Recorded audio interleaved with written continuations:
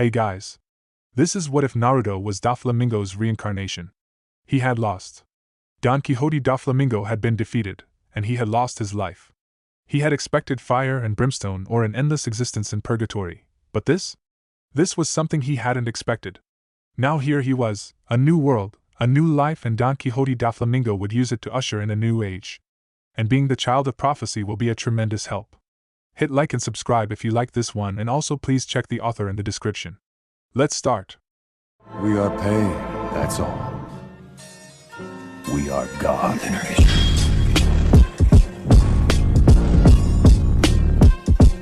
Chapter 1. He had lost. The moment his god thread had been broken, Donquixote Doflamingo knew that he had been defeated. His only hope now was to survive the full brunt of Monkey D. Luffy's King Kong gun, a task that was beginning to prove very difficult. Bringing his haki to its utmost limit, Doffy was able to bear the initial pain and impact of Luffy's attack, at least at first. After what seemed like an eternity, Doffy's body had finally reached Dressrosa, and proceeded to tear straight through the small kingdom. He could feel the stone and dirt below him crumble and fold around him, driving him deeper into the earth and closer to the secret underground facilities beneath Dressrosa. Even though he could feel his former kingdom split apart from his impact, his momentum showed no signs of slowing down. Eventually, his back met steel as it reached his underground operations, and the steel tore like paper. The pain at this point was excruciating, and it took all he had to maintain consciousness and keep his haki up to protect him from the debris. He could feel his focus waning as his body was assailed by torn metal, and for just a moment, his focus broke, his haki fell, a piercing pain formed in his chest, and everything turned to black. Doffy's eyes began to open ever so slightly. As he awoke, he slowly starts to notice the several marines around him, scurrying with medical supplies. Wondering why, Doffy looks around until he remembers what had happened moments ago, finally noticing a steel support beam lodged into his chest. His body felt numb. He tried desperately to use his devil fruit to try and repair some of the major damage, but it was impossible. The damage was too great. The Marines were trying their hardest to keep him alive to bring him into custody, but he already knew his life was escaping him. The captain of the Donquixote pirates began to chuckle lightly. For 30 years, he had dedicated his life to destroying everything the celestial dragons cared about. For 30 years, he and his family had grown and thrived to be where they stood up until this day. 30 years of his life, and it was ended by an idiot in a straw hat that couldn't find his way out of a wet paper bag. He would cry if it wasn't so funny, or even possible at this point. He could feel his vision fading, his limbs losing even the numbness they once held and now felt as if they were disappearing. He was about to die. Treble, Diamante, Pica. Virgo, he thought, picturing them in his mind, the people who had come to raise him, the person who was his childhood friend, the ones who had become his family, and the ones that he had failed. I'm sorry, he thought, darkness taking over his vision, until he decided to finally close his eyes, a small smile replacing his usual manic grin.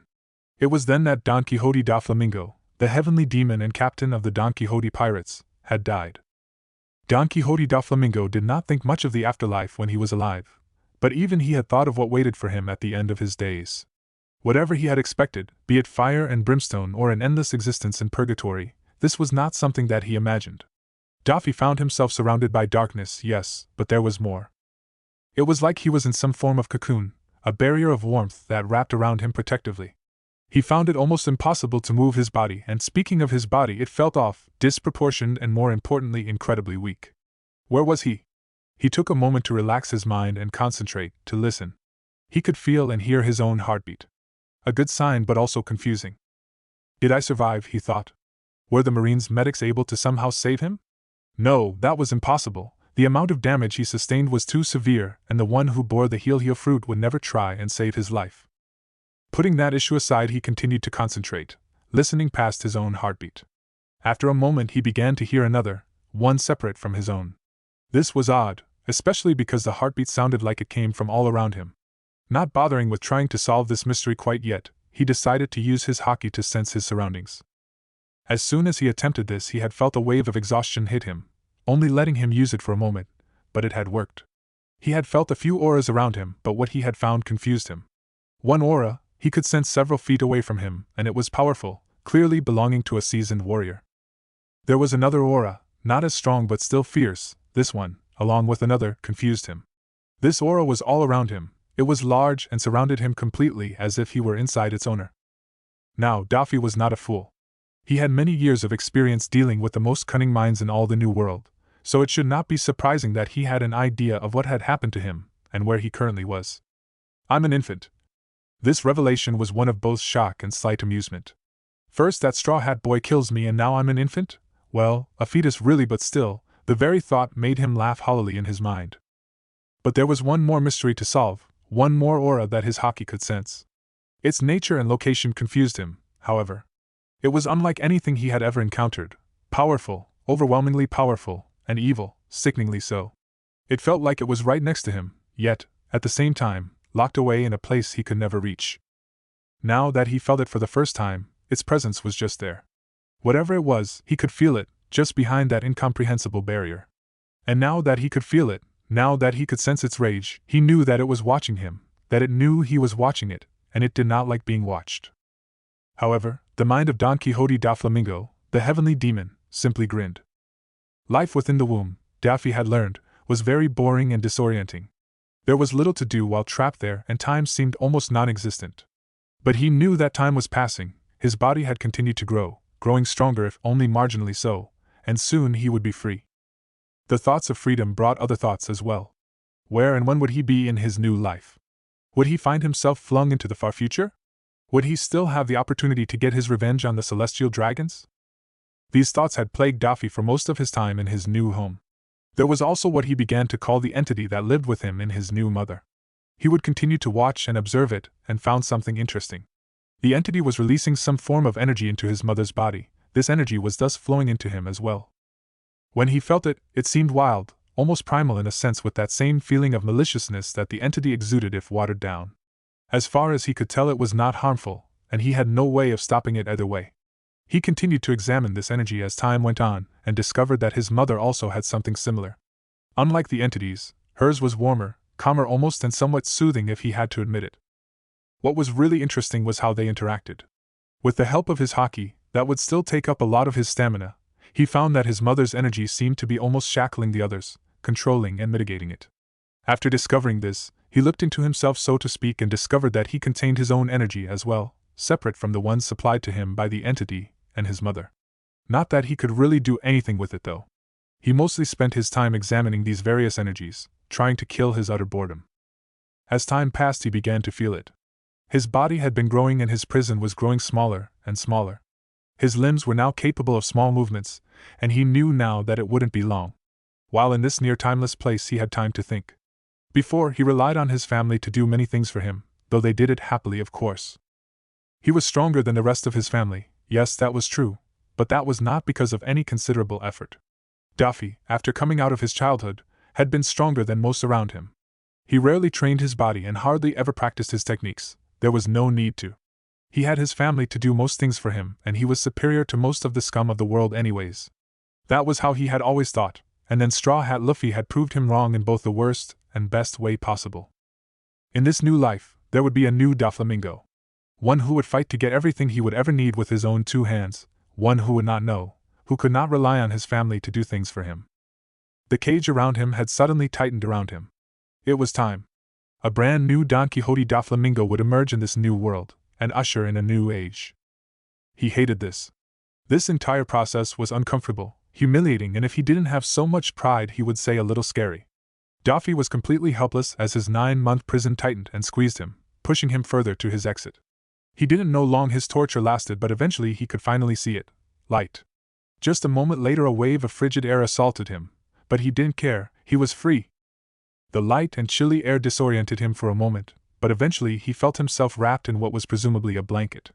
He opened his eyes but could only make out the outlines of shapes and various colors. There was no definition, and the world was a blurry mess. He felt himself being carried and eventually placed in front of who he assumed to be his mother's face. He strained his senses, trying to make out anything familiar around him.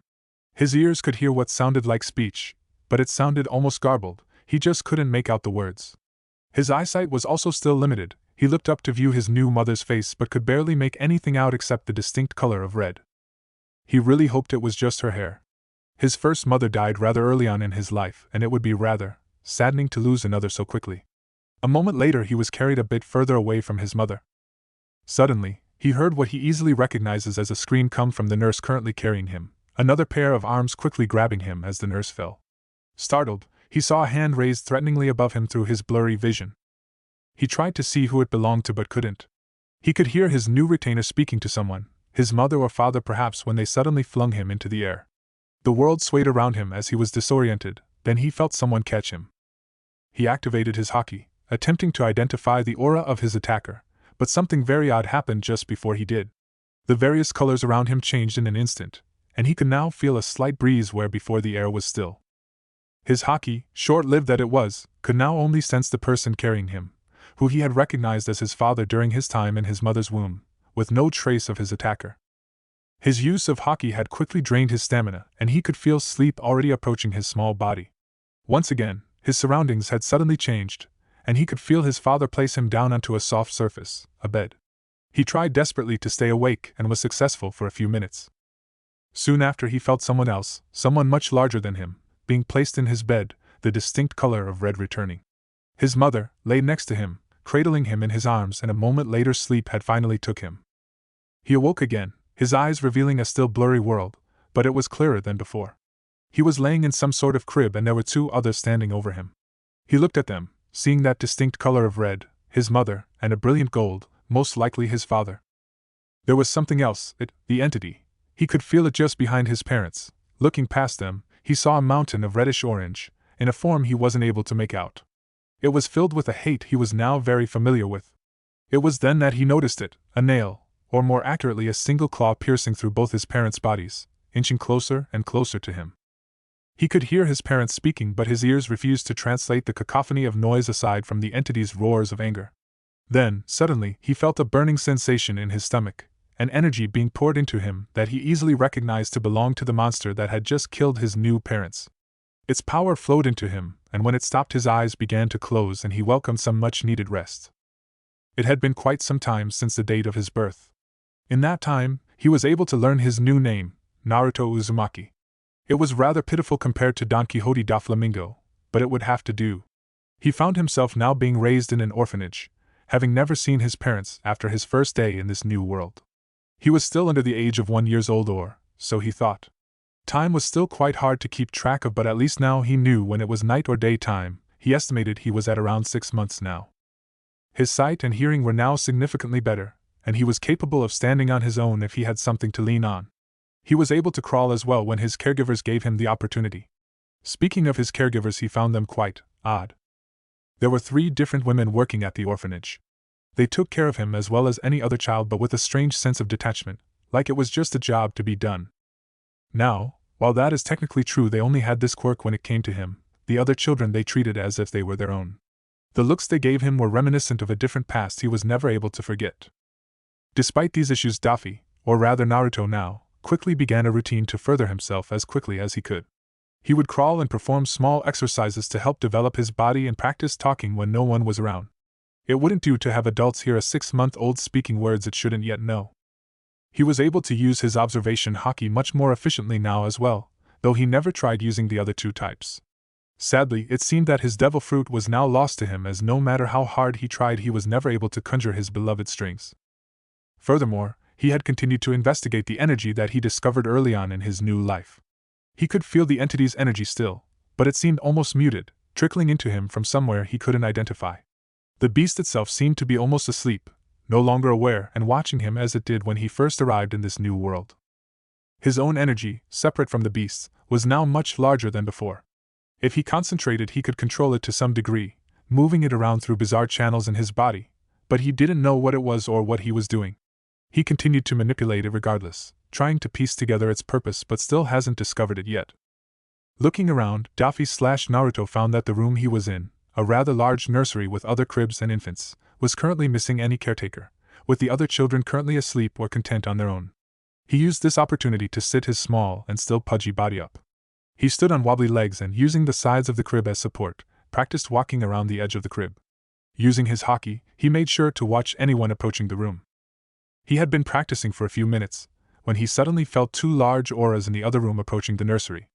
As quickly as he was able, he laid down and stared at the ceiling, making small movements and sounds to give the impression that he was just a normal 6-month-old baby. The door opened a moment later, and the 2 powerful auras walked into the room. With his ears now in much better condition, he was able to make out what they were saying. "Which one is he?" A voice, deep and slightly rough, asked its counterpart. "He's just over there, in the corner of the room." Another voice, this one sounding older and belonging to what would seem to be a rather heavy smoker. The two strangers walked to the right side of his crib, looking over him, allowing Daffy to see who was interrupting his training session. The man on the right had bright white hair. It was long, tied in a ponytail behind him with two large bangs framing his face. He had a strange headband on with the kanji for oil upon. His face looked somewhat young with but a small wart on his nose, but his white hair made it hard to discern his age. The other was considerably shorter than the white-haired man, and older as well, with gaunt skin and liver spots dotting his face. He was wearing white robes and strange diamond-shaped hat. The two looked down upon him until one finally spoke up. "So Jiraiya, care to explain why it took you 6 months to respond to my summons?" The older one spoke, his face seemingly calm, but clearly, he was irritated. The taller man, Jiraiya, hesitated for a moment, his face set in stone, then he responded. "When I got news that Minato and Kushina were dead, I immediately set my spy network to ensure that no news was spread about their child." The old man's face flashed a hint of irritation before calming, then speaking again. "And it took you 6 months to accomplish this? Without any contact with your home that had just lost their 4th Hokage? Why?" At the mention of this 4th Hokage, Jiraiya visibly flinched. He was silent for a moment, his eyes taking on a hint of sadness. His reply was quiet, with a tone of defeat. "Yeah." The two stood there for a moment, silent, continuing to look down on Daffy/Naruto as he continued his charade. The old man let out a small sigh. "Very well, what are you going to do now then? The boy has no other family and you are his godfather, Jiraiya." The white-haired man took in a large breath of air, held it for a moment, and then released a large sigh.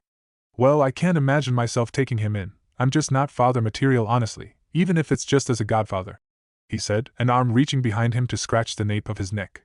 "Honestly, he'd probably have a better childhood here, in the Leaf Village." The older man glanced at Jiraiya, who did not meet his gaze. "You're sure about this then? If he finds this out, he may not forgive you." Jiraiya continued to look down, not even truly looking at Naruto anymore. "Yeah, I'm sure." Jiraiya's voice was quiet, and the older man closed his eyes for a moment. "Very well," he said, opening his eyes to look at Naruto. "He'll be raised through the Leaf's orphanage services then. I'll look after him as best I can, Jiraiya, but I am Hokage again, and I am not as young as I once was." Jiraiya quickly responded. "I understand, Sarutobi-sensei," almost interrupting the older man. The two stood there a little more before Jiraiya vanished in a small puff of smoke. Sarutobi sighed. He could at least leave the building normally. He grumbled, taking one last look at Naruto before walking out of the room, gently closing the door behind him. Daffy, sensing that the old man was gone with his haki, stopped his small charade and thought about the conversation he had witnessed.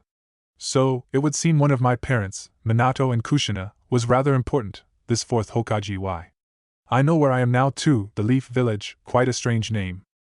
Daffy continued to parse through the conversation. "I have one more family member as well, a godfather, Jiraiya." Daffy mouthed the name of the godfather that abandoned him, then said the name aloud. With that name firmly in his mind, Daffy stood back up and continued his training, with a smile that did not belong on a child's face. 2 years, Naruto Uzumaki, or rather Donquixote Doflamingo, was finally 2 years old. Last year, he was finally moved out of the nursery, and was given his own room to sleep in.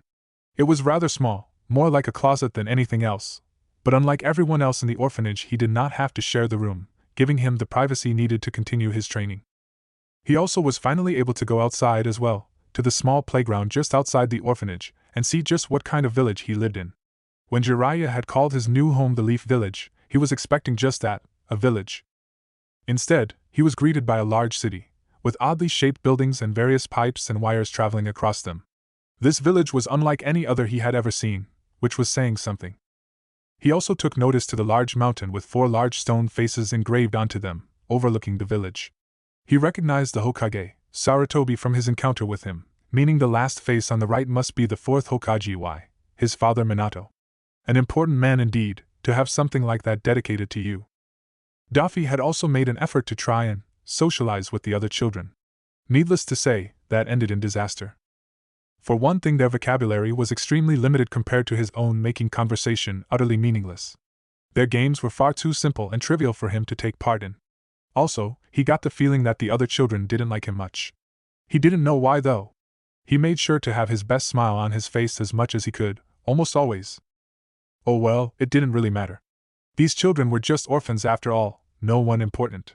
There was no need to start building any relationships with the rabble after all. He had his eyes on much bigger prizes. This village was ruled by those with the title of Hokage. The current Hokage, who he learned was named Hiruzen Sarutobi, would visit the orphanage now and again. Though he made it seem he was just visiting the unfortunate children without parents, Daffy knew that he was really checking up on him. Sarutobi would also come to deliver a sales pitch about being ninja, this village's military force, of which the strongest was elected as Hokage. He explained to the orphanage that children can go and attend an academy where they would learn how to become the heroes that protected their home, ninja. It did not take Daffy long to decide that the Ninja Academy would be his first stepping stone in his new life, telling the Hokage to sign him up. But there was something else that was bothering him as well. Small things about his new home that had puzzled and slightly worried him. For one, he had heard no mention of either the world government or the Marines in the past 2 years. The naming conventions here were also different. The style of names were different than what he was used to, usually more complex than simply Treble or Baby 5. Everyone here also would introduce their given names first and surnames last if they had one, the opposite of what he was used to. He had no way to confirm it, but he didn't think he was in Kansas anymore. Regardless, Naruto Uzumaki continued his life in the orphanage, a grin on his face and a diamond-shaped hat in mind. Aniko Hamade did not like Naruto Uzumaki. She had run this orphanage for almost 20 years now and, while there was the occasional bad apple, never in her life would she say that she did not like any one of the children living in her orphanage. Naruto Uzumaki changed that. She knew that young Naruto was the Jinchuriki of the nine-tailed fox. That was really an open secret at this point, but that wasn't why she did not like him. No, there was something else, something off about the child. When he had first arrived at the orphanage, she was wary of him, knowing his status as the fox's container. She did her job, took care of him, and that was it, end of story. After a while, she began to notice strange things about him. His eyes seemingly holding an awareness that didn't belong in such a young child. Some days she could have sworn that she had seen the young boy in his crib, practicing to walk a couple months ahead of others his age, but lay right back down as soon as she had walked in. That wasn't what had disturbed her the most though. When he was young, the boy would almost never cry. It was only when he needed to be changed or feed, never anything else. Eventually, even that stopped altogether. When the boy would fall and scrap his knee or when the older kids would try and pick on and bully him, never would he cry. No, instead there was just a smile, a grin if you could even call it that. It looked normal to most, yes, but after seeing that smile every day for over a year, Aniko knew better. There was something wrong with that smile, with that boy. The other children knew it as well. They would hardly ever interact with him anymore, and when they did it would not go well. That boy would simply smile at them, brushing them off and almost ignoring them completely, as if he were looking down on them. It wasn't just his social skills that were off either. The boy moved with grace, an elegance and control that a 5-year-old should not possess. He walked with confidence wherever he went, with that damned smile never going away. He was stronger than others around him as well. She had seen him beat children that were almost twice his age and had training in the ninja academy, though he never instigated the fights. Yes, Aniko Hamade truly did not like Naruto Uzumaki. He had shown an interest in becoming a ninja as well, a terrifying thought. And with that thought in mind, she signed the letter she had written to the Hokage, his official guardian, calling for his immediate removal from the premises. Normally, she would feel bad for sending a child out all alone into the world, but Naruto Uzumaki was not a child, this she was certain of. Hiruzen Sarutobi was not having a good day. It, like almost every other, was filled with monotonous paperwork and political strife that he was well and truly sick of at this point. He remembered a time when he enjoyed these things, but now he was missing the retirement that Minato was so kind to bring him. He grabbed the next obstacle in his path to the day's end, what looked to be a letter addressed to him, and filled his pipe with another round of tobacco. He read the letter as he did so, stopped for a moment to put his pipe down and reread the letter, hoping that he had misread it. After, he sighed and with weary hands set the letter down and picked up his pipe. He sat there for a few minutes, enjoying the downtime that he honestly felt he deserved. When his pipe ran dry, he quickly scribbled a reply to the letter he had received, signed it, and signaled for one of his ANBU. Yes, Lord Hokage, why? A tiger-masked ANBU had appeared kneeling in front of his desk. Hiruzen handed the folded-up letter to the agent. Take this letter to Akino Hamade at the Southern Orphanage, he ordered, his voice firm and calm to hide the frustration he was currently feeling. Without another word, the ANBU agent disappeared to fulfill his orders. Hiruzen got up from his chair, stretching his back that sore from constantly sitting down for the past few hours. As sad as it was, Hiruzen had anticipated this happening and had already rented an apartment in advance in case this situation ever occurred. He walked out of the room, entering the hallway and greeting his secretary. "I'm going out for the rest of the day. Push any appointments I have to tomorrow." Not stopping to hear her answer, the Hokage continued to walk out the tower and made his way to Naruto's soon-to-be former home. His pace was slow as he greeted the various villagers around him. He was not looking forward to this. While he enjoyed visiting and speaking with Naruto, telling him that he was going to be living alone from now on was not something he was eager to do. The villagers were quite wary, afraid even, of the young boy. That fear spread to their children as well, ostracizing Naruto and making it very difficult for him to make any friends. He knew this, it was something he was keenly aware of. His decision to reveal Naruto's status as the nine-tailed fox's Jinchuriki was a hard one. There were many ninja that night, watching the sealing happen. Who knew what kind of rumors would be spread if left alone? To mitigate this, he had decided to reveal Naruto's status, making it clear that he was just a normal child and that he was a hero. That decision clearly went well. Still, Naruto himself did not seem to be bothered by this if he was aware of it, which he undoubtedly was. He was a smart kid, advancing well beyond his peers in pretty much all things. When the two of them would get a chance to speak, he didn't feel like he was talking to a child. Honestly, Naruto reminded him of Itachi, with eyes too old for such a young soul. Like Itachi, Naruto was talented as well. Hiruzen had already suspected that the boy was a censor, never being surprised when the Hokage would drop by, almost knowing that he was on his way. His physical abilities were quite impressive as well if Aniko's letter is to be believed. Defeating multiple academy students that were almost twice his age with no formal training was quite a feat. Hiruzen continued his steady pace toward the orphanage. No doubt by now Tiger would have delivered the letter and Naruto would be almost done packing his things, what little he had anyways. Hiruzen's thoughts eventually strayed to his now wayward student, Jiraiya. All those years ago, when he had come with him to visit Naruto, Jiraiya had disappointed him. Was that unfair? Perhaps, he knew that Jiraiya was in a lot of pain after Minato's death. He had spent most of life searching for his child of prophecy, and finally he had thought he had found him in Minato. Minato and Kushina treated him like family, something Jiraiya never had. And in the end, he lost everything in a single night. Naruto was a reminder of that pain, of everything he lost. Yet Hiruzen couldn't help but see it as a Jiraiya running from his responsibilities.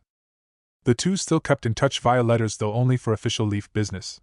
Still, Hiruzen would mention the boy in his letters, encrypted of course, and mention his hardships and struggles, hoping to convince him to change his mind and return. He never even bothered to acknowledge them. Yes, in Hiruzen's eyes, Jiraiya was just running from his responsibilities. Finally, Hiruzen had reached the orphanage and approached the front. Already, he could hear the sounds of children playing and laughter. He waited for a couple moments until the door finally opened, Akino there to greet him. A short, brown-haired and rather heavy-set woman, but one that he had known to be a mother hen through and through. This thought only made him more disappointed in her, an emotion he was beginning to be feeling far too often. "Ah, hello, Lord Hokage." Her voice trembling slightly. There was a small look of shame in her eyes that could barely stand to meet his own. What stood out most, though, was the look of determination in the rest of her features. He didn't have to do this. As Hokage, he could force her to continue keeping Naruto in her care, but that look meant that she was adamant about getting him out of here. If Naruto did stay, his life would only go downhill from here as the caretakers began to neglect him more and more till he was already independent. It was best to get it over with now instead. "Take me to him," his replied with his voice demanding and possessing an air of authority. Akino startled slightly, wide-eyed, and nodded, turning around to guide him to Naruto's room. The two went through the building, with Hiruzen smiling at all the children running up to greet him. Soon, they made it Naruto's room, and not even bothering to knock, Akino opened his door and walked in. "Hey old man, what took you so long, huh?" rung out a young voice, full of amusement and mischief. Looking inside, Hiruzen spotted young Naruto. He was leaning up against the far wall, his arms crossed and a small backpack sat down in front of him. The short blonde-haired boy was wearing his ever-famous grin, a bright pink shirt on with equally bright white shorts and black shoes. He had on a pair of oddly shaped sunglasses, with a silver frame and red lenses. Naruto had asked for them during last year's Rinne festival that they spent together, and wore them every day. In fact, Hiruzen couldn't remember seeing him without them on since then. Yes, without a doubt, Naruto had quite the flair for the dramatic. It didn't bother Hiruzen though, he had seen stranger things, and stranger people. Hiruzen smiled lightly, then chuckled a bit. Well, when you get as old as me it takes a bit longer to get around, he said, humoring the boy. Heh, sure old man. Whatever you say, Naruto replied, seemingly laughing at some inside joke. Naruto pushed off the wall, kicking his backpack up and looping one of the straps around his shoulder in one smooth motion. Now come on, old man, let's go see this new place you got for little ol' me, he said, walking past him and Akino and toward the front door. Yeah, quite the flair for the dramatic indeed. The Hokage followed him to the front door, amused by Naruto's antics. Now Naruto, shouldn't I be leading the way? After all, I doubt you'll know where to go after we walk out that door. Naruto, finally at the front door, opened it and bowed dramatically, gesturing for Hiruzen to step out. Of course, Lord Hokage, why? I was getting the door for you. One should be respectful to their elders. Hehehe. Naruto, with that grin still plastered on his face, laughing at the barb about his age. The two walked out of the orphanage. Now side by side, they began to walk closer to Naruto's new apartment. It was located closer to the Hokage monument, and thus the academy as well, which Hiruzen signed Naruto up to begin attending next year. As they walked through the village, the various villagers would often stop to look at the two, and nod in greeting like they did when he was alone. They would often move to the other side of the street to avoid being close to them. Seeing this, Hiruzen looked down at Naruto. Naruto seemed to be ignoring this, grinning like always and his eyes hidden behind his stylish sunglasses. Hiruzen sighed a little, looking at him. Naruto had a bad habit of walking a little strangely. His hands would be in his pockets and his legs would move at an almost exaggerated pace, lifting up far too high when he walked. But he was mostly concerned about the way Naruto would hunch his head, as if he were too tall and trying to duck under something. They passed by and stopped by a few places, getting Naruto food, clothes and various supplies like utensils and dish soap. The apartment was already fully furnished and Hiruzen would leave further decoration up to Naruto. Continuing away from the market, Naruto stops and turns, standing still for a moment. Hey old man, what's the building for? The child looked up at Hiruzen pointing at a building to their left. Hiruzen looked over at the building Naruto had pointed out. It was a fairly large building, 2 stories and with a red shingles making up the roof. The beige walls showed obvious signs of wear, spiderweb cracks running all along them. He knew this building quite well, watched both its construction and the need for its use. Built during and after the First Great Shinobi War, it housed all of the war orphans that the war had brought, and has done so for the second and third as well. It was a building that symbolized the pain and hardship that the Leaf had gone through, and a prison for the children whose parents were sacrificed in her name. Hiruzen looked down at the boy. Naruto looking towards the building, his usual smile missing from his face. That's the first orphanage that was built in the Hidden Leaf village. Why is there something the matter? He asked, curious. The boy stares at the building for a moment longer, eventually looking away and continuing. Nothing, let's keep going, as he called back to him. They continue towards where Naruto will be staying. They finally walk up to a beige building with maroon-colored shingles. Standing about 4 stories tall, it was a plain apartment building. As they proceed to follow up the stairs to the top floor and stop at the third door on their right, at room 4C. This will be the building you will be staying at. Opening the door, he revealed a single, small, plain room with dim green-colored walls and a wooden floor. In it was a bed with a small nightstand and alarm clock, a small desk and chair with a small radio on it, and a single dresser. And this will be your new room. Naruto, after adopting his smile again on their way to the apartment complex, entered his new room, looking around. The two walked through a small doorway leading to the kitchen, where a small refrigerator, stovetop and a small table with 4 chairs served as Naruto's new dining room. There was another door in the kitchen leading to the bathroom. Hiruzen put the bags of groceries on the dining table. So, what do you think, Naruto? Hiruzen asked, eager and slightly nervous to hear the boy's response. Naruto looked around the apartment for a moment, his smile dropping for a moment.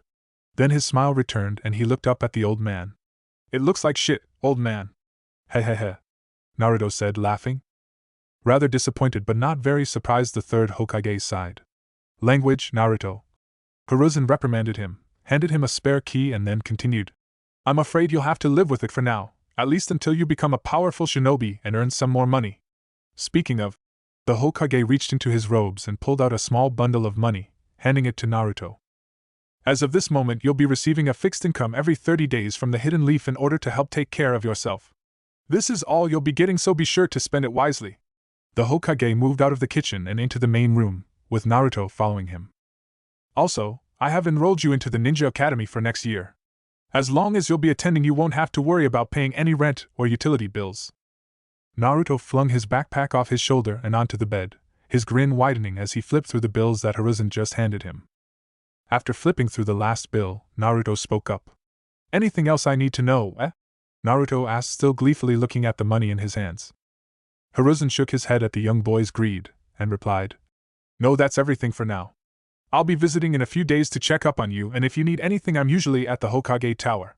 Hiruzen opened the door, ready to head home and relax for the rest of the day. Yeah, see you later, old man. Naruto waved him off and closed the door behind him. With that, Hiruzen made his way home, this time traveling by the rooftops. There are many thoughts about Naruto on his way home. What Naruto was thinking and what his future was. As much as Hiruzen hated it, there were many things that rested on the boy's shoulders, too many. He would do all he could to make sure Naruto went down the right path. Hopefully he wouldn't be the only one for much longer. Daffy closed the door behind the old man, the smile on face dropping for a moment. Ever since they passed that building, the other orphanage, what his Hokage had sensed had been bothering him, distracting him. Looking out the window in his new apartment, the sun was beginning to set. He would investigate it tomorrow. For now, he would settle into his new home. He put the things that the third had bought him away into its new designated areas, made some dinner for himself, and, after he was done eating, laid in bed. He lay there for a while, trying to sleep, but the orphanage situation still bugged him. It took a while, but eventually sleep took him. Daffy woke again at the crack of dawn, like always. He got out of his new bed and decided to enjoy his new freedoms. He used his own shower and bathroom, no longer having to share it with various other orphans. He cooked his own breakfast, something he was slightly out of practice of but was more than capable of. Changing clothes, Daffy grabbed something, a gift, out of his backpack and exited his new apartment, locking the door behind him with an objective in mind. Slowly, Daffy made his way over to the orphanage that he and the old man had passed yesterday. It took quite a bit, as Daffy had a bit of trouble remembering exactly where it was, but he found it again eventually. It was just before noon now, and just like at previous home, there was various children playing at a nearby playground. It was like clockwork. As soon as he was in range that Oro was back, calling out to him through his Hokage. Daffy with his signature smile walked onto the playground and spotted two benches sitting back to back in the middle of the park. He walked toward it, slowly, tracking that aura through his Hokage, and sat down on one of the benches. Then he waited, his eyes staring straight ahead of him and his smile dropping. There, a boy was a few meters ahead of him. He was quite odd-looking, a bowl-shaped haircut, thick eyebrows and large, round eyes with rather prominent eyelashes. A small frown adorned the boy's stone-set face, a perfect example of seriousness. The boy walked forward at a steady pace, his hands neatly folded behind him. He continued to approach him, eventually reaching the bench Daffy sat at. Rather than sit next to him, the mysterious boy circled around, sitting at the bench just behind him. The two sat there a moment, back to back, the sound of the other children playing around them. Daffy reached into his pocket and pulled out the gift, a pair of sunglasses. Taking them, he reached over his shoulder, offering it to the other boy, who smoothly reciprocated the action, taking them from him. Daffy could hear the boy unfold them and place them on his face. They stayed there for a moment, until finally, the other boy greeted an old friend. Daffy. Donquixote Doflamingo grinned. Virgo. Chapter 2. The two sat there, at Daffy's dining room table, somewhat awkwardly, both of them eating the lunch, some sandwiches, Daffy had made a few minutes ago. Not really sure what to say to each other, they ate in silence for a few minutes until one of them finally broke the silence. So, I see you brought back the bowl cut, Daffy said, his usual smile slightly twitching, desperately trying to think of something to converse about. Virgo was not helping in the slightest, just sitting there stoically with a slice of ham stuck to the side of his face. Virgo sat there for a moment, chewing his food, then swallowed. Yes, it seemed appropriate. He returned to his meal. The awkwardness came back. Daffy sat there for a moment, slightly stunned and at a loss for words. Yeah? Daffy somewhat replied. He then pointed to the side of his face. By the way, you got something dash dot. Daffy, Virgo interrupted.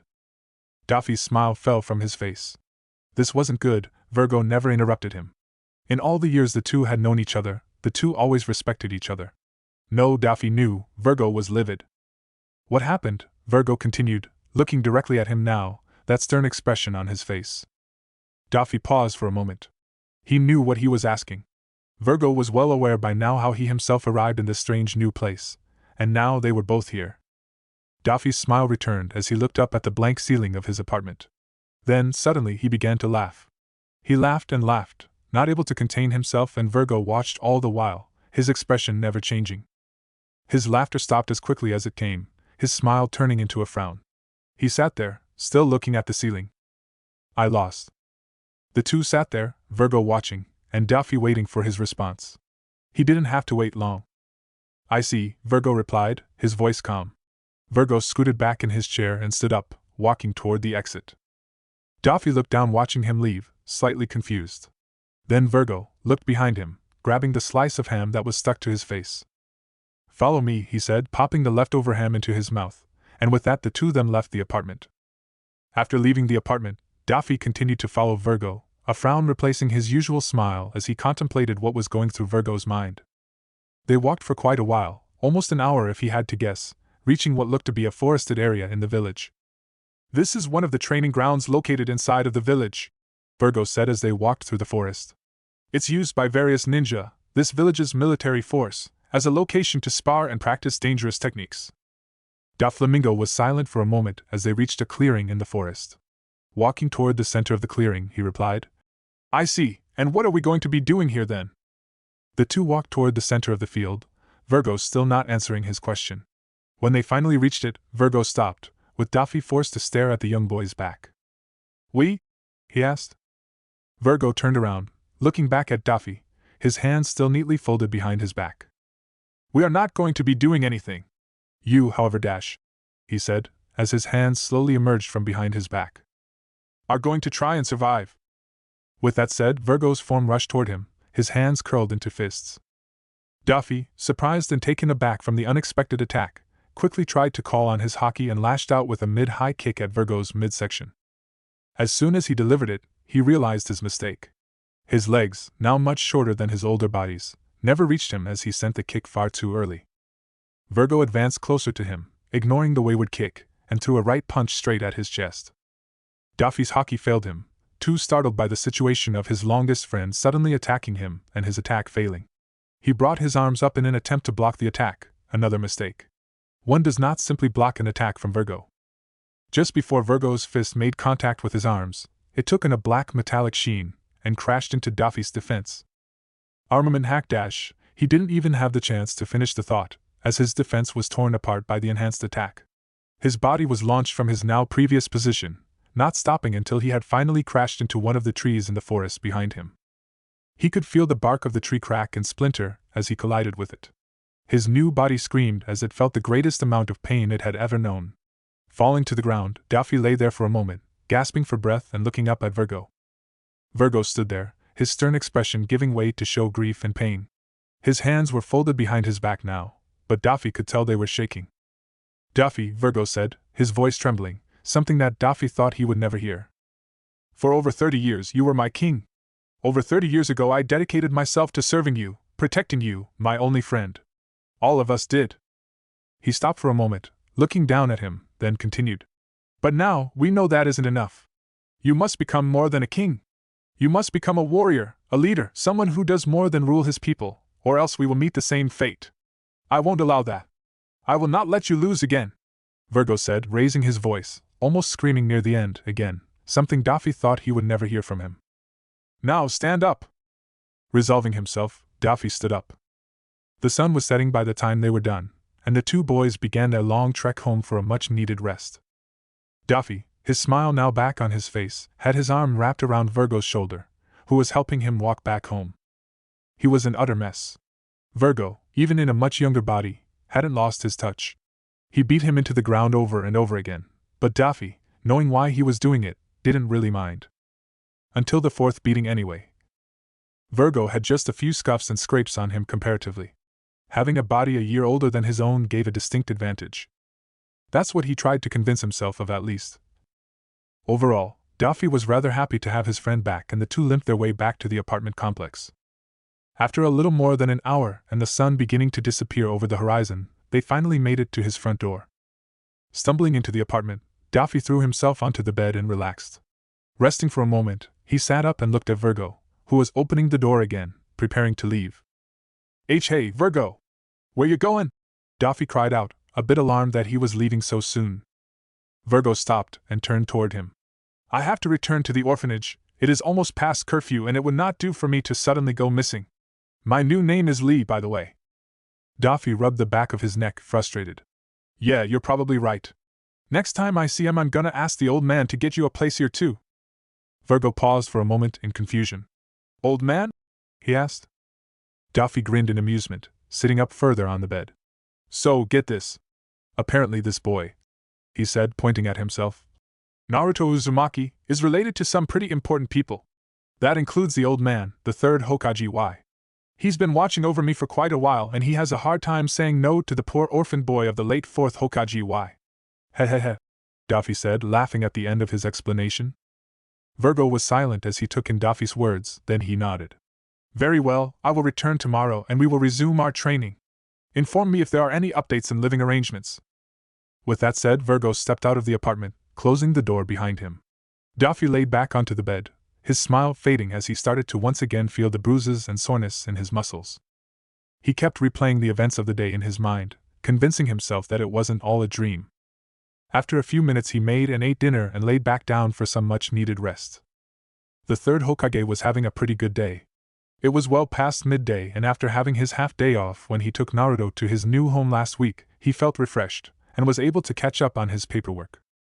Smoking his pipe while enjoying being able to actually see the surface of his desk, he decided that he was going to go visit Naruto today. Standing up and stretching his aching back, he decided to be rather adventurous today, exiting out the nearby window like so many of his other ninja decided to do far too often. He chuckled to himself as he sensed his ANBU scramble to catch up to him, not expecting his dramatic exit.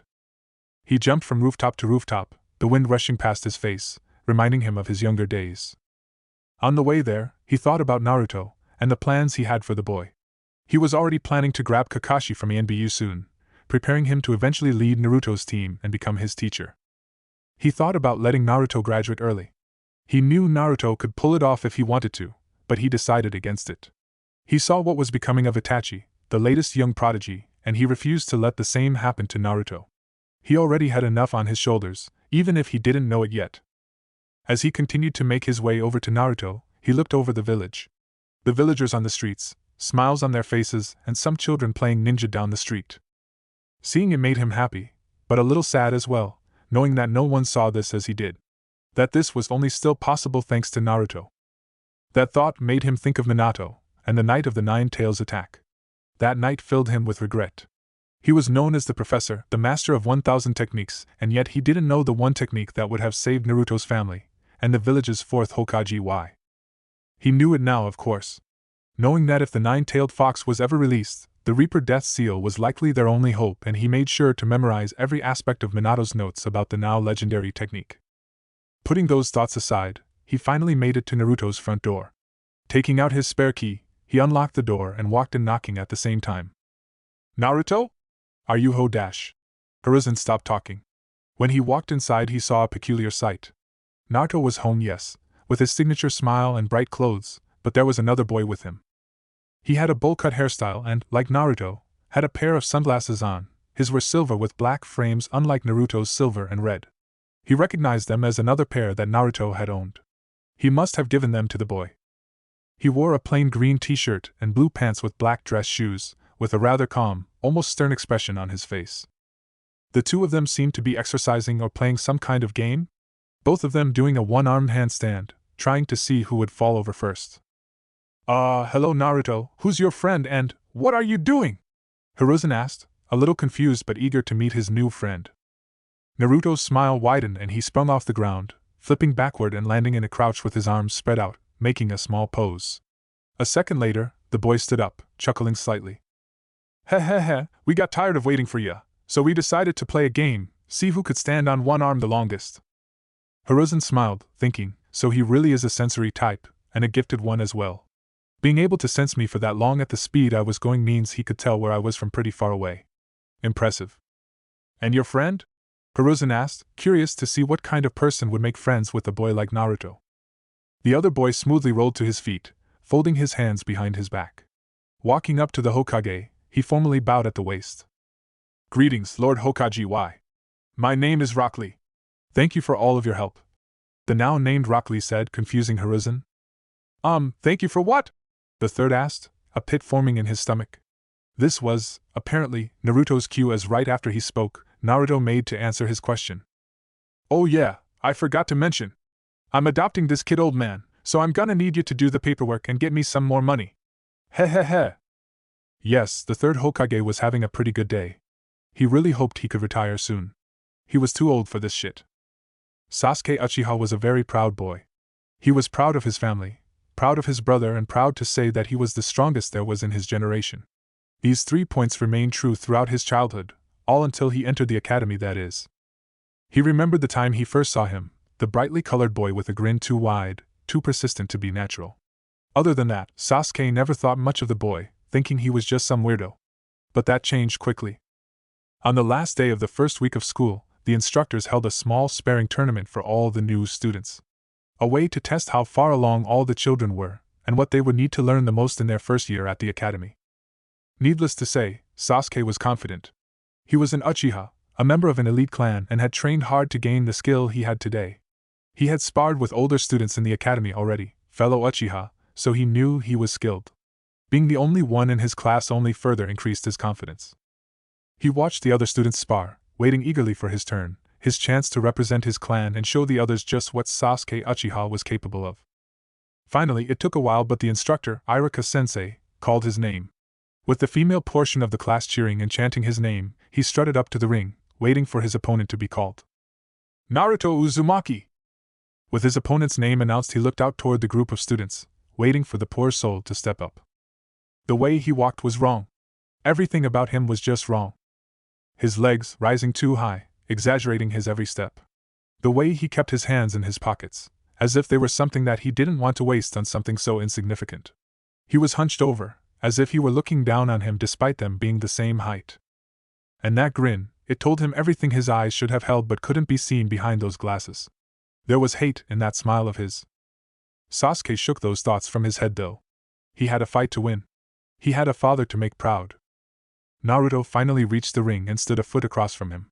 The two made the seal of confrontation at Iruka's request, something they had learned yesterday in class, and at his mark, the spar began. The two stood there for a moment, waiting for the other to make the first move. Getting tired of waiting though, Sasuke started the engagement. Jumping slightly into the air, he performed a picture-perfect whirlwind kick aimed at Naruto's head. Naruto ducked at the knees, his hands still in his pockets and that grin never leaving his face as Sasuke's leg passed right over him. Growling slightly, Sasuke completed his midair turn and, still suspended in the air, aimed a drop kick onto Naruto's crouching form, a variation of the leaf whirlwind he was taught by his family. His leg rocketed down toward Naruto, intent on slamming into the back of his head when, suddenly, just before impact, Naruto disappeared. His attack missing, Sasuke landed on the ground confused on what had happened. Hehehe. He didn't just hear it, he felt it. The laugh from behind sending chills down his spine, causing dread to form in his stomach.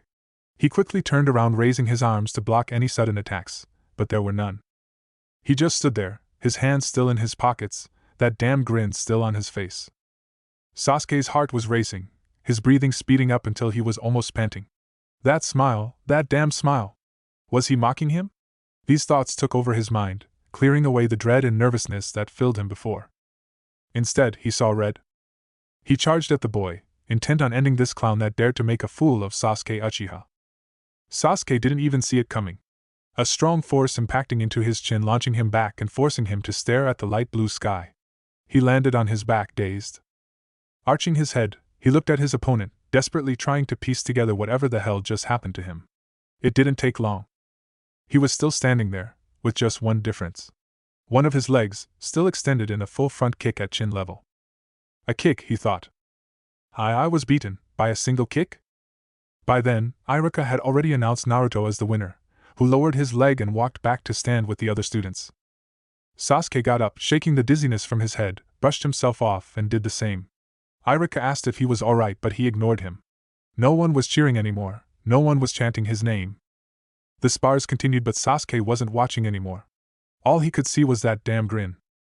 Fujimaru Terada had been an academy teacher for almost 40 years, yet never had he seen a student quite like Rock Lee. The boy was like a machine, He learned and adapted quickly, never being surprised or fazed by anything, even when Fujimaru made an honest effort to do just that, and he always had a stern expression on his face. Honestly, if he had never seen the boy eat and drink, he wouldn't believe he was human. Speaking of, the boy was an absolute slob, always coming into class with the remains of his breakfast or lunch all over his face. He didn't know how he never noticed either. It wasn't like it was just a couple crumbs or anything. At one point there was half a hamburger just kinda glued to his face, waiting for someone to point it out to the oblivious boy. He remembered watching one day just to figure out if he was doing it on purpose. He promised never to do that again. A slice of salami in a sandwich he was eating just sort of slipped out of his sandwich and floated onto the side of his face, with Lee never even noticing. He vowed to never figure out that mystery. That made the boy weird and eccentric, yes, but that wasn't why Fujimaru thought Lee was quite special. No, the reason he was so unique in his eyes was because the boy was a monster. Fujimaru was quite fond of using spars in order to drill his lessons into his young pupils' impressionable minds. That was what made Lee stand out so much. The boy could fight. He was fast and efficient, easily able to predict his opponent's moves and react to them in just the right way. He was tough, remarkably so. Fujimaru once asked Lee to help him demonstrate a judo throw. With the boy's skill, he thought Lee would be able to land on his feet and recover from the throw. But when Fujimaru grabbed the boy's arm and threw him over his shoulder and toward the ground, he did nothing of the sort. Lee smashed into the ground, taking the full brunt of the attack. Worried for his student, and also his job, Fujimaru quickly knelt next to him, trying to assess the damage. Lee's face was as stern as ever, and without a moment's hesitation, stood up and dusted himself off. Folding his hands behind his back, he joined the other students, leaving an imprint of his body in the ground. These things made Rock Lee a talented young ninja, yes, but what made him a monster was his brutality. The boy was cruel, he could see that. In his spars he went out of his way to deal the most damage possible to his opponents, and often toyed with them, dragging out the bouts for as long as he could when he could easily end it. What was worse was the way he accomplished this, as if he had done it before, as if he had experience. Now, when he thought of Rock Lee, he didn't think of a young talented academy student aspiring to be the very best he could. No, now he thought of a ruthless machine that wouldn't hesitate to put his enemies 6 feet in the ground. So, why didn't Fujimaru report this to the Hokage? Because, when he thought back to the wars he fought and the friends he lost, he couldn't help but think that he could have used a man like Rock Lee at his side. Writing 100% on the piece of paper, Fujimaru put the paper into the stack on his left, and began grading the next test. Kakashi Hatake was rather antsy today, something he was not used to feeling. Most of the time he was lazing about, relaxed and reading his book. When he wasn't, he was focused and determined, ready to complete his mission and protect his comrades.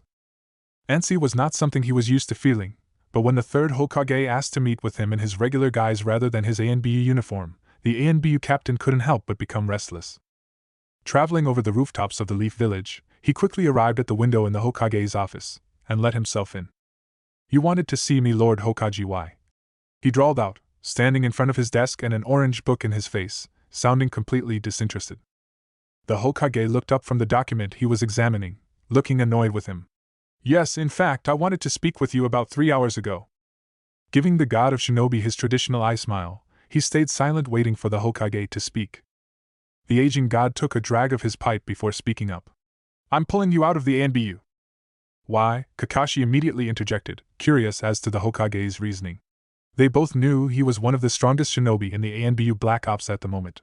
His departure would mean a drop in mission success rate and, more importantly in Kakashi's eyes, a rise in friendly casualties. The Hokage stood up from his chair, turning around to look out the window and look upon his village. "Naruto is 9 years old now," he said, the mentioning of Naruto startling Kakashi for a moment. The Hokage continued a moment later. "He will be graduating in a few years and he will need a Jonin sensei," said the Hokage, taking a long drag from his pipe. Kakashi hesitated for a moment before speaking up. "Still, I don't see why I have to dash. You have been a part of the ANBU for many years now, Kakashi. You have been used to working with the best of the best, but if you are to teach a group of genin, you will need to lower your expectations. Besides," the Hokage said, sighing slightly, "after seeing what had happened to Itachi, I would have released you from the ANBU anyways." The two stood there silently, thinking about the words each had said to the other. "Very well, Lord Hokage, why?" Kakashi spoke first. "Good." The Hokage turned around, reached into his robes and pulled out a small book, tossing it over to him. Kakashi caught the book, opening it up. "What's this?" he asked, flipping through to the marked pages. "The latest graduates," replied the Hokage. "It'll be a while until Naruto graduates. Until that time, you can join the rest of the elite Jonin and start testing potential genin." "Of course, Lord Hokage, why? Is there anything else?" Kakashi asked, desperately hoping the answer was no. "No, you're free to go." The Hokage returned to his chair and picked up the previous document. Kakashi leaped through the window, completely eager to read about his potential new students. The conversation brought back bad memories, memories of the child he was hesitant to meet. Naruto. With that thought, Kakashi returned home, steeling himself for the new challenges his shinobi life would bring him. He wasn't worried though, after all, shinobi endure. Shikamaru Nara liked to think of himself as a rather intelligent 9-year-old boy, as much of a drag that intelligence often was. Still, that same intelligence and the perception it offered made him very curious about the boy named Naruto Uzumaki. To be short, Naruto was an enigma. At first, he thought the boy was just another class clown, with his wide grin and strange choice in clothes. It did not take long for Shikamaru to reassess that previous conclusion. The strange boy had shown, through his class ranking, that he was very intelligent, holding the position of top student with almost no competition. He did it almost effortlessly, constantly slacking off and skipping class. Shikamaru found him to be, for lack of better words, somewhat creepy as well. The way he would simply smile at you, his eyes hidden behind those glasses of his. His laugh being a curious thing, as if he were laughing at a joke only he could understand. One day, after school, Shikamaru took it upon himself to challenge the talented boy to a game of shogi at the park, a board game that his father had taught him, a game only his father could beat him at. Naruto agreed and, after explaining the rules to him, the two began. It was the most grating experience Shikamaru ever had. At first, Naruto only looked at the board to make his move, the rest of the time dedicated to directing that sickening grin straight at him. He would chuckle now and then, as Shikamaru would contemplate his next move, further unnerving him, and the two would never speak. About 5 minutes later, well into the game by now, Naruto wouldn't even look at the board anymore, his hands moving almost autonomously to shift the pieces around the board. The pressure at this point was crippling. Shikamaru was being outplayed at every turn, and all the while he refused to look up from the board. He refused to look up at him. It didn't take long after that. Another 5 minutes and he was swiftly defeated, his nerves breaking his concentration. Honestly, he wasn't very confident he could win even if he had held it together. Now, Shikamaru couldn't say he disliked the other boy. No, he had no animosity for Naruto Uzumaki, but he knew someone who did. There was no doubt in Shikamaru's mind that Sasuke Uchiha loathed Naruto Uzumaki. He would see it very often, Sasuke constantly trying to one-up the blonde-haired boy, and every time he would fail. Every interaction between the two would instantly become a competition to Sasuke. Shikamaru knew that. Yet to Naruto it was just a game, with him laughing at Sasuke's attempts. Shikamaru would laugh if it wasn't so sad. He knew their situation, everyone who paid attention did. One, the orphaned boy who never had any parents yet always had a smile on his face. The other, a boy whose parents were taken from him, by his own brother no less. Shikamaru couldn't help but feel pity for them, ashamed at how happy he was to not know either pain. Shikamaru rose his head from his desk, escaping from his thoughts and looking at Irika, still drawling on about something or other. He took a look around the room from his seat, the highest seat in the right corner of the room. Sure enough, there they were. Naruto was sitting at the front row, leaning back in his chair with his feet on his desk. He was chewing some gum, blowing rather impressive bubbles until the gum popped, rinse and repeat. A couple rows behind him was Sasuke. His elbows were leaning on the desk in front of him with his hands folded in front of his face. Even from here, he could tell Sasuke was aiming a murderous glare straight at Naruto. He got the feeling Naruto knew it too, and was enjoying every bit of it. Thankfully, the bell began to ring, and the students packed their things and hurried out the door, ignoring Irika's words to remember to do tonight's homework. Once the majority of the students left the room, Shikamaru followed behind them, heading outside. Seeing the group of students in front of him, he spotted Naruto in the crowd, something that was fairly easy. Naruto broke from the group of students, taking a different path home than the one that Shikamaru usually saw him take. He thought about following him, seeing what he was up to and maybe getting to know him a bit better, but decided against it. It was too much of a drag. After leaving the academy, Doflamingo started to make his way down to the training grounds that he and Virgo began using 4 years ago. He was by himself today, with Virgo deciding to go shopping and grab groceries for the both of them. It had been surprisingly difficult for him to convince the old man to give Virgo a place of his own, especially considering the old man spent most of the time trying to explain that, 1. He was too young to adopt a child, and 2. Said child was older than him anyways. He did not respond to "You worry too much, old man" very well either. Still, 3 hours later, Virgo got his own key to an apartment just across from his own. Yeah, Daffy was a manipulative bastard, alright. Picking up his pace, Daffy took to the rooftops and sped along to the training grounds, making records time.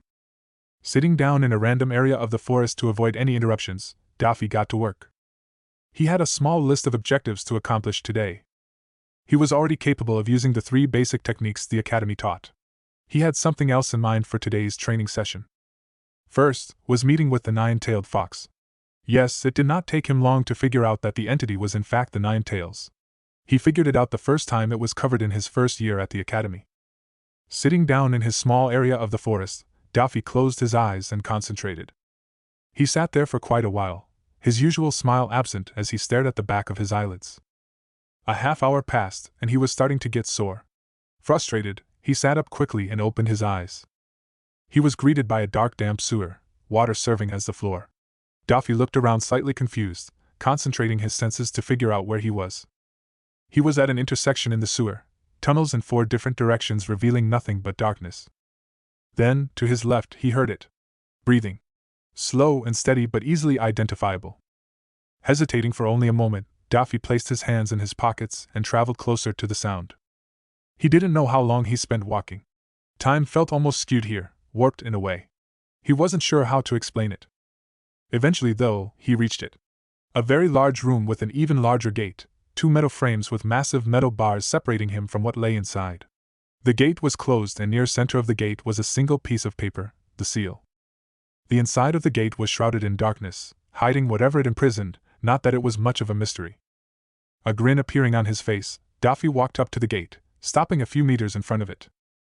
As soon as he stopped, a claw emerged from the gate, rushing toward him and stopping a couple inches from his still grinning face, the gate stopping it from coming any further. Daffy expected as much, and he knew the claw wouldn't reach him from here. After all, he had seen it before.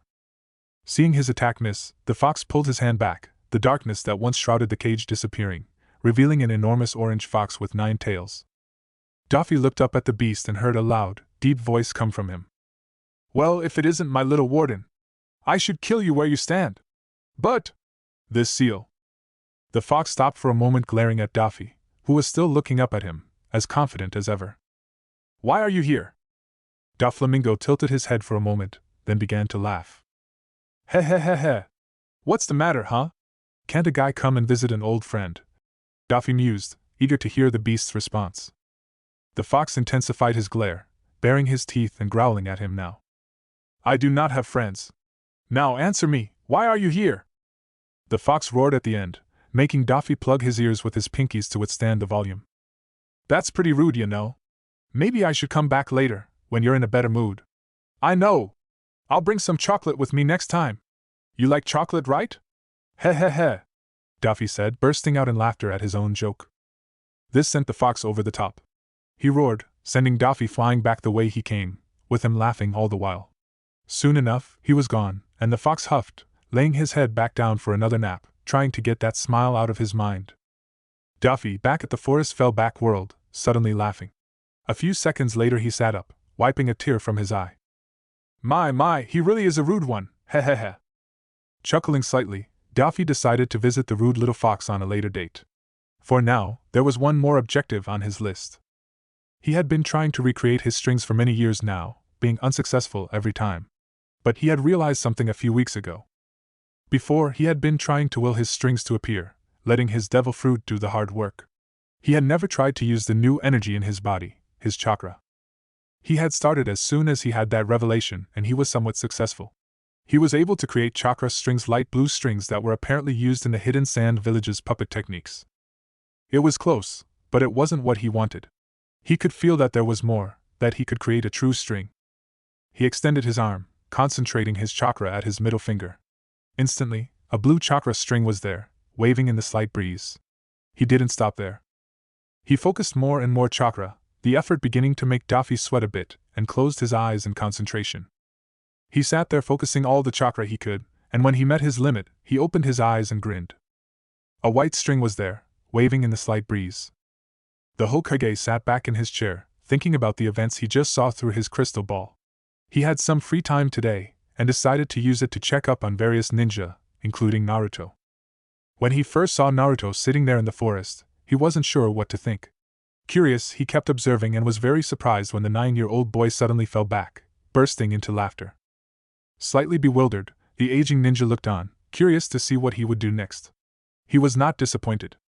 He was very well aware of the ability to create chakra strings, and of how most simply wrote them off as a puppeteer technique.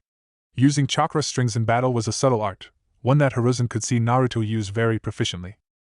That wasn't what shocked him though. It was what happened next. The boy continued to pour more and more chakra into the blue chakra string until, finally, something happened. It was slow at first, but starting at the boy's fingertip, the thin blue string gained solidity, becoming a stark white. He had seen something similar to this before. Another Uzumaki who was also Naruto's mother. Her chakra chains were a powerful weapon that could restrain even-tailed beasts. Just what these strings were capable of, Hiruzen didn't know, but the professor in him couldn't wait to see them in action. Kakashi was antsy. The last time he felt antsy was 3 years ago, when the Hokage booted him from ANBU. It was finally time. Naruto was graduating and he was going to lead his team. If he passed his test anyways. Getting dressed and exiting his apartment, Kakashi took out his book, began reading and made his way over to the academy building. He wasn't actually reading though, he had too much on his mind. That night 12 years ago still replaying in his mind. He remembered sitting there, forced to watch and pray that his sensei, the 4th Hokage, would be alright. But he wouldn't be alright. He remembered everything after that too. Throwing himself into ANBU, serving Danzo for a time until the 3rd had put him back on the right track. All that time and not once did he think of him, Naruto. He hated it, his past self that made mistake after mistake. He wondered what it would be like if things went differently.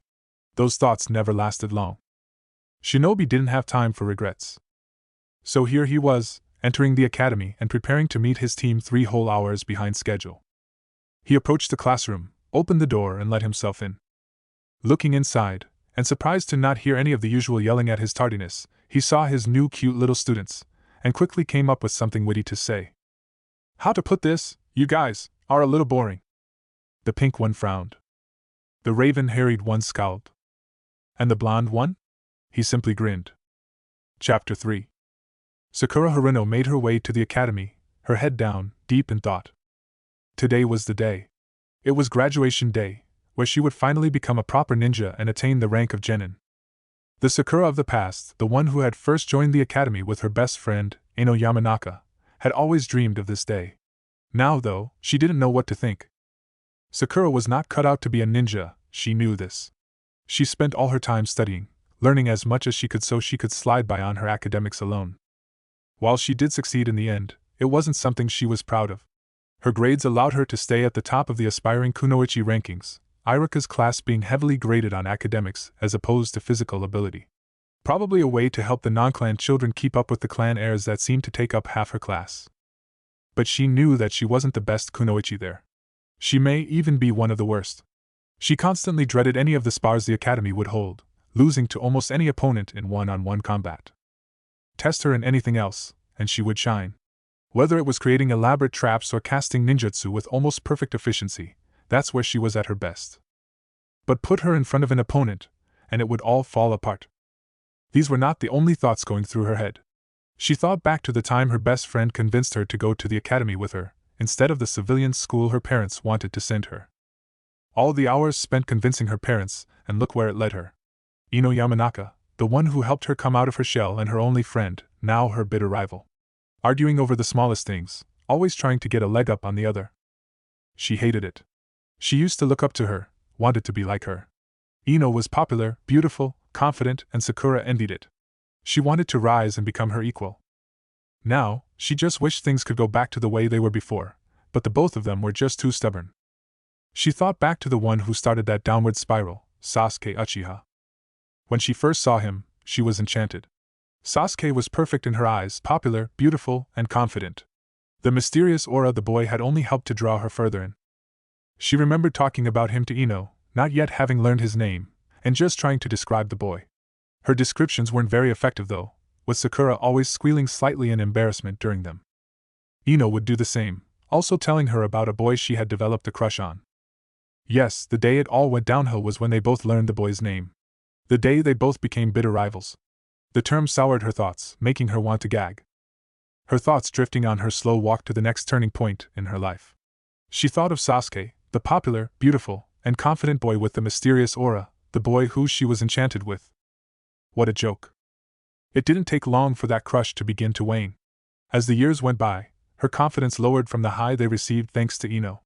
Her fighting skills, her large forehead, the solitude of losing her best friend. It all just piled up. She was a fool to ever think she could win over Sasuke. There was never any chance, no hope that the stoic and cold boy would ever think of her as anything other than an annoyance. After all, she could barely speak 2 words to the boy. Where could social skills like that ever take her with the Sasuke Uchiha? No, the only reason she still even tried was because of Ino.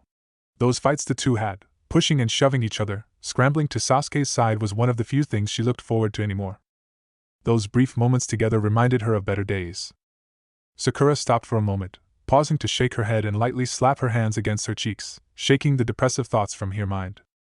Continuing her walk, she quickly let her mind think of something else, the first thing popping up being one of her classmates, Naruto Uzumaki.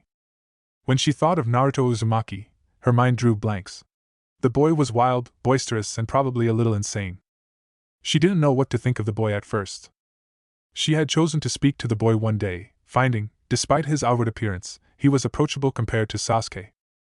Naruto didn't glare at her, as if trying to chase her away with sheer force of will. Naruto didn't ignore her when she approached, pretending she wasn't there or acting like she was too insignificant to even acknowledge.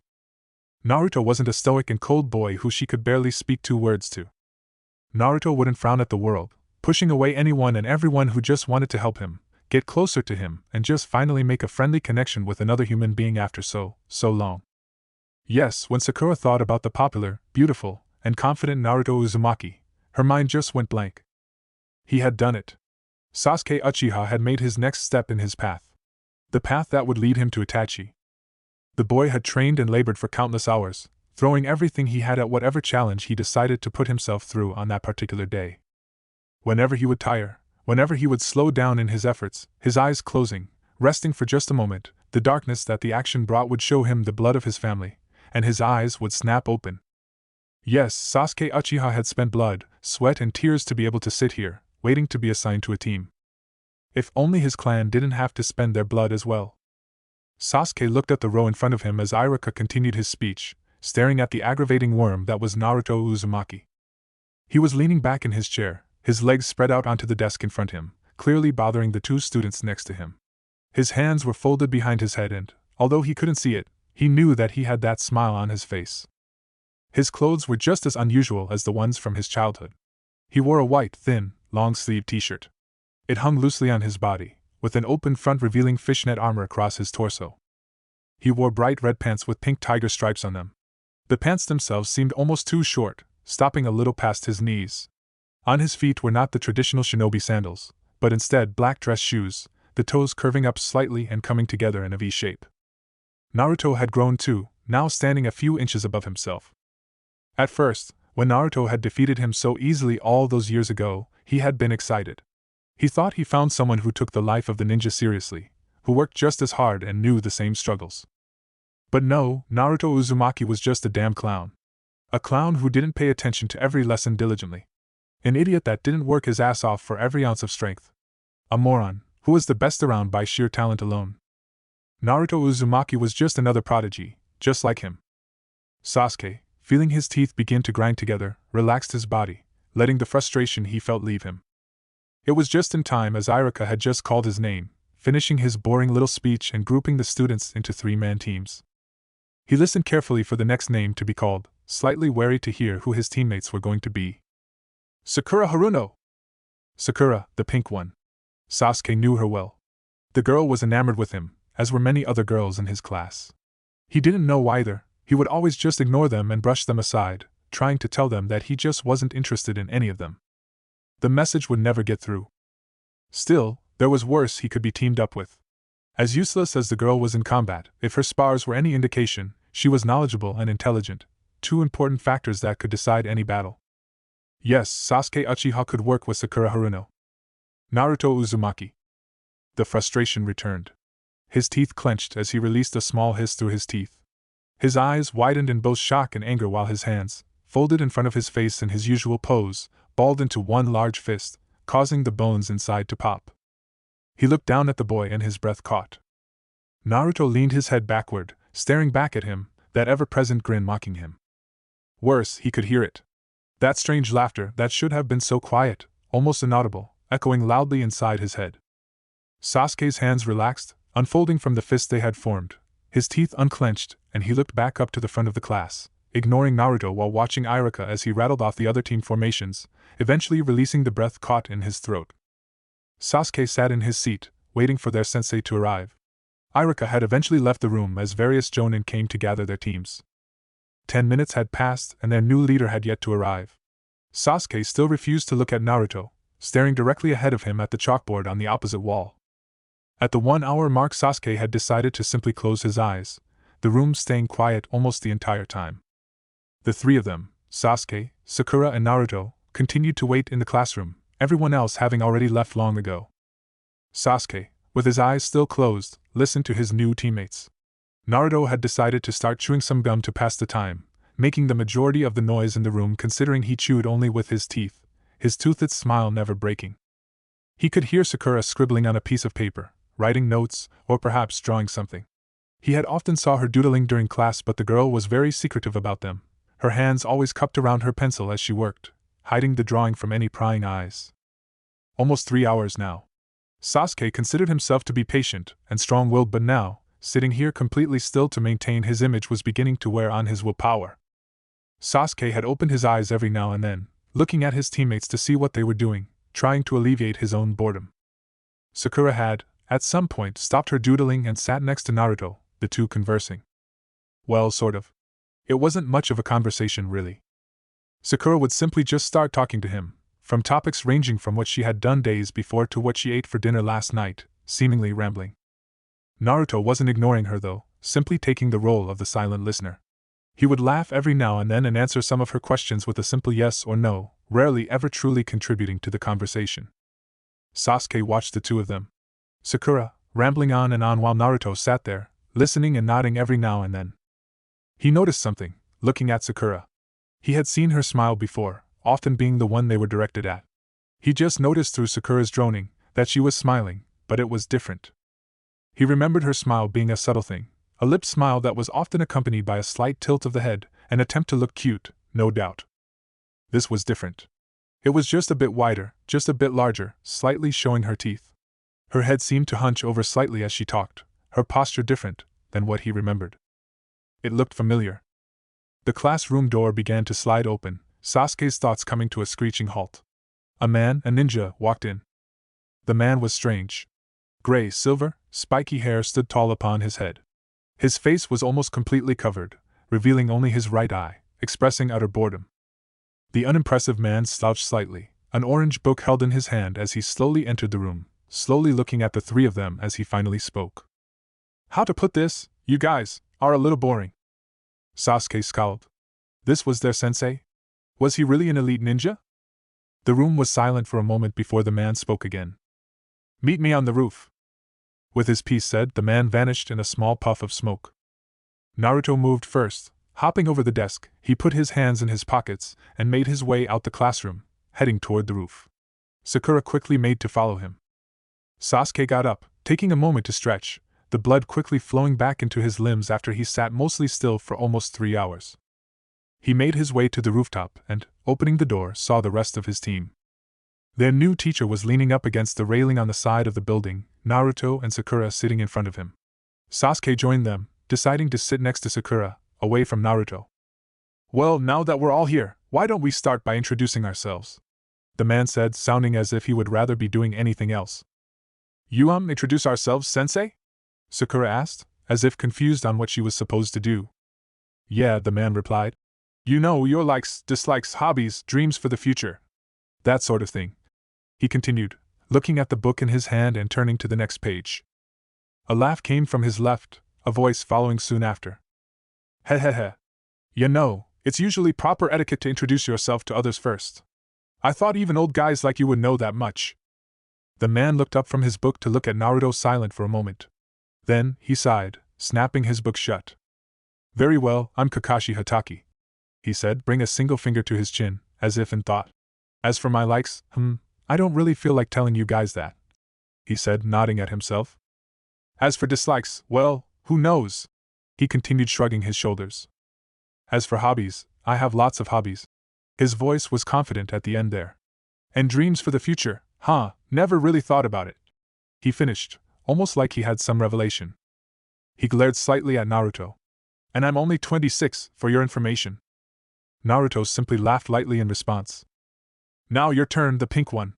Kakashi's finger pointing directly at Sakura as he rested his chin in the palm of his other hand. Sakura made a small squeak, surprised at suddenly being the center of attention. Oh, well, her voice was shaking, struggling with the simple introduction. Well, I'm Sakura and I, like you, lots of things, yeah, she said at the end, sounding like she was convincing herself. Things like reading and studying and draw dash. She cut herself off, pausing for a second before continuing. Anyways, I don't like spicy foods, I guess, and I don't really have many hobbies. The girl's mood went from nervous to slightly downtrodden before perking up again. But my dream is to be a really good ninja. The girl was smiling brightly at Kakashi, who, after a moment, nodded and pointed at Naruto next. Now, the vibrant one. Naruto sat there for a second, chuckling before beginning his introduction. Who? Little ol' me? Well, I'm Naruto, of course. Naruto had raised his arms in the air dramatically, emphasizing his words. As for my likes, those are confidential, of course. Can't have anyone knowing about those, you see. Hehehe, he said, wagging his finger as if that were obvious. As for dislikes, Naruto's smile shrunk a little, something Sasuke never thought he would see. He looked closer at Naruto, slightly nervous at what would happen next. His smile returned again, wider this time. Veins began to show in his forehead, wriggling slightly under his skin as if he were clenching his teeth with unbelievable strength. Sasuke had never seen him so angry, and he braced himself to hear what Naruto, the carefree and always smiling boy, would hate so much. Barbecues. He nearly fell over, not prepared for the ridiculous answer. Not waiting for him to recover, Naruto continued. As for hobbies, I often spend my time being better than Sasuke. It's fun, easy to do, and best of all, free. He turned towards Sakura. You should really try it sometime, Pinky.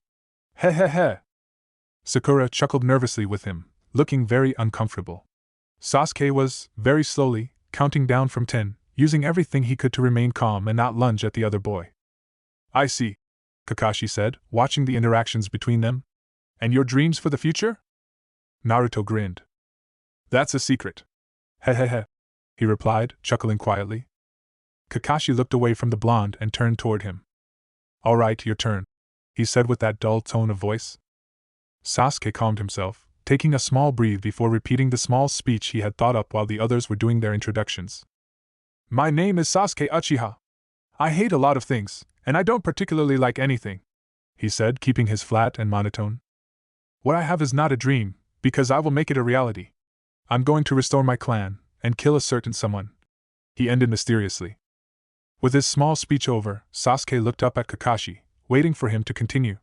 He refused to look at the other's reaction to his introduction, especially at Naruto's damn smile. But if Sasuke had looked to his left, he would see that Naruto was not smiling. Daffy made his way back to his apartment, thinking about his team and the survival exercise that Kakashi had told them about. He wasn't very surprised that there was another test to take before he became a genin. The graduation exam had been far too easy. Needless to say, he was excited. He had never fought this land's elite ninja, and he was curious about what they were capable of. Thinking back to his team, his thoughts drifted to the pink one, Sakura. In his first life, he had taken many under his wing and into his family. A large number of them had issues. That being said, he got the same feeling from Sakura as he did from them. Sakura Haruno was a lonely girl. He would watch as she constantly vied for Sasuke's attention, competing against the other girls. It was something that had been going on since they all had entered the academy. It became a routine after a while, watching her and the other girl, Ino, rush through the halls, trying to be the first to sit next to the boy. Then, one day, something had changed.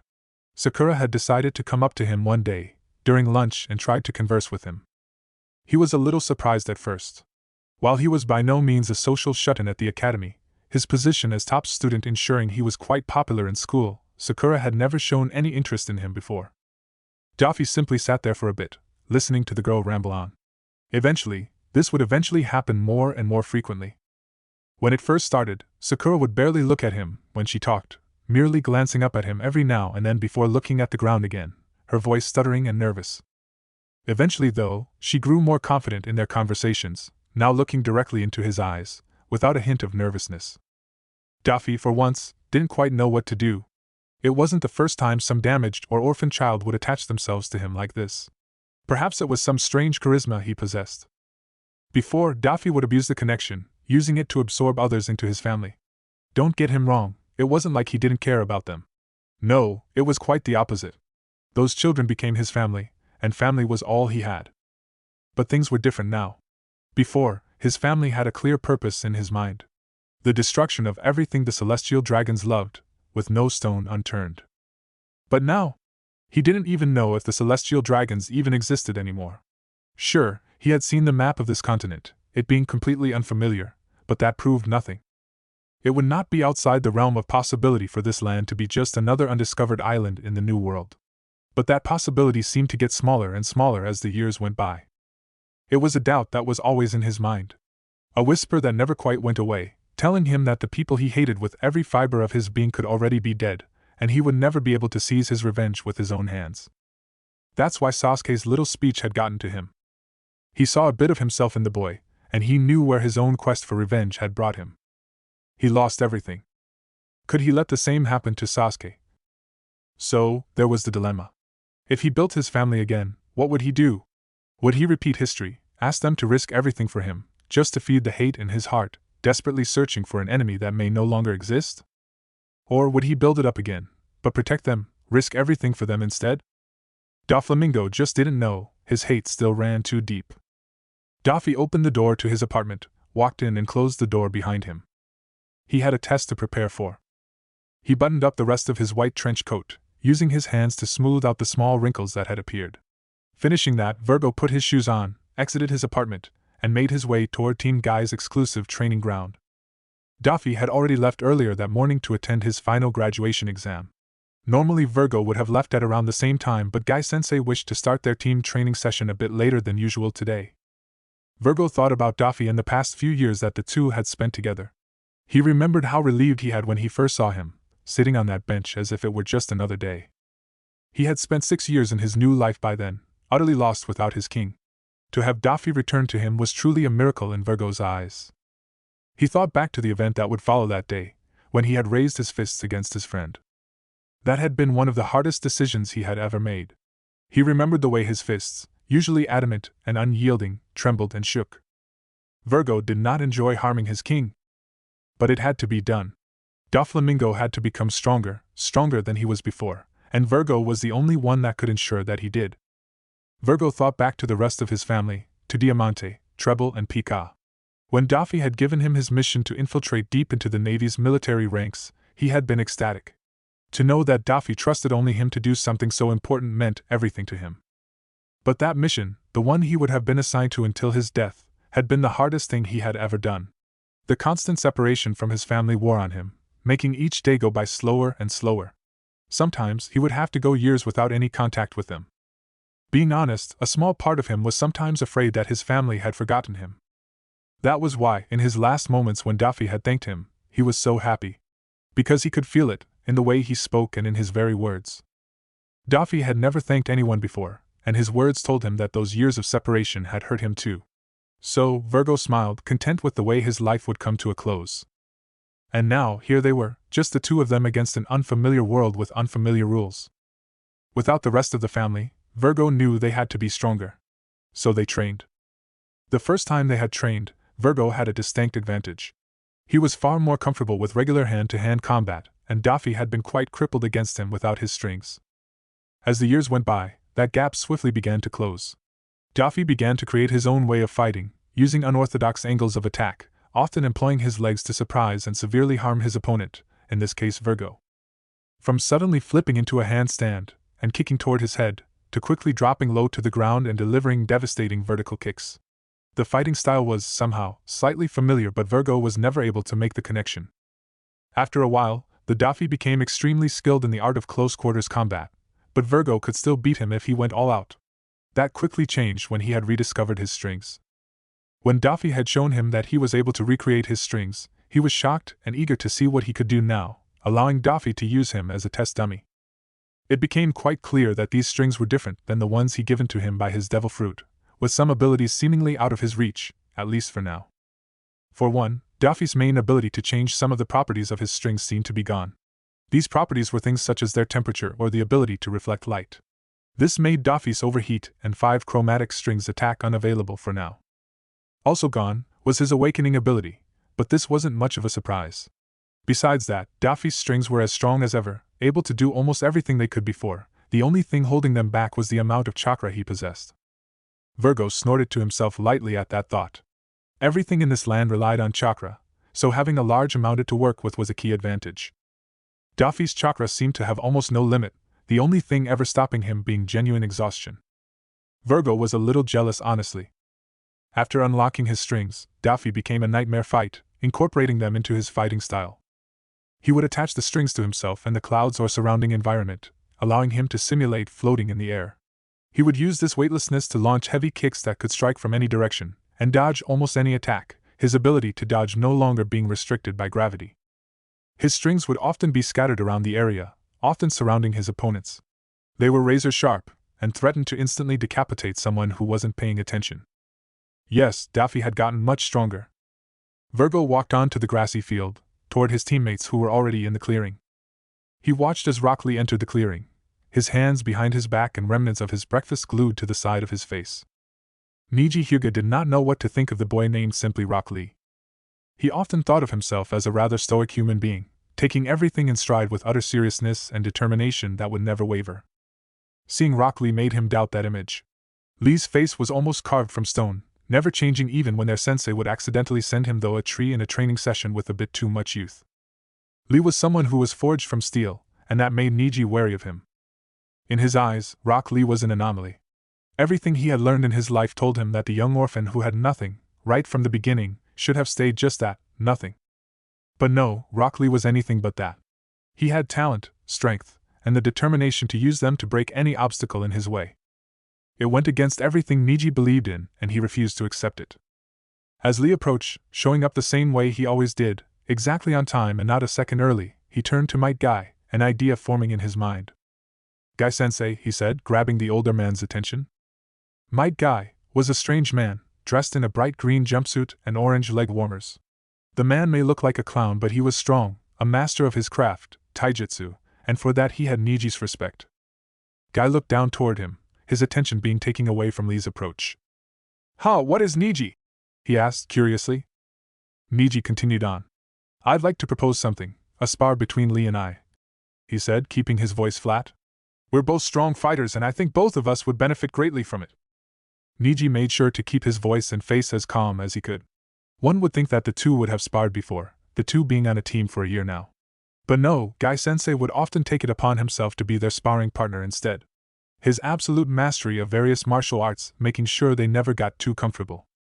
Neji suspected that his teacher knew that he did not like Rock Lee, and that was why he would never let them spar. Guy looked down on Neji for a moment and thought. Eventually, he nodded, then revealed a bright white smile. One of his hands offered a big thumbs up and his smile produced a bright twinkle. "All right. But it'll be after today's exercises. We'll have a hard time getting through them if you two are all black and blue." With that, Lee arrived on the field, and the team prepared for Guy's grueling workout. The two stood a few feet apart, facing each other, bodies tensed as they waited for the match to start. Neji, his hands out and both palms facing his opponent. Lee, his hands neatly folded behind his back, his sunglasses hiding his expression. Might Guy eyed his two students, wondering if he was doing the right thing. The two had great potential, and he could see himself taking either of them on as a true apprentice of his. But there were things that held him back. First was Neji. He was a true prodigy of the Hyuga clan, already showing masterful use of their gentle fist techniques. What made Guy hesitate was Neji's beliefs, that hard work is useless and only those who were destined for strength could achieve it. That mentality went against everything Guy believed in. Then there was Lee.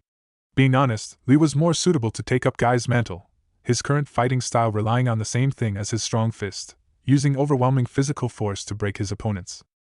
In that aspect, Lee would make the perfect student, if it wasn't for one thing, if it wasn't for how utterly ruthless the boy was. He had been with many missions with his team, and he remembered the first time he grabbed a genin's first most difficult assignment. Their first time having to end another's life. The mission was to eliminate a small group of bandits located a few days out from the village. He never did understand that. Why would normal criminals choose to operate so close to a place where its children were trained assassins? He would never figure it out. Anyways, they had arrived at the bandits' camp in the dead of night, Guy scouting the area to ensure there were no shinobi among them. He let his students loose, not taking a single opponent himself, and relying on his students to finish the job. Tenten had the worst time with it, her weapons revealing copious amounts of blood. She was the most hesitant one, and afterwards had spent days cleaning the weapon she used on this particular night. Neji was the quickest, his gentle fist quickly and efficiently taking his enemies down. Neji's face was as stoic as ever, but Guy could see a faraway look in his eyes after his battle was done. Lee was the slowest, but not out of incompetence or skill. The three of them watched. The man was screaming, laying on the ground with the remains of his arm outstretched toward them, as if asking for help. A moment later, Guy realized that he was asking for help, his screams making him almost incomprehensible. Lee stood over him, his hands curled into fists as they thundered into the man. His punches had a slow and rhythmic pace to them, the sound of shattered bones and tearing flesh echoing across the camp every time they hammered down. Watching, Guy realized with horror that Lee wasn't just attacking aimlessly. No, every punch was aimed with perfect precision, designed to keep the man alive until the very last moment. Soon, the screams had stopped. The arm that had been extended toward them had gone limp. He was dead. Lee stood there for a moment, frozen as his fist was reared back, prepared to deliver another crippling blow. Slowly, he adjusted his sunglasses, then folded his hand behind his back and walked toward his team. The team made camp not too far from the bandits. Deciding not to travel home by night, they decided to rest and try and forget about today. Guy, throughout the night, remembered something. His attention had mostly been fixed on Tenten, as he was most worried about her since she was the least skilled out of the three. Still, he was pretty sure Lee would have had to fight more than one opponent. Sneaking away from his team for a brief moment, he made his way back to the camp to take a look around. He had found them. 3 bandits, all dead inside one of the tents. Small, coin-sized holes had been drilled into their forehead. Do you think this is a good idea, Sensei? The voice interrupted his thoughts, bringing him back to the grassy field. He looked down to his left and saw Tenten, the one who spoke, looking up at him nervously. Guy flashed a quick smile at the girl, trying to reassure her. There's nothing to worry about. It's just a friendly little spar, nothing more. With that said, he looked at his 2 students, and gave the signal. Neji started the fight, something that was quite unusual. His palms, as quick as lightning, raced toward Lee, who hadn't budged. Just before the first palm made contact, Lee moved. He had never seen anything like it. Lee's body seemed to almost float, bending around Neji's attacks as if he were as malleable as a leaf. Neji resumed his attack, not wanting to give Lee the chance to begin a counter-assault. His attacks quickened, but they never met their target. He could see it. Neji's eyes, fierce and surrounded by bulging veins, signaling the use of his Byakugan, began to fill with anger. His attacks became wilder, sacrificing technique and accuracy for speed, desperately trying to touch Lee's seemingly untouchable form. A fist rocketed out from behind Lee's back, not giving Neji any chance of blocking or avoiding it. It slammed into Neji, his solar plexus, with an almost audible crash, stopping Neji dead in his tracks. Neji's hands were still outstretched, a palm stopped just inches away from Lee's neck. His face was blank, eyes unfocused. Then, he slumped over Lee's fist, his arms falling limply to his sides. Lee grabbed hold of him as he fell, gently laying the unconscious boy onto the ground. Guy walked over to Neji, examining him and confirming that there was no lasting damage. He looked at Lee, watching his impassive face. Good job, Lee. That was very impressive. Lee simply nodded, and Guy scooped Neji into his arms, lifting him up. Today's practice is over for today. You guys get some rest. I'm going to take Neji back home to the Hyuga compound. His 2 students nodded, and Guy rocketed off, heading to Neji's home, hoping that the Hyuga weren't too mad or curious on how their prodigy ended up like this. Guy thought about the fight, still wondering if it was the right decision to make. Hopefully, Neji would learn something from this fight, that destiny wasn't everything. Maybe then, he could take Neji on as his apprentice. He knew one thing though. He would never teach Rock Lee his strong fist style, no matter what. This weirdly dressed guy is surprisingly hard to keep track of, thought 8-year-old Konohamaru Sarutobi. He was bored out of his mind today. Udon was busy studying, Moegi was out shopping with her mom, and Konohamaru was not in the mood to hear Ebis's lectures. Wandering around the village he was named after, he came across a rather interesting sight. He was kind of funny looking, the way he kind of waddled along, almost bow-legged and with a big grin on his face, almost as if he were laughing at something. His clothes were rather fancy-looking, exotic in a way, and Konohamaru couldn't help but notice the ninja headband, tied loosely around his waist. This was an opportunity. A chance to see an awesome-looking, young ninja at work, and Konohamaru didn't waste the chance at potentially alleviating his boredom. He began to follow the boy, like an untraceable shadow, hiding behind street lamps and staying hidden under his square-shaped fake rock. He was the very definition of stealth. As he followed, the blond boy suddenly sped up and turned to the left, entering a small alleyway. Startled and not wanting to lose him, Konohamaru got out from under his clever disguise and ran into the alley. It was empty. Confused, he walked forward into the alleyway, looking around for any super-secret ninja passageways that the boy may have used. Suddenly, a sharp string came from face, making the boy cry out and fall backwards. Instinctively, he put a finger to the spot, feeling something wet and warm. Pulling his hand back, saw his fingers were slightly wet with blood. He looked up from his position on the ground, and could barely out a thin white line, stretched across the alleyway at head level. Is that some kind of wire? He thought, confused. Heh. You should be more careful on who you follow. You never know who they might turn out to be. Crying out in alarm, Konohamaru scrambled forward, under the mystery wire and away from the voice that came from behind him. Quickly getting up and turning around, he saw the boy he was following, grinning at him and chuckling to himself. Konohamaru was quick to reply. Hey! Were you the one who put that weird wire there? He cried out, finger pointed accusingly, trying to steady his rapid heart. The boy laughed. And what if I was, huh? What are you gonna do about it? He said, leaning down and glaring at the boy. Konohamaru made an audible gulp. I'll tell my grandpa. Yeah, that's what I'll do. And then you're gonna be in a lot of trouble, you hear me? He said with false bravado. The boy chuckled slightly. Well, we wouldn't want that now, would we? My name's Naruto, what's yours, kid? Konohamaru, steeling himself, replied. I'm Konohamaru, grandson of the great third Hokage Y.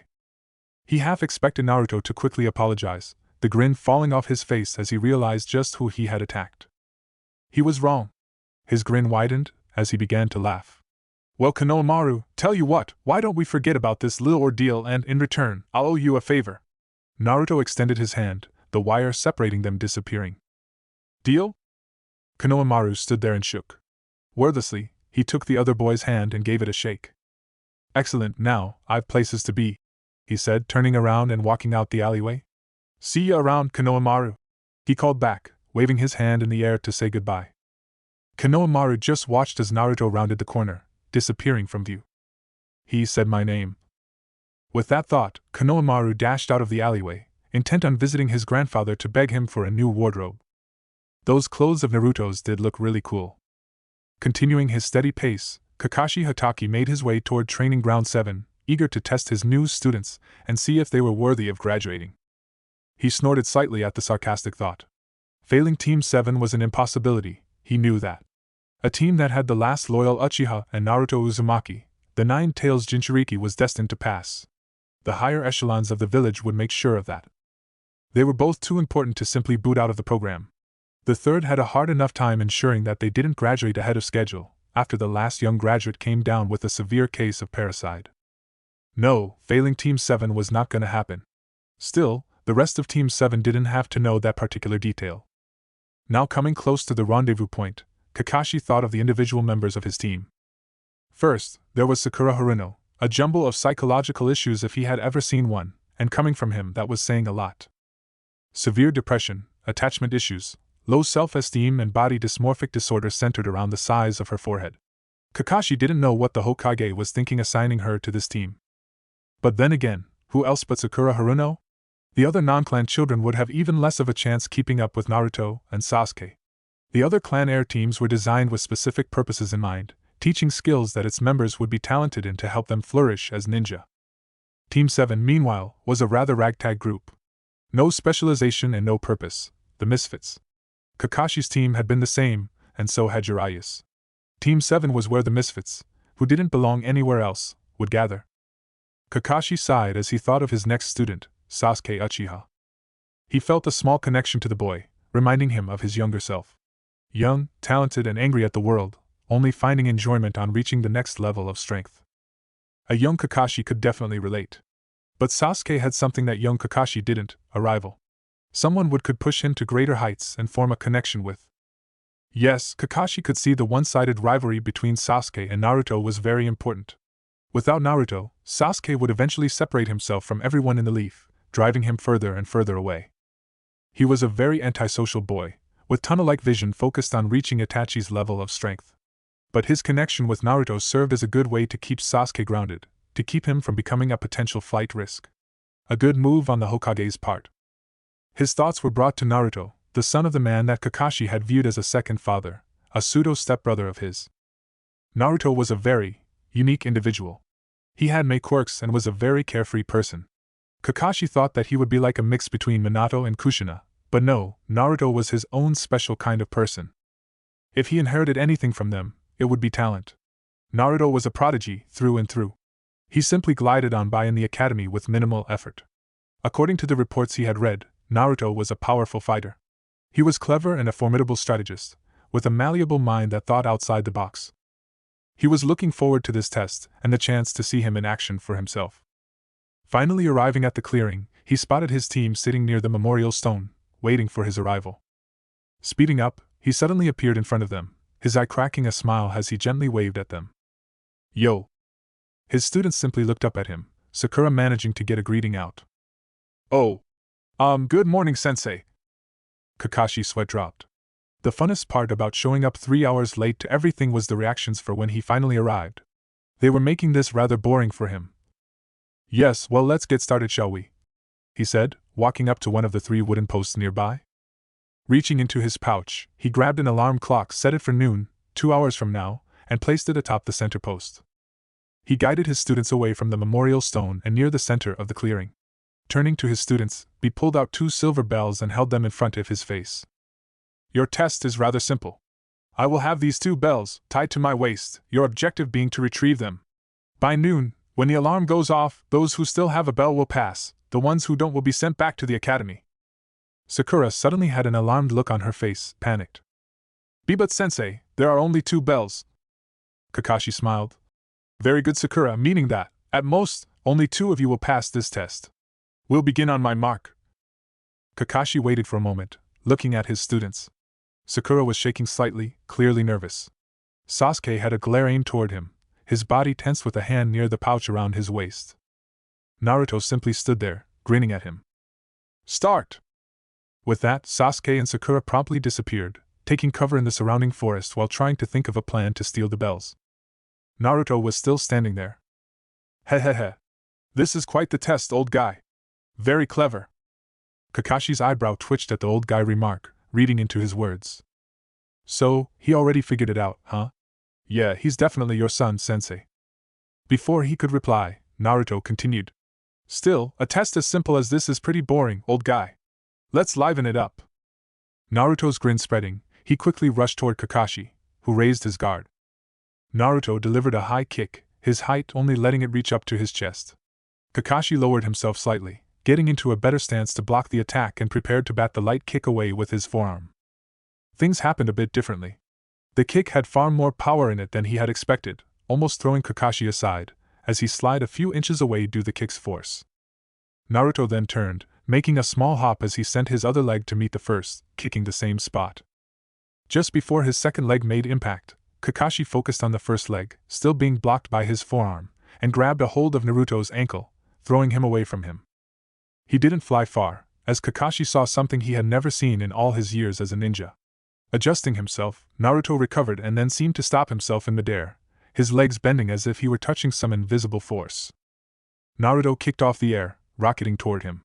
Kakashi, right before Naruto made contact with him, fell backwards into a condensed handstand, using his hands to push off the ground and plant his feet into Naruto's body, who was now hovering over him. Again, something strange happened.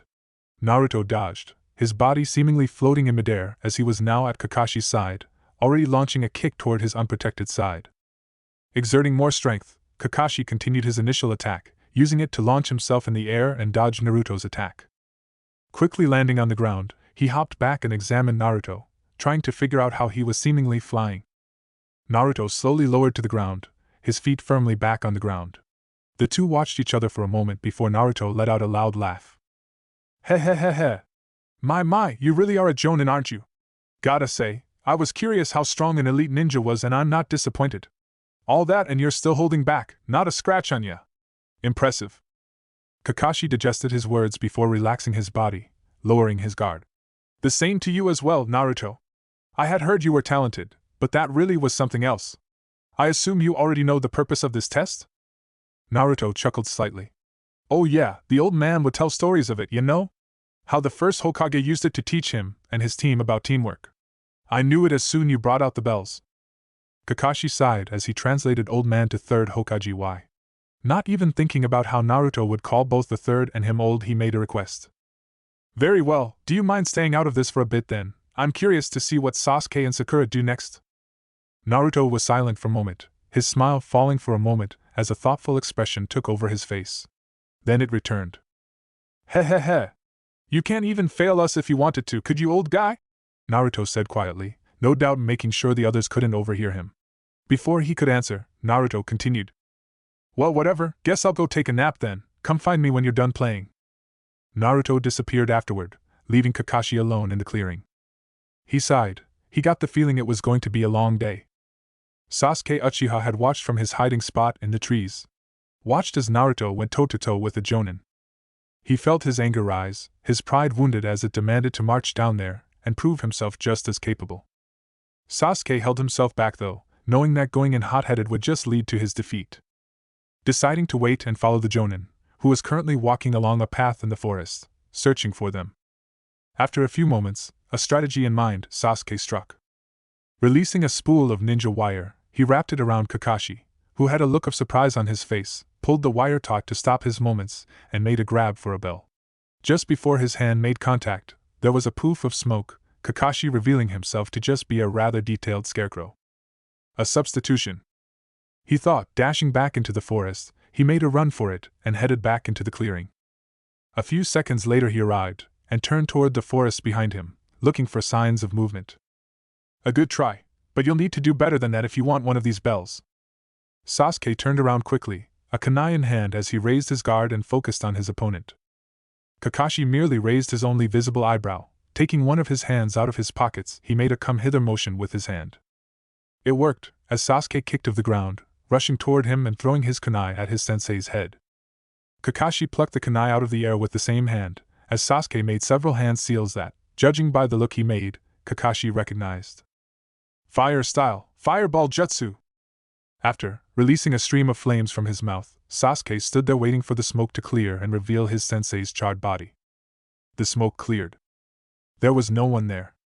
Looking around frantically, Sasuke searched for his sensei, listening for any indication of him. Where will he come from? Behind? Above maybe? Kakashi answered his thoughts. Below? A pair of hands reached out from the ground, grabbing Sasuke's ankles and pulling him toward the earth. When it was over with, Sasuke was almost completely buried in the ground, only his head visible. Spitting some dirt out of his mouth, Sasuke looked up to see Kakashi staring down at him. Earth style, headhunter jutsu, he said simply. Sasuke growled at him, humiliated and struggling to get free. You're pretty good, Sasuke, but not quite on Naruto's level yet. Sasuke's struggles came to a stop, taking in his sensei's words. Tata! Kakashi vanished in a puff of smoke, leaving Sasuke in the ground. Sasuke had stopped moving, still processing Kakashi's words. Anger was slowly starting to boil in his mind. Picturing Naruto laughing at him, mocking him as he stayed one step ahead at every turn. He remembered Naruto's fight with Kakashi, and his anger disappeared.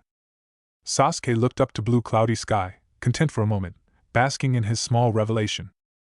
He was right, he just wasn't at Naruto's level, yet.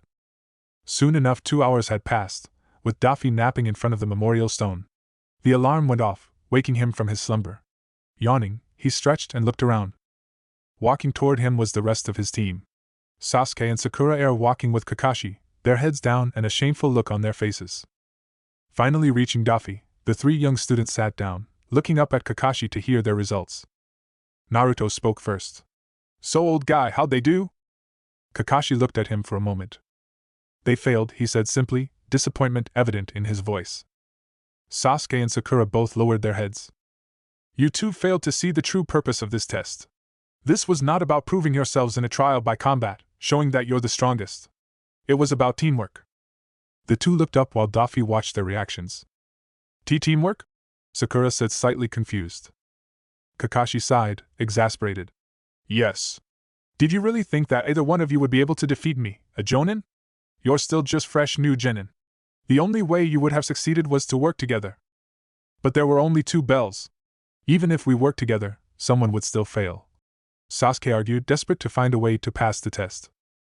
"That was the point. You were supposed to look past your own interest and look after the interest of the team as a whole." Kakashi sighed and walked up to the memorial stone. "On this stone are the names of the heroes who fought and died for this village.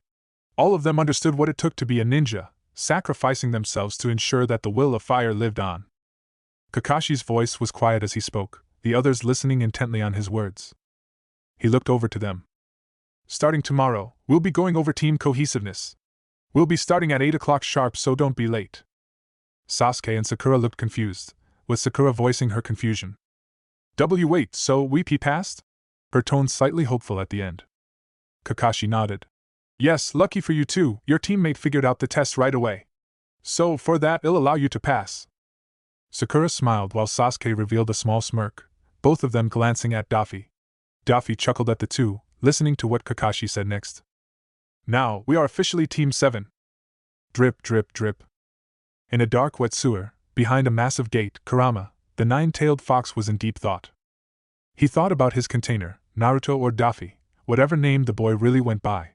He had been watching him ever since the two had met 3 years ago. There was something strange about the boy, and he wasn't talking about his clothes or that creepy smile. No, it was something else. For as long as he could remember, Kurama had the ability to sense the negative emotions of others. He could sense them in every human he had ever encountered, but Naruto was different. Yes, never before had he found hate greater than his own. It was like he was drowning in it. Hidden behind that smile was a person who wanted to burn the world around him. So, why was he so friendly toward him? Ever since the two had met, Naruto would simply try and make conversation with him, never asking for his power. No, he would simply stop by, explaining the next way he had tried to bring chocolate with him, but it not working for the 100th time now. Every time, Kurama would send him away, Naruto laughing as he did. Kurama could sense negative emotions, he knew there was no deceit behind their interactions. He thought back to the old man's words, about the one who would reunite the tailed beasts and bring them to the proper path. He wondered if the only person who could reunite them was one who had suffered the same pain as them and shared the same hate. Kurama laid his head down, closing his eyes. He dreamed of a blood-red moon, and a tall, strangely dressed man standing before it. Whether the man was stopping or causing it, he couldn't tell. He walked through the dark underground corridor, his heart pounding in his chest as fear began to tighten its grip around him. He was getting closer now, his anxiety and fear climbing as he approached him. Soon enough, he was at his door. Gulping audibly and preparing himself, he opened the door, walked in and bowed. He sat in his throne, his complexion pale as he stared with his snake-like eyes, his ink-black hair falling past his shoulders. This was the man that he had served, the man he abandoned the Leaf Village and his fiancée for, something he was beginning to regret.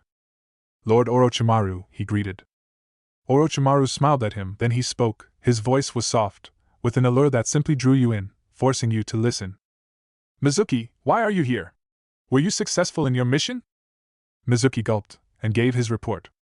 "And no, Lord Orochimaru. The scroll of seals was too well guarded. Rather than trying to steal it, I came to report someone who might be of interest to you." Mizuki, who was still bowing, didn't dare look at Orochimaru's face, terrified at what he might find. He chuckled slightly. "Oh? Please do go on." Mizuki, steeling himself, continued his report. "There has been a recent graduate you might take an interest in, my lord, the Jinchuriki of the Nine Tails." "The Nine Tails?" Orochimaru asked, curious. "Yes, my lord. He was recently made a genin, and his skills are far above even Sasuke Uchiha, the one you ordered me to keep tabs on." The chamber was silent for a moment, before Orochimaru's voice returned. Is that so? He said, his voice holding a small amount of wonder. Excellent work, Mizuki. Mizuki smiled, happy that he had satisfied Orochimaru after failing his mission. He looked up. Thank you, Dash. The last thing Mizuki saw was a white snake flying toward his neck. Chapter 4. Asuma Sarutobi took a small drag of his cigarette, he and his fellow jonin waiting for Kakashi to show up to the meeting to report who had passed the examinations. He had just recently come back from meeting with his new team. He decided not to test them, simply taking them to a restaurant to eat and get to know them better. He already knew that Shikamaru, Ino and Choji were going to be skilled ninja, their heritage had all but assured that. Finally, and surprising only a few minutes late, Kakashi had arrived, his nose stuck in that orange book of his. The Hokage nodded to himself, speaking to the rest of the jonin. Now we will begin. Starting from Team 1, call out the result of your examination. Most of them failed. In the end, only Teams 7, 8 and his own, Team 10, had passed. Asuma listened to his father's speech, telling him, Kakashi and Kurenai the responsibility they now held in nurturing the next generation. Soon after, the meeting was over and Asuma made his way back to his apartment. He had moved out of the Sarutobi compound many years ago, the conflict between him and his father driving him away. He regretted it sometimes, the separation making the relationship with his nephew rather difficult. Opening the door, he walked into the small apartment. It was minimalistic, Asuma not being what for hoarding material possessions. Throwing his vest onto the floor, he laid down in his bed, lighting a cigarette and sticking it in his mouth. He thought about his team, thinking of their strengths and weaknesses and what he should start teaching them. Choji came to mind first. The big-boned boy was gentle and kind, a personality not suited for this life. The academy report said he would struggle in spars, not wanting to hurt his friends. It was admirable but a habit Asuma would have to break. Hesitation on the battlefield meant an early death. Still, the boy possessed strength suiting his size and was apparently quite skilled in his family's secret techniques, something that he was sure his team would begin to rely on. Ino was next, Asuma's main concern. The girl was a bit naive, more concerned about her looks than her ninja techniques. It was something Asuma knew he would have to correct but was utterly clueless how he would begin. Maybe he would ask Kurenai. Still, despite her quirks, Ino was a sympathetic and caring individual, easily reading the emotions and thoughts of others, not surprising given her very social nature. Although her physical ability was lacking, she made up for it with her skill in her family techniques and knowledge of the human psyche. Lastly, was Shikamaru. Out of all his students he felt a special connection to the boy. Sure, it might just be that both were laid back and a little lazy, but he just couldn't shake that feeling that there was more to the boy. Asuma wasn't wrong. After their initial meeting, he had asked to see Shikamaru one-on-one, suspecting a hidden intelligence in the lazy boy. He showed him the game shogi, surprised to see that he was already an avid player, and the two began. It was humiliating. Asuma was thoroughly defeated and Shikamaru just sat there, as if it were nothing. As if he didn't just defeat an elite jonin in the art of stratagem. They talked after the match, discovering that Shikamaru would often play against his father, Shikaku, losing against him every time. The thought made Asuma shiver. If Shikamaru was this good at shogi, just how smart was Shikaku Nara? During their conversation, Shikamaru hesitated for a moment, before revealing that there was someone else that couldn't beat, but he only played against him once, when he was 9 years old. Naruto Uzumaki. Asuma didn't know much about him, other than his burden as a Jinchuriki. He hadn't had the chance to look up his academy file, but he was resolved to get some information about him from his team. Someone who could best a Nara as talented as Shikamaru was someone of interest. Hinata Hyuga carried the tray of food toward Neji's room. He was brought back earlier today by his sensei, unconscious. Apparently, according to his sensei, Neji had fallen down a series of stairs and got injured. Luckily, there was no lasting damage, and he just needed some rest. It was surprising, she didn't think her cousin was so clumsy. She reached the door, knocked quietly and let herself in. You Neji? Are you awake? Neji was sitting up in his bed, awake. He had a far-off look on his face, thinking about something. Suddenly his eyes refocused, and he turned toward her. His voice was quiet, calm in a way that she had never heard before. Usually it had a harsh edge to it, but now it was softer. Yes, Hinata? Was there something you needed? Hinata jumped slightly, startled by the change in character. And no, I was just bringing you some food. You must be hungry, your fall knocked you out for quite a while. She walked toward him, setting the tray on his lap. Neji looked confused, a question being asked after Hinata presented his meal. Fall? Yes, you know, the stairs you fell down? Hinata said, trying to remind him. Neji stared for a moment before chuckling, a small smile appearing on his face. Ah, yes. Now I remember. The two stood there for a moment, Neji simply looking down at the tray. Hinata, sensing an awkwardness in the room, attempted to give a polite goodbye. Well, I guess I'll be going th dash. Hinata. Neji had interrupted him, his voice once again taking that quiet, soft tone. Surprised, it took a moment before she was able to respond. Why yes, Neji? He was quiet for a moment, as if thinking over a conversation in his head. He was still looking down at the tray, and now she could see a sadness form in his eyes, but that couldn't be right, could it? Do you think that people can change? Do you think it's alright to change who you are, no matter the sins you committed? Hinata was taken aback by the question, not sure how to answer. Why was he asking this? Was there something wrong? Maybe he hit his head harder than everyone thought. I think. She struggled to get the words out. Pausing for a moment, a confidence that she didn't really feel took over her voice. I think it's okay to be whoever you want. The silence returned as Neji took in her words. I see. Hinata, quite done with the conversation, asked for permission to leave. Is there anything else, Neji?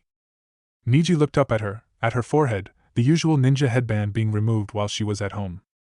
And no, that's all, thank you. Hinata ignored him. She ignored the stuttering in his voice. She ignored the apology, the only apology she had ever heard from him, that he whispered to both her and himself as she left. Walking out of the room, she closed the door and thought about the way Neji looked at her. That look, aimed at her forehead in regret, made the caged bird seal atop her forehead burn. Daffy was frustrated. When he finally became a ninja a month ago, he was hoping to finally get out of the village and get some action. He was looking forward to eradicating bandit camps, raiding enemy encampments, and maybe save a princess or two along the way. Virgo would tell him of his missions during his last year at the academy, and he was anxious to start doing the same. He did not become a ninja to do chores. He made his displeasure known to the Hokage. You listen here, old man, we didn't spend 6 years learning the diverse ways to snap a man's neck to spend our time painting fences and walking dogs. Give us something more exciting, damn it! He said, ignoring the old man's spiel about mission rank and how missions were assigned. The Hokage sighed, looking toward Kakashi, who was deep in his book. Well, Kakashi, are they ready? Kakashi looked up from his book, and then to his students. Sasuke was standing there with his arms crossed, his face impassive, but you could tell he was anxious. No doubt excited about the prospect of a real mission. Sakura was the opposite, shifting her feet and avoiding Kakashi's gaze. Daffy knew she was nervous about the idea of a real fight, but she needed to be sent out on the field. She needed to gain a drive to improve, and seeing her own failures might just be what she needed. Putting this together, he wasn't surprised when Kakashi said yes, giving the old man a lazy thumbs up.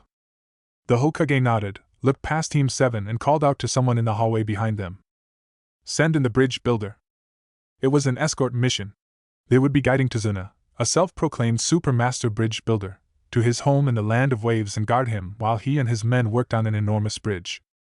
It was a simple, low-risk mission, but Sakura couldn't help but feel nervous. Team 7 had spent the last month focused on teamwork, just like Kakashi promised. It was basic at best. The training was mostly practicing different formations and everyone's role in them. There was more than that, of course. Kakashi was also improving their skills in taijutsu, but Sakura didn't find them to be very useful.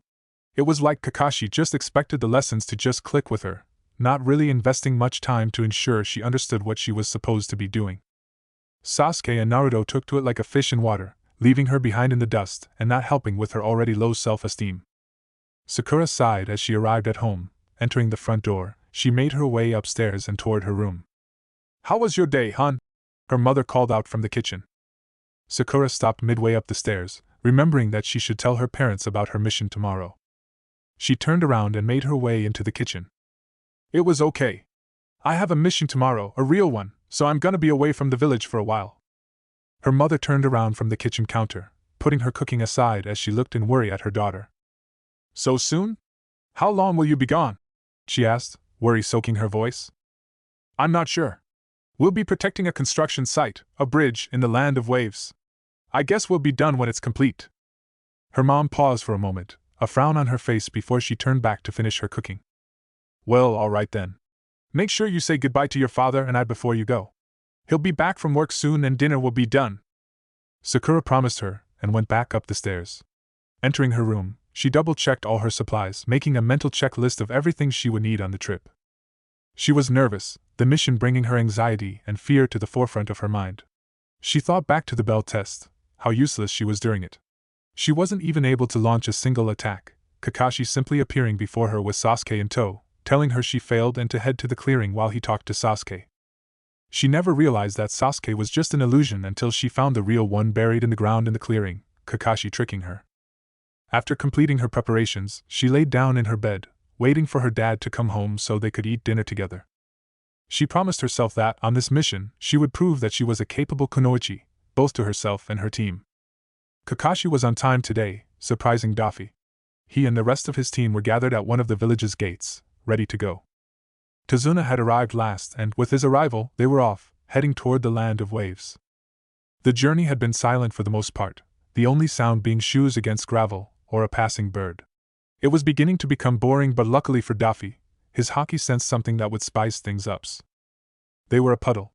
He could sense two individuals hiding, disguised as an inconspicuous puddle in the middle of the road.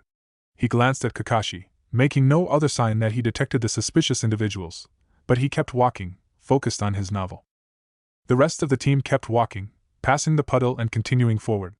His Haki flared as it warned him of the pair's attack. They burst from the small pool of water, their faces covered by gas masks.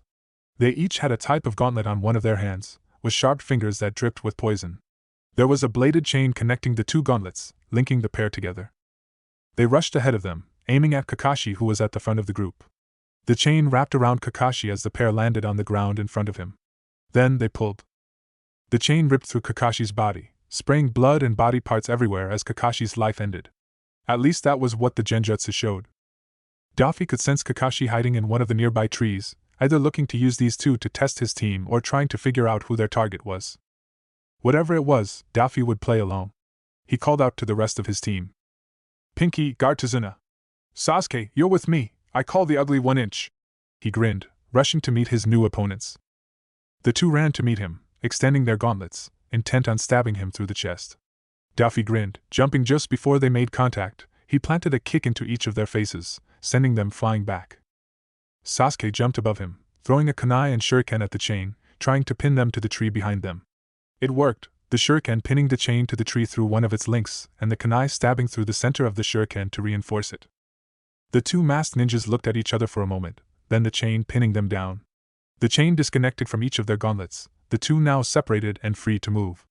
They dashed at Daffy and Sasuke and they tensed at the enemy's approach. Suddenly, one of them jumped, trying to get over them while the other changed direction, attempting to do the same. They were aiming for Sakura and Tazuna. Daffy jumped, a leg raising in the air, after the man. When he reached him, his leg thundered down, slamming into the ninja's shoulder and driving him back into the ground. As he slammed into the ground, Daffy acted quickly, created several strings to jump off of, launching himself toward the ground and at the down ninja. Daffy slammed his knee into the ninja's chest. He felt bones shattering and organs ripping apart. Pulling his knee from his chest with a sickening squelch, he looked away from the now dead ninja, toward the one that ran around him and Sasuke. Kakashi was there, holding the now unconscious ninja in a chokehold. Kakashi looked at Tazuna with a narrowed eye. "We need to talk." Zabuza Momochi hid in the treetops, waiting for the bridge builder and his protection detail to arrive. It had been a couple days since the demon brothers left, and he knew that, somehow, they had failed. It was a big blow, reducing his team to 2 people, including himself. Now here he was, coming to finish the job himself if only to stop Gato's complaining. Zabuza was stuck waiting for 3 hours, Haku in position further behind him, ready to bail him out if anything went wrong. Zabuza was not a prideful man, he was more than able to admit there were some things he just couldn't handle, and he was not one to refuse help in those situations. Finally, the entourage he was hunting arrived, and he knew why the demon brothers failed. Kakashi Hatake the copy ninja was among them, and with a genin team no less. Kakashi had been in his bingo book for as long as he could remember, a prodigy who made a name for himself by copying the techniques of his enemies and using them against them. He was a dangerous opponent, one that Zabuza was eager to face. He eyed the group of genin. They were young, probably recent graduates. While they could have been Chunin, talented children that had graduated early, it didn't matter to him. At the end of the day, they were just kids, there were limits to their abilities. Besides, he doubted any Konoha ninja had graduated so early since the latest prodigy, no doubt afraid of a repeat occurrence of the Kinslayer. Kakashi led the group, the 3 genin trailing behind in an arrow formation with Tazuna trailing behind them. The kid on the right was a little girl with pink hair. She looked stressed, bags under her eyes and her hands twitching toward the pouch on her hip. Yes, no doubt recent graduates. The one on the left was much more composed, his face impassive as he scanned the tree line. Looking at the boy, Zabuza got the image of a talented kid, but still just that, a kid. He wouldn't be a problem. The one leading the trio was the more worrying of the 3. The blonde had a confident grin on his face, his hands shoved into his pockets as he walked along. His legs would rise comically high, and he seemed to be hunching over slightly. Why was he so worried about the boy? Because the kid was looking right at him. Quickly pulling his executioner's blade off his back, he hurled it at the small team, intent on cutting through them all and ending it in one move. The attack failed, of course. They ducked under the blade as it went past them, stopping when it lodged itself in a tree. Moving quickly, Zabuza dashed toward his sword, standing atop it and looking down on the leaf ninja. Well, if it isn't the famous Kakashi Hatake, he said, planning his next move. Kakashi shifted into action, moving to stand between himself and the rest of his team, an arm extended behind him as a signal to stay back. And if it isn't Zabuza Momochi, demon of the hidden mist? Zabuza laughed, amused. So you already know my name? I'm flattered, still I've no time for games. Hand over the bridge builder and I'll let you live, he said, offering an easy way out. Sorry, not gonna happen. Kakashi placed his hand on his headband, sliding it upwards to reveal a lone Sharingan eye. Zabuza didn't respond, the time for talk was over. Grabbing his sword, he jumped toward the river that the trail ran by, standing atop its surface and casting his trump card. If he's already using his Sharingan, then I can't hold back. Water style, hidden mist jutsu. A heavy mist began to form, hiding his form from Kakashi and his team. Controlling his breathing, he listened for any movement from the leaf ninja, using the small shifts and sounds they made to track them as he moved silently in the white veil. Deciding to use some psychological warfare, he prepared a small, terrifying speech to echo through the mist. The kunai speeding toward him changed his mind. Dodging the kunai, he switched tactics, rushing out to engage directly. Forming a water clone from the surrounding mist, he sent it ahead of him to distract Kakashi. When he got close enough, he saw Kakashi in a deadlock with his clone, and rushed past him, his new target being the blonde. The hidden mist jutsu was saturated in the caster's chakra, making it impossible for those who possessed the Sharingan to find them in the mist. This fact holds true for sensory types as well, yet somehow the boy had found him. He didn't know how nor did he care, he just had to get rid of him and then pick the rest off with his silent killing technique. As he approached the blonde, the other genin and Tazuna moved back, while Zabuza swung his sword. The grinning blonde ducked underneath his slash, and raised his hand, a single finger pointed at him. His instincts flaring, Zabuza quickly reeled his sword back in, putting it between himself and the blonde. Something fired from the boy's fingertips, impacting his sword with such force that it threatened to push him away. Using his chakra to grip the ground, he raised his sword after he felt the impact stop, looking to send another slash at the kid. He looked surprised, probably expecting his attack to send him further away, and Zabuza took advantage, launching his attack. Only to abandon it as he was forced to jump back to avoid a kunai thrown by Kakashi, his water clone defeated. Zabuza didn't waste any time, continuing to press the assault and keep the pressure up.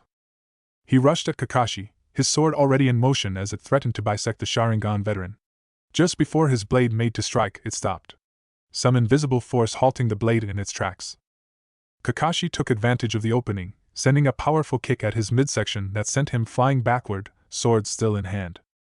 His instincts screamed at him. Still in the air, he struck the ground with his blade, using it as a pole vault to launch himself in the air, dodging whatever his sixth sense had warned him about. Landing on the ground, he quickly looked up, searching for the hidden threat. He saw it for only a moment, a white ninja wire directly in his path, threatening to skewer him if he hadn't changed his trajectory. The wire then disappeared into thin air. So, that's what it is. Some kind of Kikei Genkai, he thought, looking at the blonde. Is that how he's tracking me? Standing up for a moment, there was a pause in the battle. Thinking quickly, Zabuza weaved hand signs, Kakashi copying them with his Sharingan. Water style, giant vortex jutsu! Water style, giant vortex jutsu! Their ninjutsu was cast at the same time, a ring of water appearing around them before shooting toward their opponent, becoming an unstoppable vortex. Their techniques crashed into each other, Zabuza's holding the advantage as he used water from the river behind him to fuel its power. He felt a kunai at his neck. Shocked, he took a small glance behind him, only to see Kakashi, his Sharingan eye making his glare even fiercer. A shadow clone? When did? He thought back to the moment he vaulted over the bronze wire. His back facing Kakashi for only a single moment. Kakashi Hatake was a dangerous man indeed. Seeing only one way out, he cancelled his technique, and braced himself, using Kakashi's jutsu to take out the shadow clone. He blacked out for a moment as the water hit him, regaining consciousness a second later. He struggled to orient himself, let alone escape from the powerful water jutsu. Soon enough, his back slammed into a tree, stopping him as the vortex began to wane. His body was met with a searing pain as several kunai pierced into his flesh. Quickly looking up, he saw Kakashi in a far-off branch, a kunai in hand to finish the job. It's over. There was a tugging sensation in his neck, then everything went black. Kakashi led his team away from Tizuna's house and into the surrounding forest, the clicking of his crutches echoing through the trees. When he had decided to continue on with the mission, he was expecting a tough fight. Sakura was surprisingly the one so adamant about continuing, a fire burning in her eyes that he had never seen. Looking at her, he just didn't have the heart to refuse her. Besides, he was confident in Naruto and Sasuke's abilities. Still, he was expecting a tough fight, not one of the 7 ninja swordsmen of Mist. That was more than he bargained for. So here he was, trying to get in some last-minute training for his team and teaching them to climb trees. Sakura proved to be the best at it, getting the exercise down in her first attempt. Her face shone with amazement at her own accomplishment, and Kakashi couldn't help but smile at the sight. He would have to get her some lessons in genjutsu or healing techniques. Her prodigious chakra control would let her go far. Naruto took a couple tries, but he was able to do it as well, his practice making those strange chakra strings of his honing the control over his massive amounts of chakra. Unfortunately, Sasuke, who, seeing his teammates get the exercise down almost instantly, was fuming. He tried over and over again, sprinting at the tree, his progress more from his speed than his chakra control. Kakashi sighed as Naruto stood atop Sasuke's tree, grinning down at him. Naruto had been invaluable in that fight, his strings giving him just the edge he needed to defeat Zabuza. He wasn't sure why Zabuza decided to rush toward Naruto like that. Maybe he wanted to get rid of the weaklings first. Still, Kakashi was grateful the battle turned out as well as it did. Hopefully their next battle with the Demon of the Mist went just as well. Daffy was walking around the forest, bored. He had already completed Kakashi's tree-walking exercise and now he was just wandering around looking for something to do. Don't get him wrong, he was glad Kakashi had shown him the technique, now aware of how Zabuza had avoided being thrown away by his bullet string attack. Daffy laid in a small clearing in the forest, surrounded by various flowers. He let his observation haki relax for a moment. While he was now capable of keeping it up most of the time, that didn't mean forever, and he would sometimes have to rest for a few minutes before manifesting it once again. He lay there for a while, eventually falling asleep before the sound of footsteps woke him. Sitting up and looking around, Daffy spotted a feminine boy, a couple years older than him, with a basket in hand, most likely gathering herbs. The boy spotted him, a small blush appearing on his face. "Oh, I'm sorry, I didn't mean to wake you. You probably shouldn't sleep outside though, you'll catch a cold." The boy's voice was light and soft. If Daffy hadn't been constantly around bizarre figures during his first life, he would have thought he was talking to a girl. Daffy chuckled lightly. "Heh, sorry to disappoint, but I haven't been sick a day in my life. I'm too strong, you see?" The boy came closer, eventually sitting next to him and beginning to pick at the ground, plucking at herbs he didn't recognize and putting them in his basket. "Too strong? I see, you must have a lot of people to protect if you're that strong." A frown made its way on Daffy's face, marred in confusion. "What's that got to do with anything?" The boy looked at him in amusement, chuckling slightly. "Well, you see, I believe that true strength comes when you're fighting to protect the ones you care about. So if you're so strong that not even disease can bring you down, then you must have a lot of people relying on you." The boy returned to his task as Daffy thought about his words, before standing up, beginning to walk back to Tizuna's house. "Leaving so soon?" Daffy stopped for a moment. "Yeah. I have places to be. See you later." He stopped, realizing he never got the guy's name. "Haku," the boy said. "Naruto," he said, offering his own name. "See you later, Haku." Daffy returned to Tizuna's house, remembering to reactivate his haki when he got there. A few days had passed. Kakashi had suspected that Zabuza would make his return today and had assigned Daffy to stay and guard Tazuna's family. He was confident that Gato would send some men after his family to avoid the ninja and, sure enough, a few hours after Kakashi, Sasuke and Sakura left, his Haki felt a large group approaching the house. Telling Tsunami and Inari to stay put, he put on his shoes and stepped outside. Zora guided the group with his partner, Waraji, and marched over to the small two-story building. Gato had assigned them a mission: kidnap the bridge builder's daughter, Tsunami, and use her as a hostage to stop the construction of the bridge. Personally, Zora thought bringing 20 other guys with them was overkill for just one woman, but Gato was paying the bills so he had no complaints. As they approached, someone walked out of the house. A blonde, who couldn't be more than 14 years old, waltzing up to them slowly with a large grin on his face. Zora grinned back. This was going to be easy. "Hey kid, listen here. If you don't want me and my boys to give you the beating of a lifetime, then you better run on home. Trust me, we're all in a bad mood today and could use a punching bag." Zora finished his speech confidently, hoping the boy stayed put so he could put his katana to work. The boy chuckled, staring at them with unflinching bravado. Then he spoke. "You're in a bad mood? Tell me, were you forced to stay away from the action, so you could deal with a piece of trash and his Piratwane boyfriend?" Zora blinked owlishly, before anger took over, signaling for the group behind him to charge at the brat. Over the group's roar, he could still hear the kid speak. "No, if anyone should be in a bad mood, it would be me." A pressure came down on him, threatening to crush his very soul. He collapsed onto his knees as he watched all the men he brought with him instantly fall unconscious. The demon walked closer to him, over the bodies of his friends. The closer he came, the more the pressure increased. It became painful, excruciating, but he couldn't scream. The pressure forced the air from his lungs. He couldn't breathe. The demon was in front of him now, its claws coiling around his neck as it lifted him up from the ground. He couldn't take it. He tried to beg for death but was unable, his chest refusing to suck in air. He heard a snap. He had gotten his wish. Haku rested for a second in his mirror, looking down on the young raven-haired boy, Sasuke if he remembered right, who was covered in saban needles. During their entire fight, conflict arose in his heart. Kakashi Hatake was a powerful opponent, one that was capable of killing his master, Zabuza. Haku had to end this now and help him, but therein lied the problem. Haku had never killed a man, not intentionally, let alone a 12-year-old child. To save his master, he would have to kill his own heart. Closing his eyes, he made his choice, and dashed to another mirror, saban flying towards Sasuke's heart. Haku turned around, preparing to face the consequences of his action. He was met with a blond boy, grinning, with the veins in his forehead rippling, saban caught between his fingers. Sasuke collapsed behind him and Haku's heart leaped into his throat. He was not expecting to fight Naruto today, his absence from earlier providing him some relief from the tension of this battle. He felt a strange connection to the boy, as if he could trust in him, like the bond he shared with Zabuza even if it wasn't mutual. That moment in the forest, Haku had felt something from Naruto. Haku's words had brought a sadness in the boy, however small, and Haku could sense it. It was the sadness of someone who had lost everything close to him, and he couldn't help but connect with him, reminding him of his own past. It was just as Zabuza said, his heart was just too soft for the way of the ninja. Still, Haku was a tool. A means of an end for Zabuza's benefit. His feelings didn't matter. His thoughts of getting to know Naruto better didn't matter. His wish to leave the life of the ninja didn't matter. He leapt from the mirror, saban in hand and tears blurring his vision. He made his decision. Haku felt pain. An explosion of blood followed. Kakashi was focused. Blood was flowing out of his wounds, but he ignored them, dedicating everything he could to locating the ninja swordsman.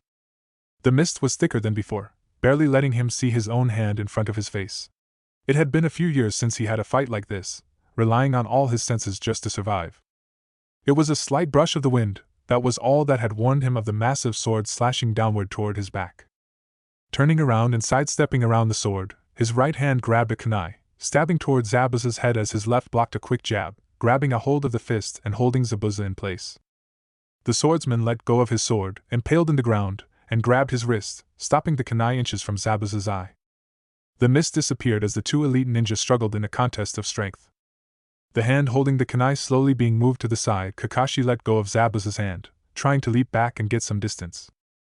Zabuza's grip on his wrist held strong though, pulling him back as he lashed out with a fierce kick. Using his only free arm, he held it to his chest, trying to lock the attack. The 4 of the kicks sent him back several feet.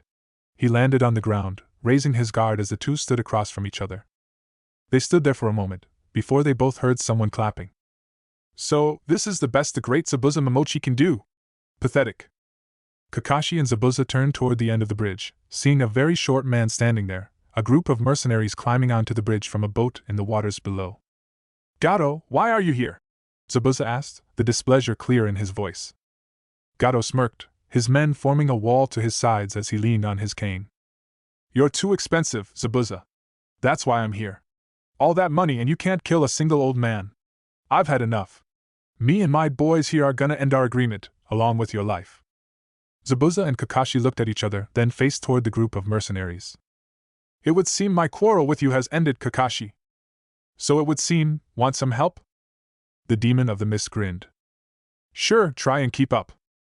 The two dashed toward the mercenaries. An explosion of blood followed. Daffy stared down at the Hun dash, no, at Haku's remains. He was cut into several pieces, dashing at high speeds into the various strings that Daffy had strung up between the mirrors.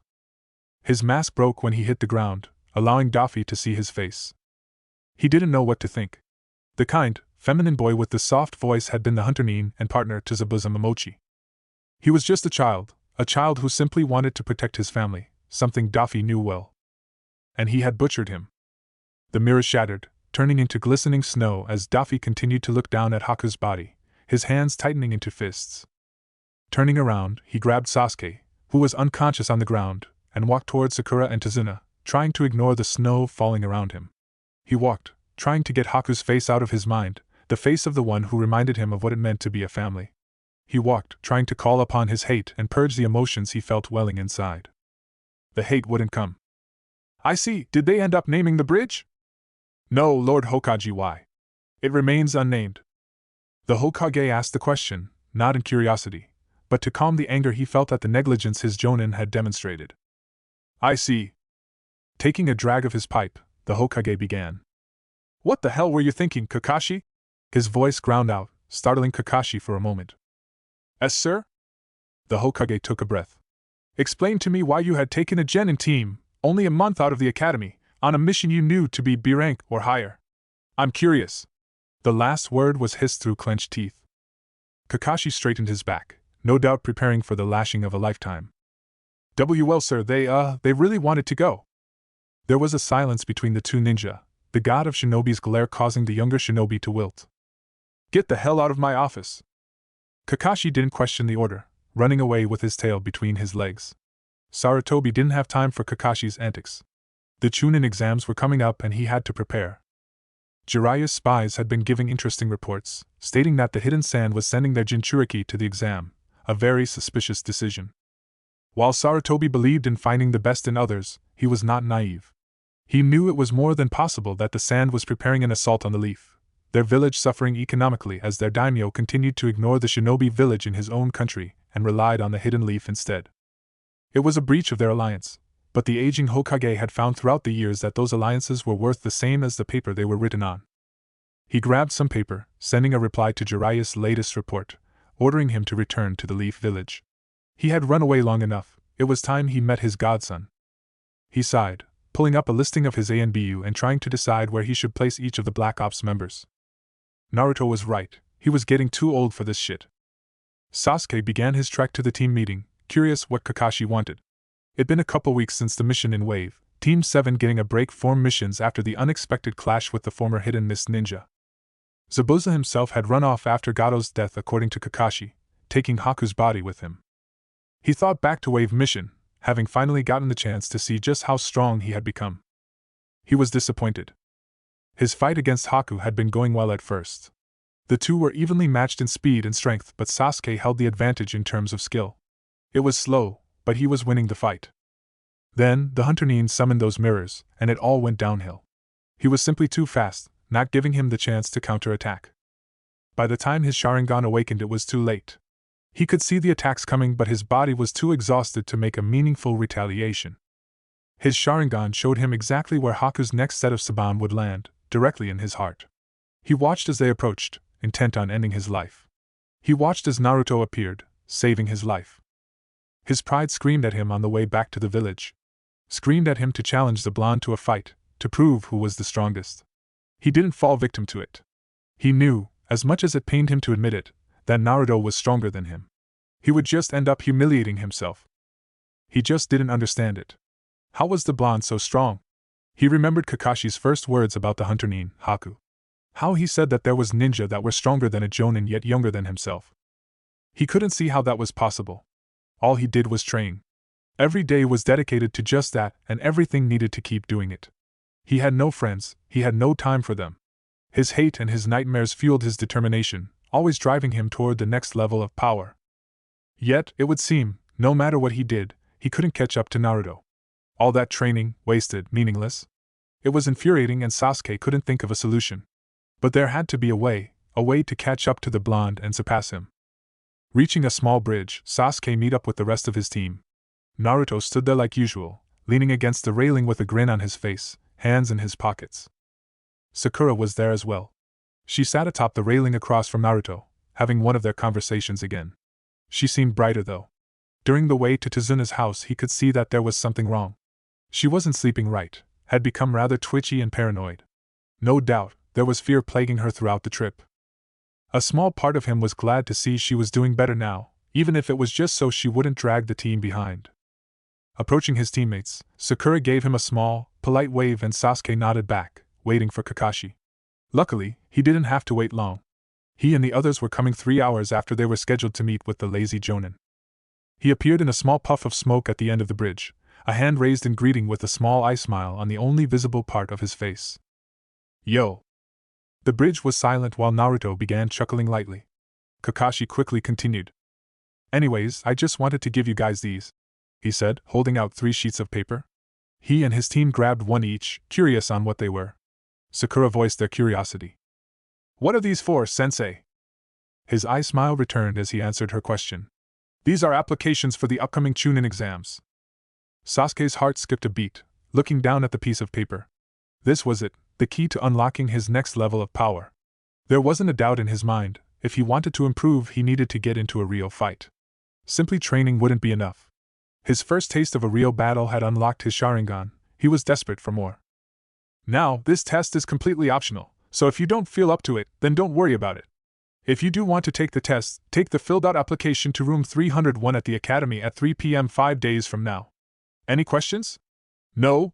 Okay then, see ya. Kakashi disappeared in a puff of smoke, not giving them any time to ask questions. Sasuke ignored the others and began to walk back home to fill out the application. There was no way he wasn't going to participate. The chance to meet several powerful opponents was just too good an opportunity to pass up. Sakura laid in bed, holding the Chunin exam application above her. She didn't know what to do. She wanted to take the exam, to prove that she was a powerful kunoichi, but she was scared. During the wave mission she was useless, only protecting Tezuna and knowing full well that if anyone ever targeted the two of them, they were done for. The only thing that she was happy about that mission was the tree climbing exercise. For the first time she had shown that she was better at something than her other 2 teammates. She was ecstatic, constantly bringing it up during her and Naruto's conversations. Something told her that he was proud of her. Getting up and approaching the small desk in the corner of the room, she began to fill out the application. Just like before, she would prove herself to her team. Besides, it was just a test, what was the worst that could happen? He burned the letter, his thoughts centered around his new orders. Come home, it said. Yeah, as if it were that simple.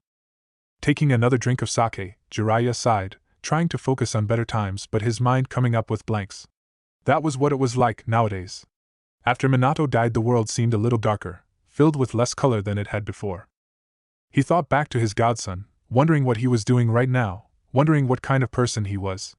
His decision over a decade ago had weighed heavily on his mind, but even now he wouldn't change it. Jiraiya knew that was the right choice, he was not fit to raise a child. Still, just because it was the better choice didn't make it the right one. Sarutobi would tell him that, constantly reminding him that he had failed once again. But it was too late for regrets. Ninja didn't have time for regrets. Walking out of the bar, he began his journey back home, back to his godson. He owed Naruto a large debt, and he intended to pay it back. Hopefully the boy wasn't too angry with him. Chapter 5. Neji's arms were moving blindingly fast, desperately trying to touch his opponent to no avail. Guy was able to weave through his attacks and sweat them aside expertly, a testament to the taijutsu master's skill. Neji ducked underneath a high kick, lifting his hand to strike the various chakra points in Guy's leg. The leg changed direction in midair, pulling back and avoiding Neji's strike. It lashed out again toward his face, Neji unable to block it. It stopped just before it made contact. And that makes 5. His master said, Neji, understanding by now, immediately dropping to the ground, beginning the next set of 100 push-up. Guy joined him in his struggle. A few days after his battle with Lee, Guy-sensei had increased his training to a staggering degree. The strange thing about it was that it was only his training. Neji would stay behind after team exercises, just the two of them training together. It was brutal, focusing on increasing his strength, speed and stamina to unreachable heights, something that his gentle fist never quite needed. Still, Neji never complained, meeting every challenge Guy gave him head-on. This was something he had to do. He thought he was strong, that he was considered a prodigy. He was revered by his family as one of the greatest Hyuga in generations. But all that praise meant nothing to the one known as Rock Lee. Lee had beat him down, toyed with him and ended it with a single attack. That fight made him realize something, the epiphany hitting him the moment he had awoken. Neji Hyuga was weak. He was a weak child that had fallen prey to his prejudices, believing that one's place in this world was decided by the status given to them at birth. Despite him being the greatest Hyuga in generations, he remained a slave, a branch member of the Hyuga clan. To him, that was how life was, but Rock Lee changed that. The orphan who never had anyone, no secret family techniques or powerful ninjutsu. All he needed was his own 2 hands to unravel everything that Neji Hyuga worked for. He felt regret. Regret for the actions of the spiteful and angry Neji Hyuga of the past. He remembered that day so clearly.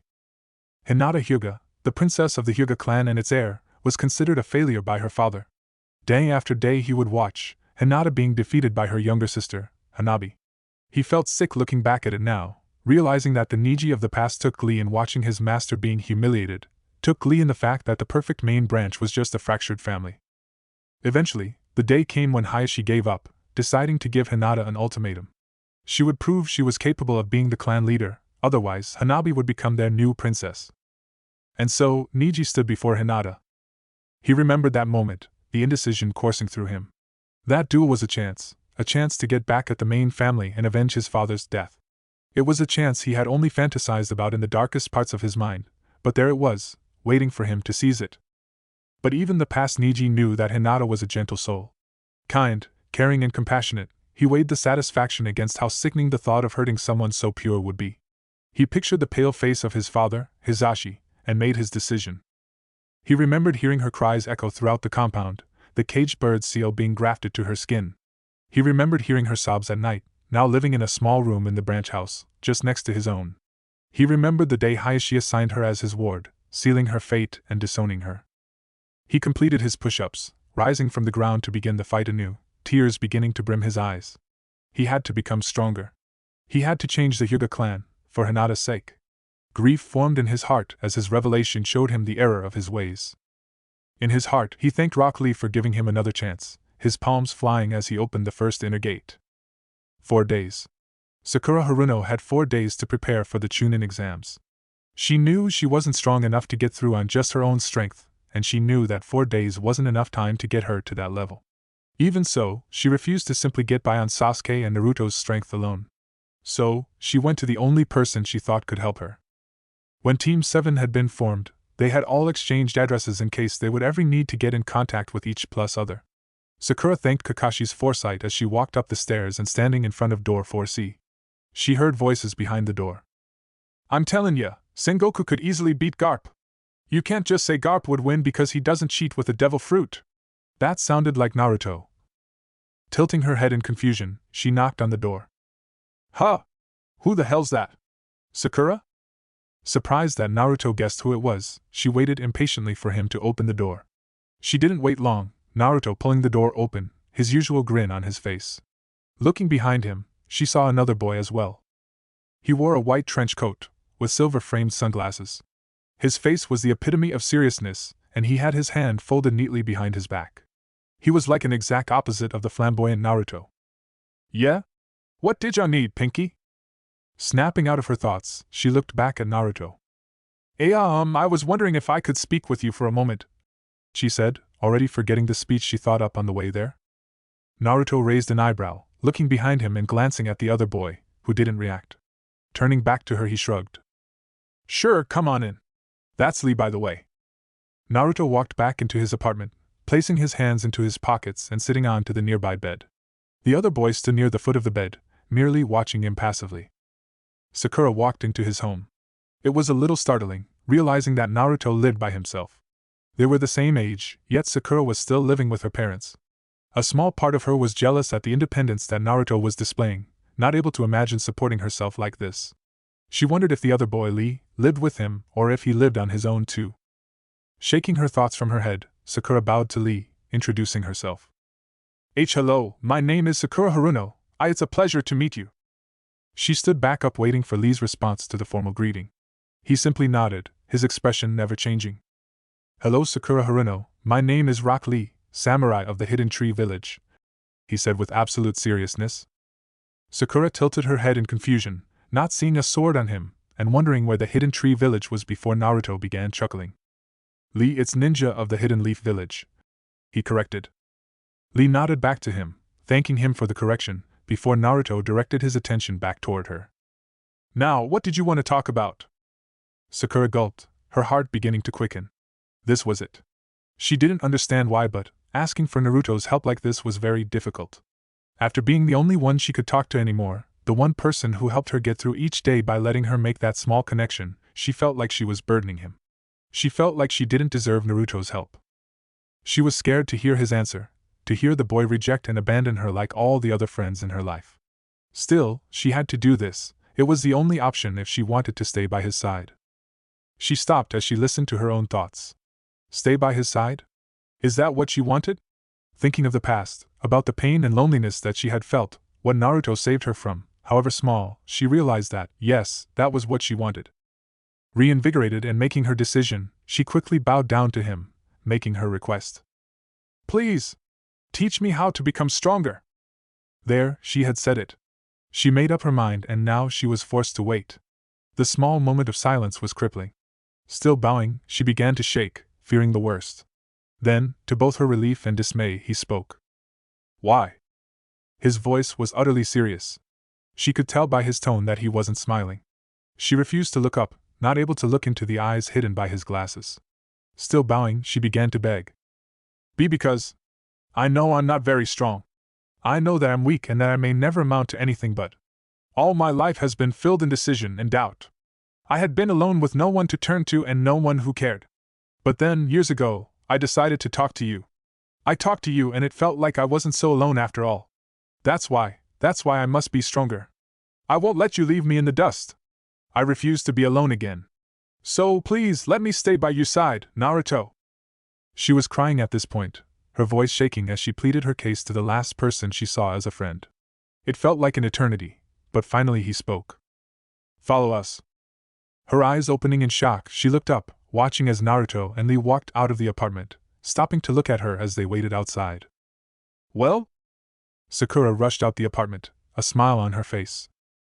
They had walked through a forest, toward one of the many training grounds in the village and arrived at a small clearing. She stood in front of Naruto as Lee watched from the sidelines.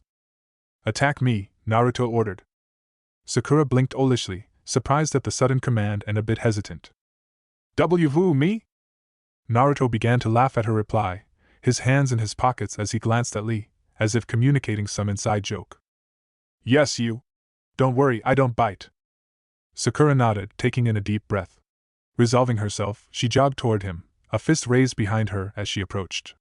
As soon as she got close enough, she let out a battle cry and pushed her fist forward, seeking to drive it into Naruto's stomach.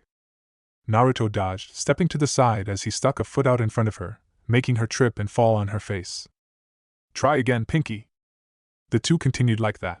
He would never show her any techniques or stances, never trying to teach her a complicated fighting style or some elaborate grappling technique. His style of teaching was completely different to Kakashi's. At first, their small skirmishes would only last a couple seconds before she was back on the ground. Then, as the hours went by, she could almost last for 30 seconds. Once again, she jogged toward him, a fist raised behind her as she approached. As soon as she got close enough, she let out a battle cry and pushed her fist forward, seeking to drive it into Naruto's stomach. Naruto dodged, stepping to the side as he stuck a foot out in front of her, trying to make her trip and fall on her face. She jumped over his foot, turning as she did and lashed out with an aerial kick aimed toward his face. Naruto grabbed her ankle, stopping the attack as he pulled, throwing her into the air behind him. She quickly oriented herself, throwing a kunai before landing on her feet, dashing back at him. Naruto merely sidestepped the kunai, his hands back in his pockets as he waited for her approach. Quickly weaving signs, she cast her ninjutsu. Ninja art, clone jutsu! Illusions sprung forth around her, weaving back and forth as they attempted to confuse the smiling boy.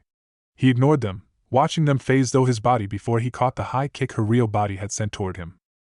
Pushing back at the foot he caught, Sakura lost her balance, falling over and a small yelp ringing out. Landing on her butt, she looked up at Naruto, a small pout on her face. He merely laughed. Good work, Pinky. Come on, training's over, let's get something to eat. Extending a hand down toward her. Sakura blinked at him, before a small smile came to her face. Grabbing his hand, she pulled herself up. Sure. The three of them walked around the village, eventually deciding to eat at a small ramen stand. The three sat down, all of them ordering different various versions of ramen. She smiled as she watched Naruto and Lee eat. Naruto was laughing, poking a piece of pork that had stuck to Lee's face, watching with interest as it would just slide around. Lee just ignored him, a small smile on his face as he continued to loudly slurp his noodles. She couldn't help but let a wide grin come over her face. Thinking about the situation, noticing the other villagers around them stare at their antics, she couldn't help but feel they were just like a small family. Tenten circled her opponent, throwing weapon after weapon, trying to hit her mark. There was only 3 days left before the Chunin exams, Tenten trying to get in as much training as she could. Her opponent was the perfect sparring party. He was hard to hit, and she was able to practice dodging close-quarters combat, her weakness. Lee dodged the weapons she had thrown, quickly moving to intercept her. Appearing in front of her, he sent a right punch toward her stomach, the attack being much slower and weaker than Tenten knew he was capable of. Digging her feet into the ground, she stopped her momentum and jumped backward, dodging the punch. Pulling out some ninja wire, she wrapped it around Lee's fist, tying the other end to a kunai and threw it, warping it around a tree to Lee's right, trying to impede his movements. Throwing some kunai directly at the boy with one hand, she used the other to throw several saban to Lee's right, the only place he could dodge without fighting against the ninja wire. Lee pulled, snapping the wire as he jumped left, dodging both the kunai and the saban. Plucking one of her kunai out of the air, he launched it at her while dashing behind a tree. Tenten dodged the kunai, rushing to follow the bull-haired boy. She looked around the tree, only to find that Lee wasn't there. Hopping back, she pulled out a kunai, looking around to try and find him. Her body was tense, her senses straining to hear any indication of movement. She felt a blade at her throat.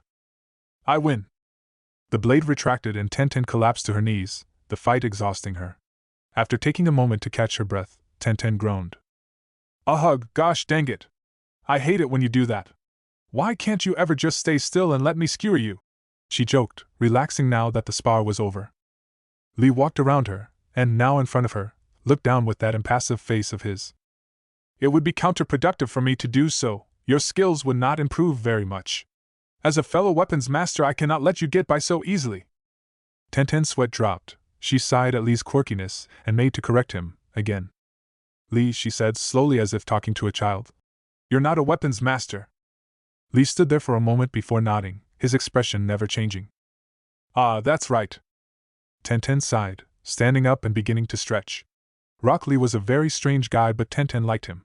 Between Guy's flames of youth and Neji's former holier-than-thou attitude, Lee provided a nice middle ground, acting as the center pillar of the team. Still, he had his own little quirks.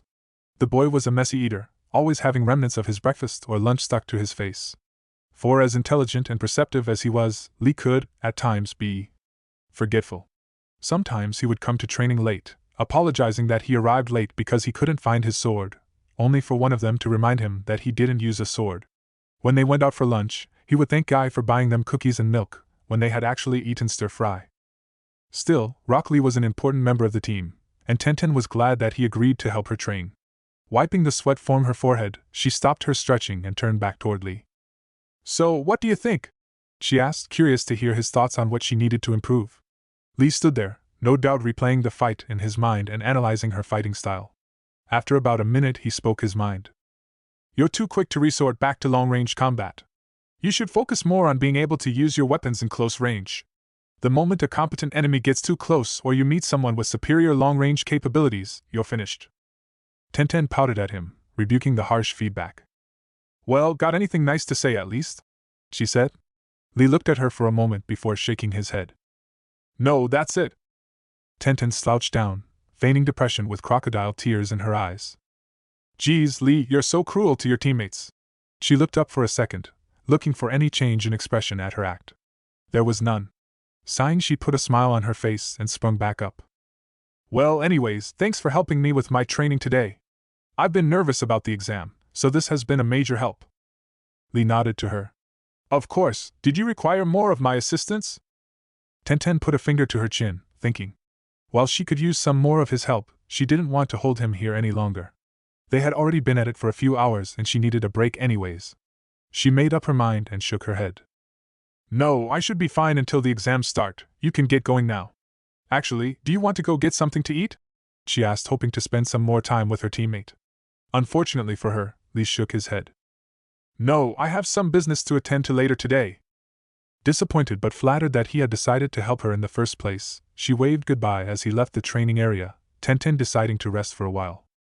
She was a little nervous for the exams, even though she had been preparing for them for a year now. Guy was an amazing jonin, but his specialty was in taijutsu, not the mastery of weapons. While her physical abilities had greatly improved, her skill with a blade was lacking, usually deciding to throw them over long distances than fight in close quarters, as Lee suggested. She rested for a few minutes longer, enjoying the breeze running through the forest. The exam was going to be a challenge, probably the hardest she ever experienced, but with Neji and Lee at her side she knew she'd be okay. Bye, come again, Ino said, waving goodbye to her most recent customer. She was working at the flower shop today, with nothing better to do. Choji and Asuma-sensei were hanging out today, no doubt eating at some barbecue restaurant gain. Shikamaru was being his lazy self today too, know that she would ever hang out with the boring boy. With her last customer leaving the shop with a beautiful bouquet, the shop was empty. Ino leaned over the counter, her hands supporting her head as she sighed. The Chunin exams were coming up and Asuma went and decided to sign the three of them up. She could refuse, of course, but then she would miss the chance to see Sasuke again, who was no doubt going to be there. Sasuke. Ino's thoughts about the Uchiha took her back, remembering her and Sakura's rivalry. All those years ago, when she discovered that Sakura, the shy and timid girl with pink hair, had developed a crush, she made a plan. She cared about Sakura, she really did, and she wanted to help the girl gain some confidence and backbone. So, she told Sakura that she, too, liked the boy. Describing the same boy that she would, even if she didn't realize it until much later. Eventually, Sakura concluded that they liked the same boy, sparking their rivalry and enacting Ino's plan. It was a disaster. Her and Sakura's relationship had completely crumbled. Sakura, rather than gaining more confidence and speaking out more, had done the opposite. She was almost a nervous wreck whenever the two of them weren't fighting each other, unable to even speak two words to the object of her affections. Ino regretted that decision for many years, not knowing how to tell her that Ino's crush on the boy never existed, that it was just a ploy to help the girl. All the studies of the human mind didn't give her a single clue on how Sakura would react if she told her, so she never did, simply keeping up the charade. Still, just because she didn't have a crush on the boy didn't mean she didn't care about him. Her inner psychiatrist wanted to help him, the trauma of his childhood pulling at her heartstrings. She worried about him, wondering what he was thinking whenever he sat in class, brooding. Sasuke Uchiha was a complex individual, one that Ino couldn't help but analyze. He would be confident that he was better than everyone else, yet, at the same time, worry that he was still too weak. He would push others away from him, as if claiming he didn't need anyone in his life. Yet his goal in life was to avenge his family. His personality and decisions would often worry Ino, wondering where they would take him later in life.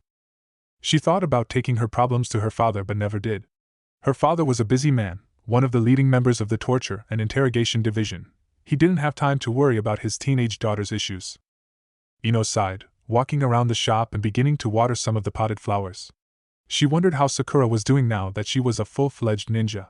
Sakura had never been very good in a fight. It was always tests and book studies that she excelled at.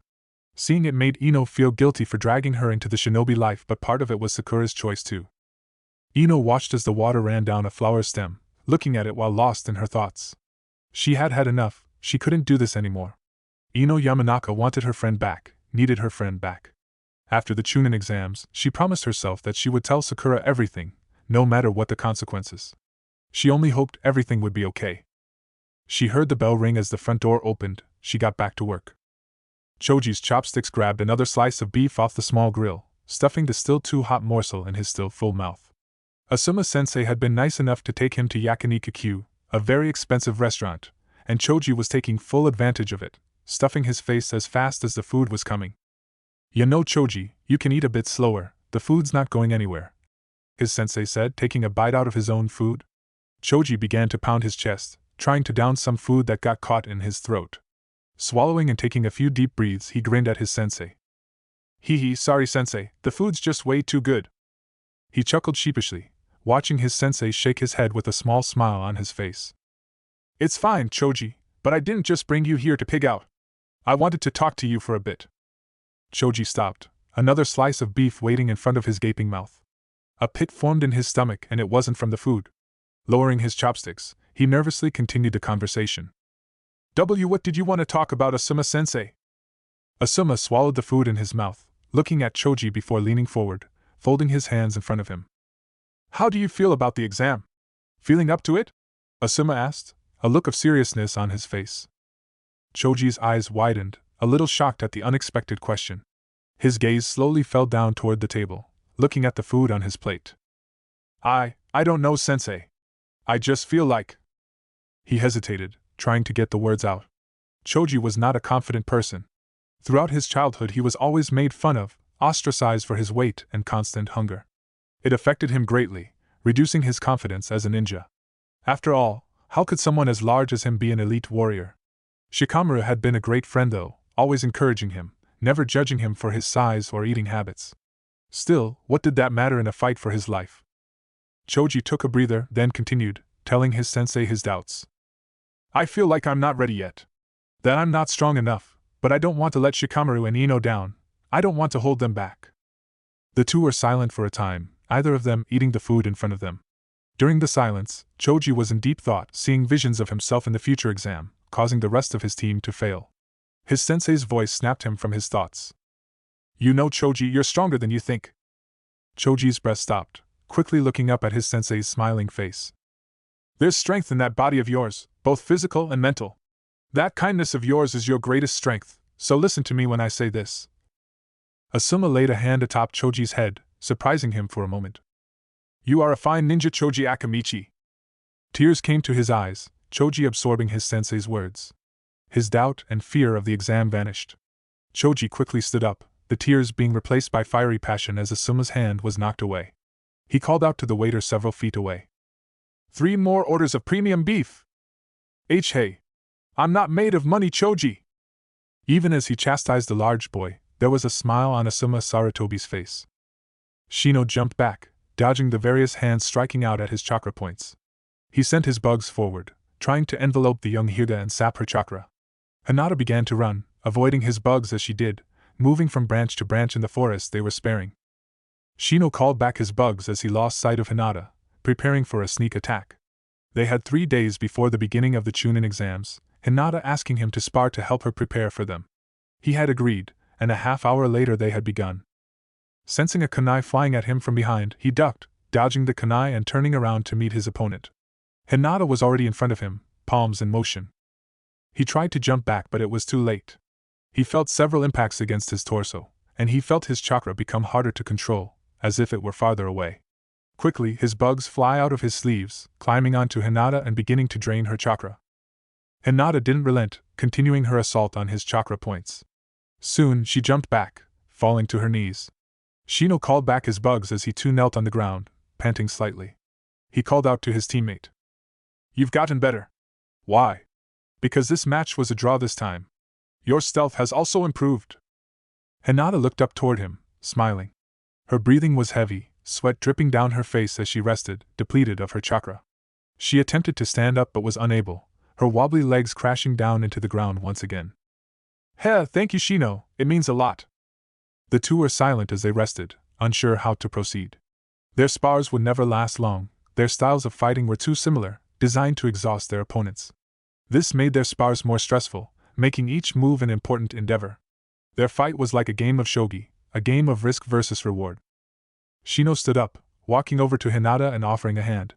She took it, pulling herself up and leaning on him slightly until she regained her balance. Deciding that sparring would no longer be efficient, he proposed a switch in activities. Perhaps we should go see how Kiba and Kurenai are doing. Hinata, her breathing still labored, nodded, following him to a nearby clearing where Kiba and Akamaru were sparring against their Jonin sensei. The two sat down several meters away, being sure that they wouldn't be caught up in the fight. Kiba was using his usual messy but devastating taijutsu, swirling through the air in the shape of a bladed drill, threatening to shred their sensei to pieces. Kurenai proved her status as a Jonin, elegantly moving to dodge both Kiba and his companion, transformed to resemble its master. Soon, Kiba had landed on the ground, tired from keeping up the assault. Kurenai took advantage, dashing as she launched a straight kick at the feral boy. Kiba brought his arms up in an X shape, looking to block the blow. The kick landed, sending Kiba sliding across the ground as Akamaru rushed to get to his master's side, his transformation dropping. When Kiba's momentum stopped, he didn't get up, laying on the ground while breathing heavily, clearly exhausted. Kurenai turned toward him and Hinata, smiling lightly as she gestured for them to join her. They got up on shaky legs, slowly making their way to their sensei. When they were in hearing distance, she spoke. "So, how did it go?" Shino replied first, reporting the result of their spar. "It was a tie, sensei. Hinata has improved." Kurenai had a slightly shocked look on her face, before clapping her hands together and tilting her head, smiling at the young Hyuga. "Excellent work, Hinata! I knew you had it in you." Shino watched as Hinata blushed at the praise, putting her arms behind her back as she looked away from her sensei in embarrassment. "Thank you, Kurenai-sensei," she said quietly, not used to the praise nor the attention. Kiba had gotten up by then, his sensitive ears letting him pick up the conversation. He rushed over, getting in Hinata's face in clear excitement. "You tied with Shino, Hinata? That's awesome," he said, raising a palm for a high five. Hinata's blushing worsened, turning her face a bright red as her hand came from behind her back, slowly raising to gently meet with Kiba's own, completing the high five. Kiba turned to Kurenai, his excitement washing away his previous fatigue. "Why don't we go celebrate, Kurenai-sensei? It'll be fun." Kurenai had a thoughtful expression on her face, but the smile she had told Shino that she had already made her decision, most likely coming up with the idea before Kiba even suggested it. "All right, Kiba. Come on everyone, let's go get something to eat, Kiba's treat," she said, guiding the team out of the forest and back towards civilization. Shino and Hinata followed closely behind, Kiba staying back a moment while jumping and whooping in glee. "Yeah! Whoa, wait, Kiba's treat?" Hinata giggled along with Kurenai at Kiba's revelation, who was rushing to catch up with them, realizing it was a joke when he got there. The four walked through the village, Kiba telling the tale of his fight with Kurenai, who was correcting his exaggerations. "Then I made dozens of clones. He made two. Confusing sensei as I almost landed a devastating kick. His clones blocked his view, making him trip on a rock and almost crash into me." Kiba glared at his sensei, not very happy that Kurenai was making it harder for him to show off. Hinata smiled at their antics, with Shino doing the same, though it was hidden by the collar of his trench coat. The four had arrived at a small ramen stand, 5 if you count Akamaru. They ordered their food, Kiba ordering one for Akamaru as well. While they waited for their food to arrive, Kurenai brought up their progress. "All of you have been improving so much, do you feel ready for the exams?" Kiba grinned, being the first to answer the question with his usual bravado. "Ha! You know it, sensei! You better be ready, 'cause you're gonna be famous after being known as the sensei of the legendary Team Kiba." Shino snorted slightly, replying to his confident speech. "Team Kiba? More like Team Akamaru." Kiba stood up slightly, irritation on his face as he glared at him. "What was that, Shino?" he growled. Kurenai chuckled, continuing their previous conversation. "Well then, I'm glad to see you two are confident." She turned toward Hinata. "And you, Hinata? Do you think you're ready?" Shino watched as Hinata brought up her hands, staring at them for a moment. They were coarse, rough with callus and small scratches running up and down them, a testament to her hard work. The hands baled into fists, confident. She looked up at her sensei. "I'm ready, Kurenai-sensei." The rest of them smiled, proud at the change the girl had shown over the last few weeks. The food arrived, and Team 8 dug in. They were ready. They walked through the sand, the sun's intense rays beating down on them as they went. Sweat poured down her face as she eyed her brothers, who were walking in front of her. Kankuro had on his black jumpsuit, protecting him from the heat, with Crow wrapped up and slung over his back, He had been rumbling about the heat, beginning to piss her off until Gaara told him to shut your mouth, or I'll kill you. The trip had resumed in silence since then, the thought bringing her attention to her younger brother. He walked ahead of the group, his sand floating above him and acting as an umbrella to fight off the heat. Temari berated herself, wishing she hadn't forgotten to bring a parasol for herself. They were making their way to the Leaf Village, their mission to participate in the Chunin exams. Temari didn't know how to feel about their plan. The decision to betray the Leaf was one she did not support. The Leaf Village was powerful, having many strong shinobi and possessing the nine-tailed fox. While they had no evidence of an enemy Jinchuriki, Temari didn't see it being worth the risk. Her brother was strong, monstrously so, but he was still just one person. The hidden sand was almost completely relying on him, hoping to use his full transformation into Shikaku to destroy the majority of the Leaf Village. She didn't have faith in that plan, the Leaf having a history of defeating tailed beasts. Even so, Temari followed her orders. The council and her father had been adamant about the decision, choosing to team up with the new Hidden Sound Village, a village she had hardly heard of. She sighed in her thoughts, wondering what they were all thinking. She was worried for her brother, not confident of his survival if this plan went forward. She was scared of him, that was obvious, his bloodlust being almost unquenchable. But still, she was his sister, and she remembered a time before he became the person he was today, the time when he was just a young, sweet boy who wouldn't harm a fly. That boy had simply disappeared one night, Gaara of the desert replacing him. She suspected that her father had something to do with it, but she never brought it up. Her father would never admit it anyways. He was a militaristic man, only telling people what he thought they needed to know and no more. His family was no exception. Soon, the environment changed, eventually making way to reveal a thick forest. The four of them, Temari, Gaara, Kankuro and their sensei Baki, took to the tree line, jumping from branch to branch and quickening their pace. They traveled like that for several hours, the trip completely silent. She could tell that Kankuro, the most talkative of the group, was still reeling from Gaara's threat, having still not spoken. Eventually, night had begun to fall, and they made camp. They sat around a small campfire, eating some rations that they had brought with them. They were disgusting, tasting of cardboard, and they were incredibly dry. Growing up in a desert, that was saying something. While they ate, Kankuro had finally broken the eternal silence, still chewing his ration bar. "So, are we almost there, Baki-sensei?" Baki looked over at Kankuro, swallowing a piece of his ration bar. "No, we still have 2 days of travel before we arrive. The Chunin exams are in 3 days. Kankuro looked bewildered for a moment, before replying. "Aren't we cutting it kind of close then? Why did the council wait so long to send us out?" Kankuro had a point, that was cutting it close. Normally, they would arrive a week ahead of the exam, staying in a hotel in the host village until the start of the exam. Was the situation in Sand worse than she thought? Baki confirmed her fears. "The council cannot afford to keep us cozy in the Leaf. Having us leave late is a way to cut down on spending. Everything is being dedicated to this operation." So, things really were that bad. The Hidden Sand had been on the decline ever since their daimyo, the Lord of the Land of Wind, had begun to send his missions to Konoha instead. This had been devastating. The daimyo's missions were not their only source of missions, true, but what did it say about them if their own leader would rather outsource their missions to a foreign land than use the ninja just outside his door?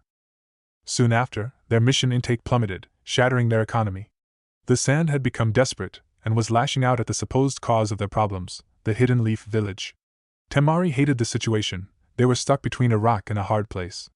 They had already tried to convince the Lord of Wind to change their decision, to trust in the Hidden Sand, but he refused, claiming that the Leaf had higher quality ninja at a lower price. Begging for help from the Leaf would be a political disaster. They would be fools to not take advantage of their weakness, using it to shackle the Sand Village to the Hidden Leaf, something that was unacceptable. That left only one option: war. The idea scared her. She was a brave woman, but she had heard the horror of war from enough elderly ninja. She had no wish to have the same experience. She wished that the daimyo would just change his damn mind, get off his golden throne and see that his people needed his help. But no, the Lord of the Land of Wind didn't care about peasants. Some noble he was. Temari huffed, trying to make her frustration disappear. She didn't realize that she had blocked out the rest of Kankuro and Baki's conversation. Oh well, it was probably just Kankuro complaining about something or other. Laying down their sleeping bags, they prepared to go to sleep, Gaara staying awake to stand guard, as always. You would think that sleeping with someone like Gaara watching over you would be unnerving, and you'd be right. But Temari had been on enough missions with the Jinchuriki that it didn't bother he so much anymore. She closed her eyes, sleep beginning to take her after the long journey had sapped her strength. Her dreams were filled with the flight of kunai and the spilling of blood. The leaf ninja walked underneath him, walking away from him as they continued their patrol of the compound. He jumped down from the ceiling, dropping the chameleon jutsu, and approached the steel door. He grasped the handle, attempting to turn the knob. It was locked, of course it was. Sighing, Kabuto Yakushi knelt toward the lock, his lockpicks going to work as he attempted to enter the shinobi record room, where details about every ninja were kept. The records were basic at best, of course, anything truly worthwhile wouldn't be under such low security. Even so, it would be Kabuto's first step in his mission to learn more about Naruto Uzumaki, someone that had gotten Orochimaru's interest. He almost felt sorry for the brat. Gaining the attention of the snake Sannin was a sure way to earn an early death. He had seen it many times, young children being turned into the snake's latest experiment. He had even helped sometimes. Orochimaru was a dedicated man. Once he had his sights on you, you would be eyeing the shadows for the rest of your days, at least if you wanted to survive. A small click sounded out as Kabuto successfully unlocked the door. Turning the knob, he opened the door and walked in, gently closing it behind him. There were rows upon rows of shelves, filled to the brim with the files of every shinobi the village ever had. For security reasons, only administrative personnel knew how they were filed, meaning he would have to search every single one. He got to work, starting on one end of the room. This was a very weary mission. He didn't know why Orochimaru had shown sudden interest in the Nine-Tails Jinchuriki. He never had before. Kabuto continued to search through the files, thinking about the snake Sannin. He was a man that Kabuto admired, someone he looked up to even. Everything that Kabuto wanted, Orochimaru had, and he was envious. He had power, strength, and intellect keener than his own. Most importantly, Orochimaru knew exactly who he was, what he wanted to become. Kabuto envied that confidence, having always wondered just who Kabuto Yakushi really was. As a spy, he was always changing who he was, his quirks and persona always shifting and changing to suit his needs. This ability made his job quite easy, but it made his life very difficult. Eventually, he had gotten lost. One day, Kabuto was no longer able to go back to being Kabuto. He didn't remember who he was. Then, Orochimaru came, taking him under his wing and inspiring him to rediscover himself. For that, Kabuto deeply respected the man, but he feared him as well. Kabuto knew that, as soon as he lost his usefulness, he would be killed. He had seen it happen many times, Orochimaru showing compassion and kindness to someone only to throw them away when he no longer needed them, as if they were trash. Still, he couldn't help but respect the man.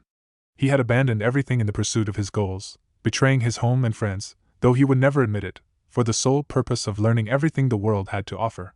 He had never heard of someone showing such dedication to anything before, something Kabuto admired as another man of science. When Kabuto thought of Orochimaru's wish to destroy the leaf, it puzzled him. He didn't understand the desire. Orochimaru claimed that it was out of revenge for driving him out of the leaf and shunning his work. Kabuto couldn't help but pity the man, someone who was cast out, just because his dream and desire had been misunderstood, unappreciated. The whole unethical civilian experimentation thing probably played a small part, too. He had been searching for an hour before he had found it. Quickly copying the contents into one of his ninja info cards, he walked back toward the door to head back home. Reaching the door, he put his ear to it, listening for anyone outside. He was glad he did. Footsteps were approaching, the guard coming back. Quickly, Kabuto locked the door and hopped onto the ceiling, reactivating the chameleon jutsu, and waited. He heard the fumbling of keys, then the knob turned as the ninja entered the room, a flashlight in hand as he looked around the room. He had left the door open, so, when the guard wore far enough away, he went out the door, crawling along the ceiling. He quickly made his way out of the compound and returned home. It was dark out, the cold night air biting at his skin. He saw several shinobi jumping across rooftops, patrolling the village. Carefully, he went around each and every one, his heart pounding as the idea of being caught and captured became a possibility. The back of his mind was scrambling to find an excuse on what he was doing, in case he was caught. He couldn't think of anything, but luckily, he didn't need to. He had made it back home. Closing the door behind him, Kabuto walked into his apartment, taking a seat in front of his dining room table to relax, letting the adrenaline dissipate from his body. After a moment, he pulled out the info card and began to read. Kurama watched as his host battled the pink-haired female. She was weak, pathetically so, but it seemed Naruto was insistent on training this twerp. Kurama huffed. The boy had surprised him yet again. During that time in the so-called Land of Waves he saw something that he did not expect. Grief. Naruto Uzumaki had grieved for the one called Haku, something he did not think possible for the hate-filled boy. He wondered what it was that caused it, what connection Naruto could possibly make with someone they had only met once. He supposed it was just some human thing he couldn't understand. Naruto hadn't visited him since the event with Haku. He had been busy, training with that other boy, Lee or Virgo or whatever the hell his name was. Watching them fight, he knew they were powerful. He knew why the boy never asked for his power. Naruto didn't need it, not yet. Kurama thought back to the old man and his prophecy. He remembered waiting for the savior to appear, having the utmost faith in the old man. He remembered his first interactions with humanity, their fear telling them to attack and drive off the beast. Even so, Kurama waited. He remembered the first time one of his kind was sealed away, being used as nothing but a war machine for their own benefit. Kurama waited, his faith wavered. He remembered being the last of his kind, the rest of his brethren being sealed away, watching as humanity marched toward him, seeking to do the same to him. Kurama was sick of waiting. He became a creature of anger and hate, destroying everything in his path. The old man gave these humans everything they had, he had saved them all from the worst fate imaginable, and they just spit in his face. Kurama couldn't take it anymore, he couldn't have the same faith the old man did. But Naruto was a human unlike any other he had ever known. He too was filled with anger and hate, but unlike him, deep down he sought the connection of others. He was watching proof of it unfold before his eyes. The prophecy repeated in his mind, the old man telling them about the one who would show what true power is. He remembered that boy's, Haku's, words to Naruto. Well, you see, I believe that true strength comes when you're fighting to protect the ones you care about. So if you're so strong that not even disease can bring you down, then you must have a lot of people relying on you. Kurama closed his eyes. He was looking forward to their next meeting. There was much for them to discuss. He was angry at himself though. A small part of him missed that fool's irritating laugh. Konohamaru was searching the village, trying to find his new role model.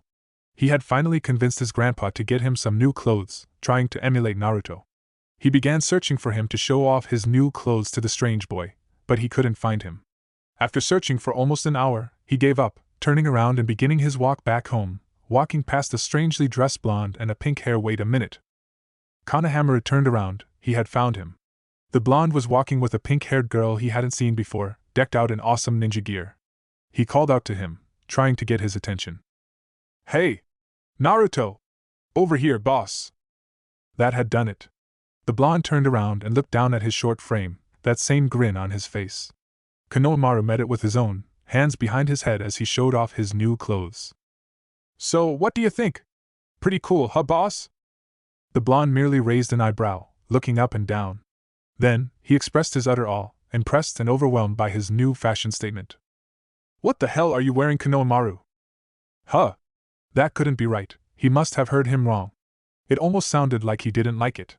I mean, sure, it was a little too big for him, and it was rather bright, and it might have been a bit worn down, having found it at a thrift shop, but his new orange jumpsuit was the epitome of fashion. Way better than Naruto's clothes. In his mind he had already surpassed his rival. It's my new outfit. Why, are you jealous? He asked, a smirk appearing on his face. The blonde began to laugh, clearly admitting defeat in the face of a far superior opponent. Heh heh heh. Sure kid, why not? It suits you pretty well, so you can keep it. Konohamaru nodded, glad to see his rival was not a sore loser. An excited look came over his face as he wanted to celebrate. Hey Naruto, wanna play ninja? The pink girl can play too, it'll be fun. Naruto shook his head. Sorry kid, no can do today, we have the Chunin exams.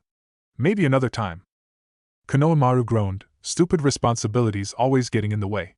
He sighed and sagged his shoulders, the cuffs of his sleeves covering his hands. Ugh, Fien. You better come play ninja with me though, I won't forget.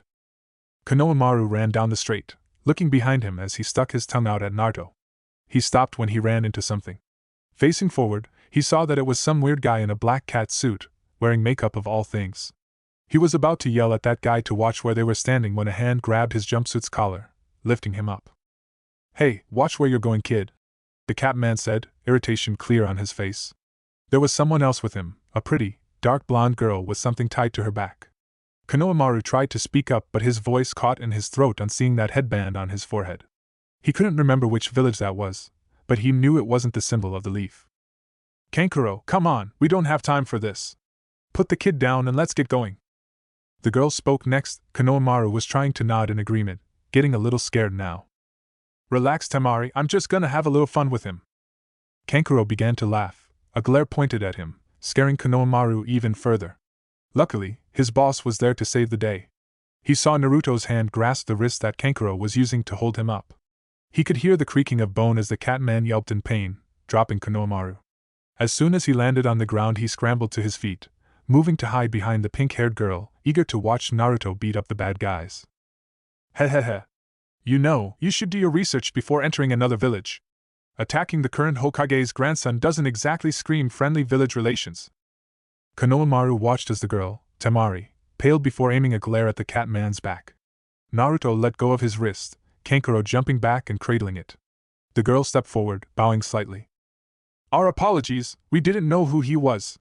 My name is Temari and this is my brother, Kankuro. We're going to be participating in the Chunin exams, so my brother is a little fidgety. Please forgive him. Naruto chuckled at her words. Hehe, I'm not the one you should be apologizing to. Naruto looked behind him, at Konohamaru. Well, kid, do you accept their apology? Konohamaru gave him a swift thumb down, giving him the signal to start kicking their ass. Naruto merely laughed and turned back toward the enemy. Don't worry about it, he'll get it over it. Now, if I were you, I would get out of here. After all, you only have half an hour before the exam starts. A look of surprise took over the girl's face. What? Come on, Kankuro! The girl grabbed a hold of the cat guy's head, pulling him by his hair as she sprinted away. Gah, Temari, stop that! I can walk on my own. His voice trailed away as they got further, disappearing after a while. Konohamaru looked up toward Naruto, realizing something. Wait a second, shouldn't you be running too, Naruto? They seem to be in a hurry? Naruto chuckled, ruffling Konohamaru's hair to his annoyance. Nope, the exams aren't for another 2 hours. Konohamaru grinned with his boss, he really was a sneaky guy. Sasuke put on his sandals, stepping outside of his house and locking the door behind him. It was the day of the Chunin exams and he was heading over to meet his team at the academy building. He walked through the remain of his clan, the voices of his family echoing in his mind. Even now he could see them, he remembered walking by his fellow Uchiha. He missed them. He never realized how important the clan was until Itachi had taken them away. That night had been his worst memory, haunting him in almost all his waking hours and never failing to appear in his dreams. Every action he took served as a reminder. Every punch, every kick, and every hand sign, reminding him that Itachi could punch harder, Itachi could kick harder, Itachi's hand signs were faster. He remembered a time when he thought he was the best, he remembered when Naruto proved him wrong.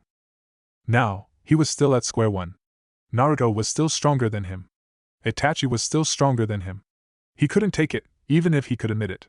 That's why this exam was so important. He had to prove to himself that he had improved, he had gotten stronger, otherwise it would have all been for nothing. The blood of his family screamed at him, begging for vengeance, for justice, and Sasuke wanted to deliver. He made his way through the village, leaving the empty Uchiha compound that haunted him. He watched as the villagers looked at him, eyes filled with pity. He hated those looks. He didn't want pity, he didn't want to be treated as if he were just a tragic story. He wanted to be treated like Sasuke Uchiha, not the last loyal Uchiha. They didn't understand, didn't know the responsibility he carried, the burden. His entire clan, all his ancestors that came before him, they all were counting on him. They were looking toward him to be the one to restore the Uchiha clan, and for that he had to kill Itachi, his brother. He thought back to that night, to the words he had said. He didn't understand it. Why did Itachi want to test himself? Why did he feel that slaughtering his family was the only way to do so? What did he mean when he said to acquire eyes like his? He couldn't understand it, he didn't think it mattered. Understanding didn't change anything, his family was still dead, Itachi was still the culprit. Sasuke arrived at the academy, seeing Naruto and Sakura already there. Sakura was waiting at him, a smile on her face. Sasuke was surprised, she looked a lot better. Well, actually she looked like shit, covered in various bruises, but she seemed brighter, glowing even, something he never saw from the girl to such a degree. She must have been training, gathering some confidence. Good, she really needed it. Joining his team, they walked silently into the building, heading to the examination room. Reaching the second floor, he saw a commotion going on in the hallway. A group of genin had gathered in front of one of the doors. Looking up, he saw it was labeled as Room 301. So that's it, Genjutsu. A way to weed out the hopeless cases, he thought looking at the group. Getting closer, he was able to see more of the situation. There was 2 leaf genin standing in front of the door, barring the entrance, and swatting away anyone who tried to enter with utter ease. Disguised Chunin then, no way a pair of genin could hold of this many people by themselves. One of the disguised Chunin spoke up, speaking to the group in front of him. He wore his headband like a bandana, black bangs framing his face. Listen up! You chumps aren't ready to be Chunin if you can't even get past us. Go home! If you don't believe me, then just watch! He ran up to one of the other Chunin hopefuls, a trench coat wearing boy with a bowl haircut. The disguised Chunin sent a fast, devastating kick directly at the kid's midsection, a small shockwave erupting from the blow. The kid was sent flying backward screaming in paw or not. Sasuke watched on, slightly confused. The kid was just standing there, taking the hit directly but not budging an inch. The Chunin lowered his leg, confused as well. Then, the odd boy visibly bent his legs, jumped backward and threw himself at the wall behind him, spiderweb cracks appearing in the wall. Ow, he said, his voice completely calm and not in the least convincing. Looking at his face, the boy had one of the most serious expressions Sasuke had ever seen, looking as if it was carved from stone. Ugh, Ellie! A voice called out. A girl approached the boy currently leaning against the wall. She had black hair, wrapped in two neat buns on either side of her head. Her clothing was quite traditional, and she looked pissed. You call that acting? That was the worst acting I've ever seen. I thought you said you were good at it. Someone else walked up to the two, a boy that Sasuke recognized as being from the Hyuga clan. It's fine, Tenten, there's nothing we can do anyways. Let's head up to the examination room. Come on, Lee. Sasuke saw his chance, an opportunity to test his strength. He had never seen anyone take a kick like that and not even flinch. He doubted even Kakashi could accomplish something like that. He had to fight this boy, this Lee. He had to see how much he had grown. Hey you, the one with the weird haircut. Lee stopped, along with the rest of his team. He looked behind him, turning his body slightly, not bothering to fully turn and face him. Lee stared at him, looking for him to continue. He didn't disappoint. You seem pretty strong, fight me. Sasuke let out a small smirk, trying to provoke the stoic boy. He continued to stare for a moment, before turning his head, changing his focus. Following his gaze, he saw he was looking at Naruto? Naruto began to chuckle. Don't hurt him too badly, Lee, I need him for the exam, you know. Lee nodded before walking past him, heading back downstairs. He stopped for a moment, looking back at him. Well? Are you coming? Sasuke nodded robotically. He was a little worried now. Anyone who was friends with Naruto Uzumaki was probably not someone he wanted to mess with. But his pride wouldn't let him quit now. He tried to bury the nervousness he was feeling as he walked back down the stairs. Lee's teammates weren't helping in the slightest. Hey, don't you think we should stop this, Neji? Lee's gonna, murder this kid. It'll be fine, Tenten. I'm sure Lee will hold back. Yeah, but remember what happened to the last Goo Dash. Tenten, we do not talk about that. You know this. Fine, but you're washing the filth out of my clothes if it happens again. Who knew that when you hit a guy hard enough his dash? Tenten dash. Yeah, whatever. Don't see why those things are so important to you men anyways. Why yeah, definitely not helping. They had finally reached a large room, perfect for their duel. They still had 20 minutes till the exam started, plenty of time. Sasuke and Lee stood across from each other, waiting for one to make the first move. Sasuke was that person, rushing his opponent as he sent a spinning roundhouse kick toward Lee's face. Sasuke's shin impacted with the side of Lee's face. There was a flare of pain as it did, but it wasn't Lee who felt it. It was like kicking steel. He could have sworn he felt his shin crack. Quickly lowering his leg, he sent a punch next, aiming for Lee's solar plexus. No luck, it was like his body was made of iron, impenetrable from physical attacks. Lee had yet to strike back, merely standing there. Fine, if that's how it is. Sasuke jumped back, his hands weaving through various hand seals. Fire style, Fariba dash. He stopped. Lee was in front of him now, a hand atop Sasuke's chest. Sasuke abandoned the technique attempting to get away, but it was too late. Lee pushed, sending him flying toward the wall behind him and impacting lightly against it. He looked up. Lee was still there, a fist reeled back, already flying toward him. Sasuke closed his eyes, bracing for the impact. He heard something crack, but there was no pain. Confused, Sasuke opened his eyes. Lee was still there, his fist was next to Sasuke's face, sparing him from the attack. Sasuke turned toward the attack, his heart skipping a beat at what he saw. A single finger was extended, penetrating the concrete wall right next to his head. Lee slowly pulled back his hand, revealing a small, neat hole drilled perfectly into the wall. Sasuke's legs wobbled, eventually failing him as he fell toward the ground, realizing his brush against death, the wall behind him being his only support. He stared at Lee as he walked up the stairs, his hands neatly folded behind his back, face still impassive. He never even broke a sweat. Sasuke looked up at Naruto and Sakura, both were frowning down at him. He got up, walking with them to the examination room, not speaking a word. He had lost. Once again, he had lost. He didn't feel like he was at square one anymore. No, he wasn't even a part of the game. He hadn't expected that. When Sasuke had arrived, Daffy could tell that he was in one of his moods again. When he challenged Virgo, he had expected the loss to stir up that pride and stubbornness of his, giving Virgo permission to proceed with the fight. But that wasn't what happened. He looked scared. That's all he could think of to describe it. There was a fear there that Daffy had never seen in him before. The strange thing was, he didn't think it was a fear of Virgo. No, he had merely been the cause. Perhaps Virgo simply reminded him of bad memories. Daffy could relate to that. He still had the dreams, waking up in the middle of the night in a cold sweat. He could remember the heat, his bandaged eyes only heightening his other senses. The screams and yelling of the crowd, the cries of his brother and his father.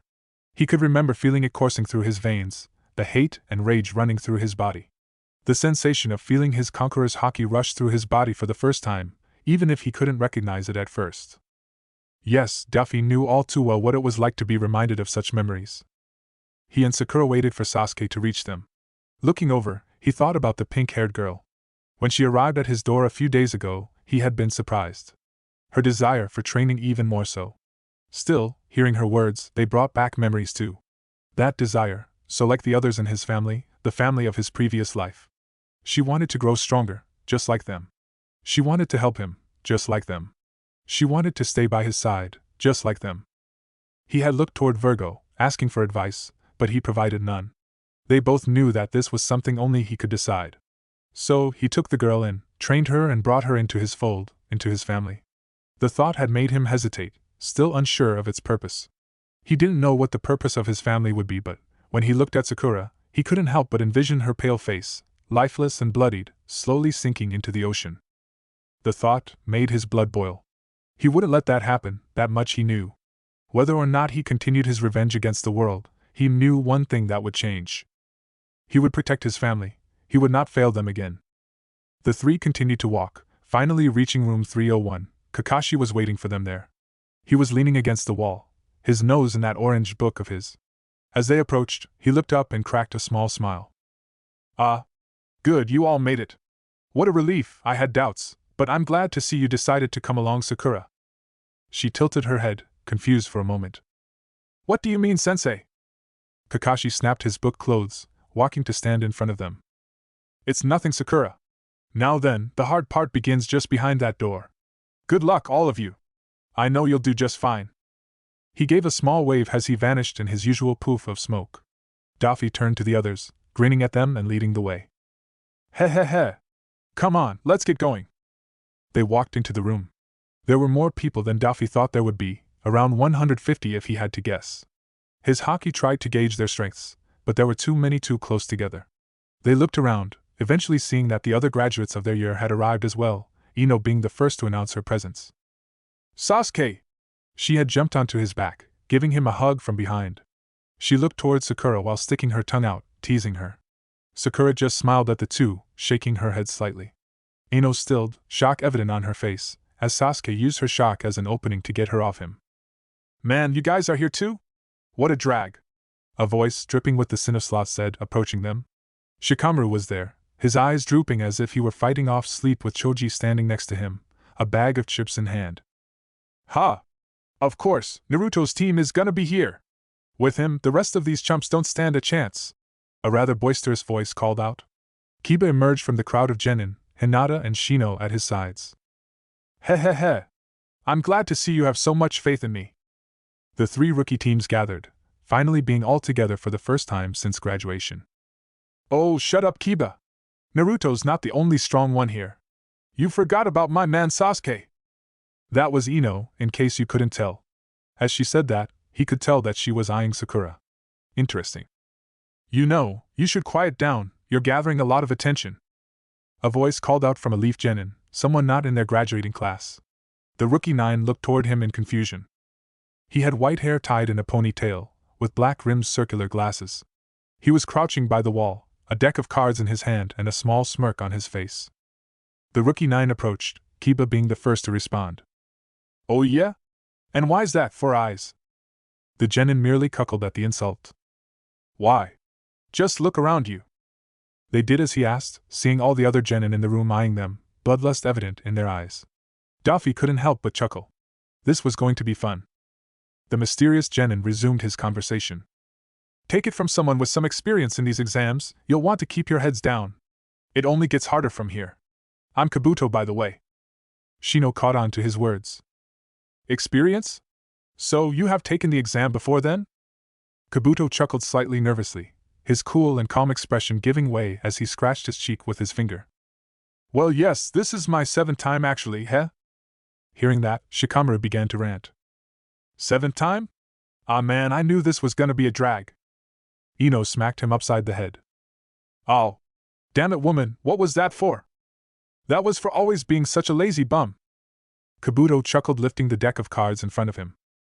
"Luckily for you guys, I might be able to help you. These are my ninja info cards, filled to the brim with all the data I could find on every participant here. Anyone you would like to know about?" he said, shuffling the deck of cards. Sakura was the first to make a suggestion. "Do you have Kankuro? No last name." Kabuto merely nodded, grabbing one of the cards. Flowing his chakra into it, a picture began to form on the card, soon revealing a profile of Kankuro. "Let's see here. It looks like he's from the Hidden Sand Village, their Kazekage's son no less. According to this, he's a very proficient puppet user. I've never fought one, but I've heard stories. They're full and different tricks and traps, always consisting of deadly poison attacks. I'd avoid him if I were you, he's a tricky one. Anyone else?" While the term puppet user intrigued him, there was something else far more interesting. Daffy stepped up next, testing his theory. "Naruto Uzumaki," he said with a grin. Kabuto smiled, but Daffy had seen it, a slight twitch betraying nervousness. It would seem Kabuto already knew who he was and was a rather gifted liar. Kabuto grabbed another card, reading its contents. "All right, Naruto Uzumaki. Says here that he graduated at the top of his class, excelling in taijutsu and also a unique ninjutsu, something to do with chakra strings. He's competed 12 D-rank missions and 1 B-rank?" Though he sounded surprised, Naruto knew it was just an act. He already knew the information he was reading off. Besides, he slipped up or perhaps underestimated them. The records of the missions that a ninja has completed is only available for the ninja in question's eyes only. Only the Hokage had the permission to view and distribute that information to any person or party that would need that kind of information. He did not remember giving permission to Kabuto, so how did he get his hands on that information? Besides, his haki told him Kabuto was much stronger than a mere genin. He and the old man needed to have a talk about this Kabuto. "Now is there any o?" A door slammed open, interrupting Kabuto. Near the front of the room several Chunin had walked in, followed by what looked to be a jonin. He was a large man, his face heavily scarred and a bandana atop his head. "All right everyone, listen up. I'm Ibiki Marino, the proctor for the first exam. Now, if you don't want to fail immediately, then form a line in front of the 2 Chunin in front of me, grab a number and sit your ass down." So, the first exam was a written test, huh? Interesting. Daffy grabbed a number and took a seat, ending up in the 3rd row and sitting next to Hinata and someone he didn't recognize. He listened as Ibiki explained the rules. The way he explained it had been more complicated than it had to be, probably an attempt to confuse them. Daffy found the rules interesting as he looked down at the test that had been passed out. The questions were difficult, extremely so. These weren't questions that a normal genin could answer, even he didn't know where to begin on some of them. The rules were strange. You started with 10 points, losing a point for each question you got wrong, or didn't answer. This meant that, unlike other tests, it was possible to pass the test while only getting a single question right. There was something else strange as well. Being caught cheating 3 times meant disqualification, but why give them so many chances in the first place, instead of just disqualifying them the first time? The answer was obvious. They were supposed to cheat. Most of them couldn't answer these questions, forcing them to cheat in a room full of ever-watchful Chunin. He was beginning to like Ibiki Marino. Still, if that's all it was, then this was gonna be easy, considering he could answer at least one of the questions. Doing so, he looked around, realizing there was still 45 minutes until the 10th question according to the back of his test. He decided to have some fun, getting rid of some competition as well. He subtly aimed his fingers at the ceiling and got to work. Parasite string. He connected to the nameless genin behind him with his string. His fingers worked to control the poor soul's movements. He could hear him whispering to himself, panicking and not able to figure out why his body was moving on its own. Daffy made the genin turn to the one next to him, making him reel back a fist and plant it into the other boy's face. A kunai flew, darting past him and digging into the desk behind him, in front of the boy he was controlling. He instantly vanished his strings, giving the boy control of his body again. One of the proctors spoke up. Number 112, you're disqualified. Numbers 64 and 35 also fail. Wait. That wasn't me, I'm telling you guys, that wasn't me, I swear. The boy screamed, forcing the proctors to drag him out as his teammates walked out, embarrassment clear on their faces. Ibiki spoke when the boy had left the room. Listen up, if any of you proceed to attack another student like he did, you're disqualified. Now continue with your test. Daffy chuckled, catching his words. Like he did, Ibiki didn't care that they were attacking each other, he simply expected them to do it subtler. Once again firing his string, he took control of another genin, this time in the front row. He could feel the boy struggling against his strings, but it was no use. The parasite string relied on Daffy being considerably stronger than his opponent. To break it, you would have to overpower his own strength, then cut the string at the nape of your neck. The genin didn't stand a chance. Making the boy pick up his pencil, he grabbed it similar to a dart. He made him move the pencil back and forth, as if he were aiming. Ibiki stared down at the boy, daring him to go through with it. Daffy grinned, the boy whimpered, and the pencil flew through the air. Ibiki walked around the room, gathering the tests after Anko had taken them to training ground 44. He stopped as he neared the test of the blonde kid, Naruto Uzumaki, the Jinchuriki of the nine-tailed fox. He thought about what he had seen during the test, those strange strings bouncing off the walls, landing on and controlling the other participants. He was the only one who saw it, his Chunin never realizing what was happening in front of him. Still, Ibiki didn't see body manipulation as an excuse to disrespect him, the other Chunin having to hold him back as he attempted to throw the boy in the front row out the nearby window. The kid ended up running out of the room, screaming with his two teammates behind him. Those strings of Naruto's were quite dangerous, the ability to control another's actions being a rare ability, a trademark he could only remember the Yamanaka having. He imagined there was more that the boy could do as well, he seemed to be quite imaginative. He wouldn't say it, but the blonde unnerved him. There was something about Naruto Uzumaki that wasn't quite right. He seemed too confident, too experienced for only being 12 years of age. His gaze would often linger toward the blonde, more often than he would like. He had some weird pull, a strange charisma that made him want to watch him. Ibiki didn't like it. He grabbed the test, promising to tell the Hokage of his concerns after the Chunin exam. He could do it now, but the old man had enough on his plate. This could wait. Daffy and his team were jumping from branch to branch, having just entered the aptly named Forest of Death. They had received a Heaven Scroll from the proctors and had 5 days to get an Earth Scroll from another team and make their way to the central tower. They hopped along for an hour, making camp by the river. Daffy decided to let Sasuke take command this time, hoping to let the Uchiha get his nerve back after his fight with Virgo. They had made a small campfire, as they prepared some fish that Sakura had caught in the river. Eating it, Sasuke decided their plan. Alright, we have a couple options here. The most important thing we do right now is grab an Earth Scroll. After that, we can either head straight to the central tower, or stay behind to thin the competition. What do you think?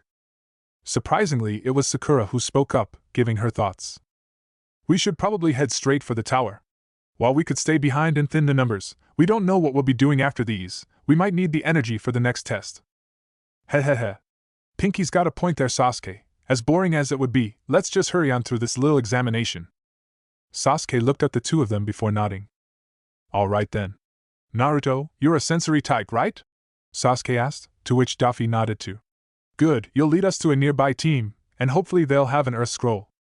They nodded in response. Daffy was just about to joke about how mature he was being when he stopped, sensing a powerful presence with his haki.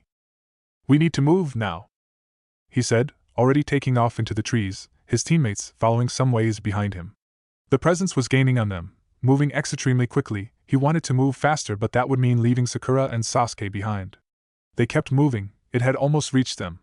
He was about to tell Sakura and Sasuke to pick up the pace when his haki had detected an attack being made, ninjutsu. He turned to his left, his arms covering his face to block whatever the attack was. A heavy wind made impact, sending him flying through the forest. He had tried to use his strings to stop his momentum, but whatever he attached them to was being destroyed by both the attack and his sheer momentum. Eventually, he came to a stop, righting himself in midair as he landed on a nearby branch. He quickly turned around, his haki alerting him to a massive creature behind him. He was met with an enormous pair of eyes and a forked tongue. It hissed. Wind style, great breakthrough! Orochimaru released a powerful blast of wind, hitting the Jinchuriki directly. While he was interested in the blonde, his true goal here was to see Sasuke and test how far his Sharingan had come along. He would test the other boy later. He had a harder time entering the exam than he thought. Originally, he was planning to disguise himself as one of the Genin team, after killing them of course. Thankfully Kabuto reported back to him with information on Naruto, revealing that he was a sensory type and changing his plans. Oh well, it didn't matter in the end. Unraveling a scroll, he used it to summon another of his giant snakes, climbing atop its head. He had to be careful here, he couldn't risk using any high-powered chakra techniques, or else risk the old man detecting his presence too early. Naruto! The girl had screamed after the boy he had sent flying into the forest. Grinning, he dashed in front of them, appearing before the two little genin. Looking at Sasuke, he couldn't help but picture his brother, Itachi. They were quite reminiscent of each other, such a shame that they hated other so much. Who the hell are you? What did you do to Naruto? Sasuke said, Orochimaru relishing his voice. He had waited for this moment ever since Itachi had defeated him so easily.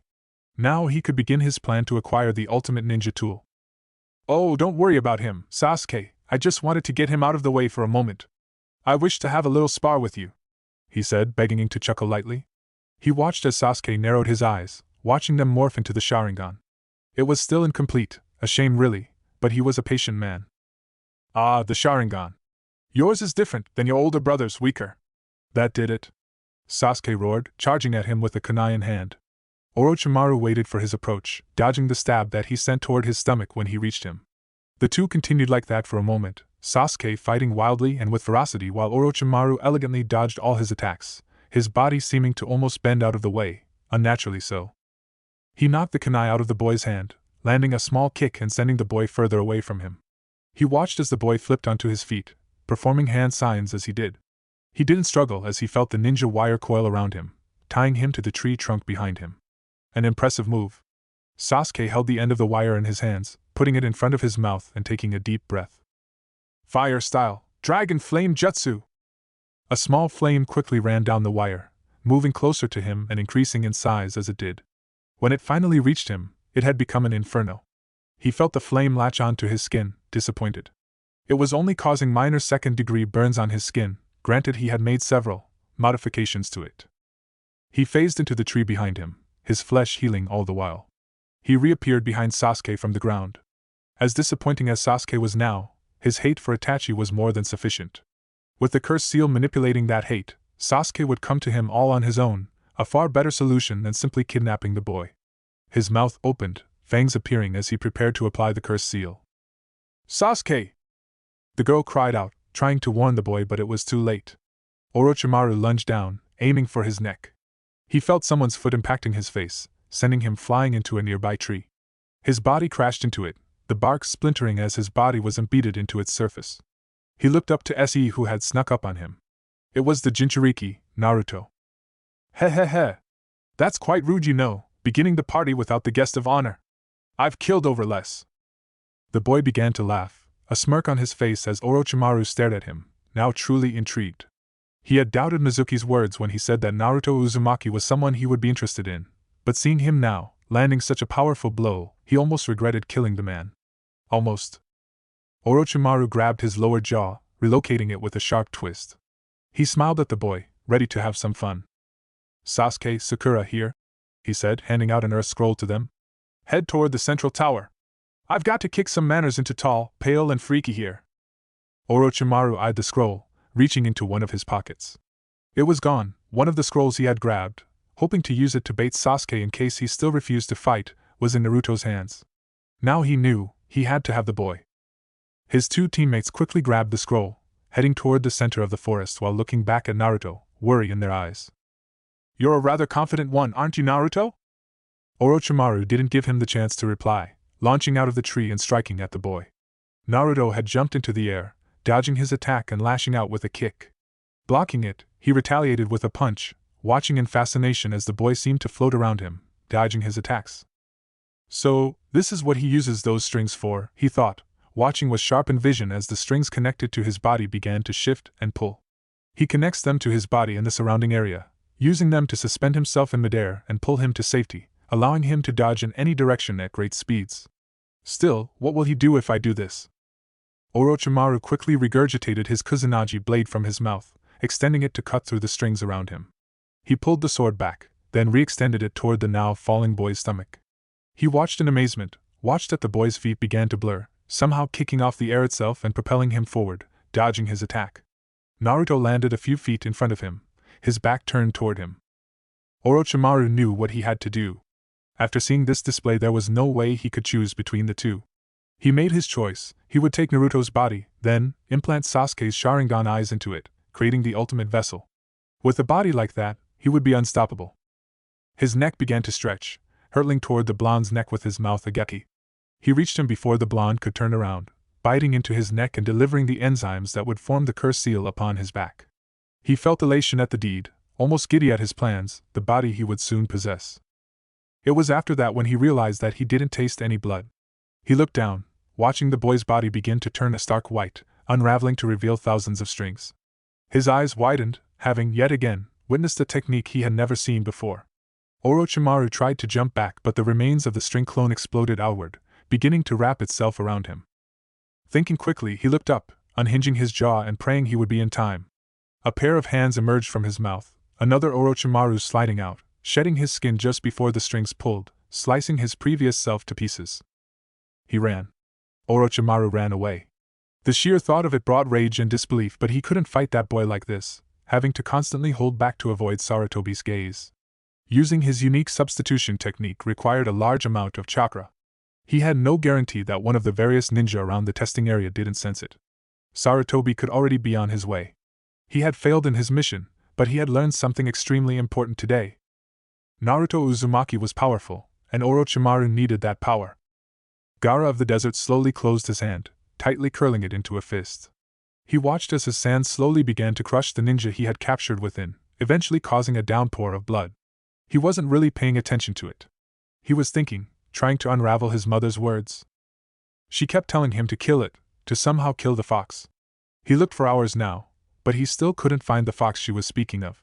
Kankuro and Temari were growing weary of following him in his quest. Normally he wouldn't care, but he needed them to continue in the exam, to help him find the fox his mother wanted. He closed his eyes thinking that maybe the fox was not a literal animal, but a person. He sent images, memories of the different ninja he had seen today, waiting for a reaction. It didn't take long. The moment he thought of the blonde grinning boy, his mother went berserk, her screams giving him a small headache as he leaned on a tree. He paused for a moment, reeling in pain before he looked up, a large grin on his face. Yes, mother would have the fox's blood. The fox would be the next one to prove his existence.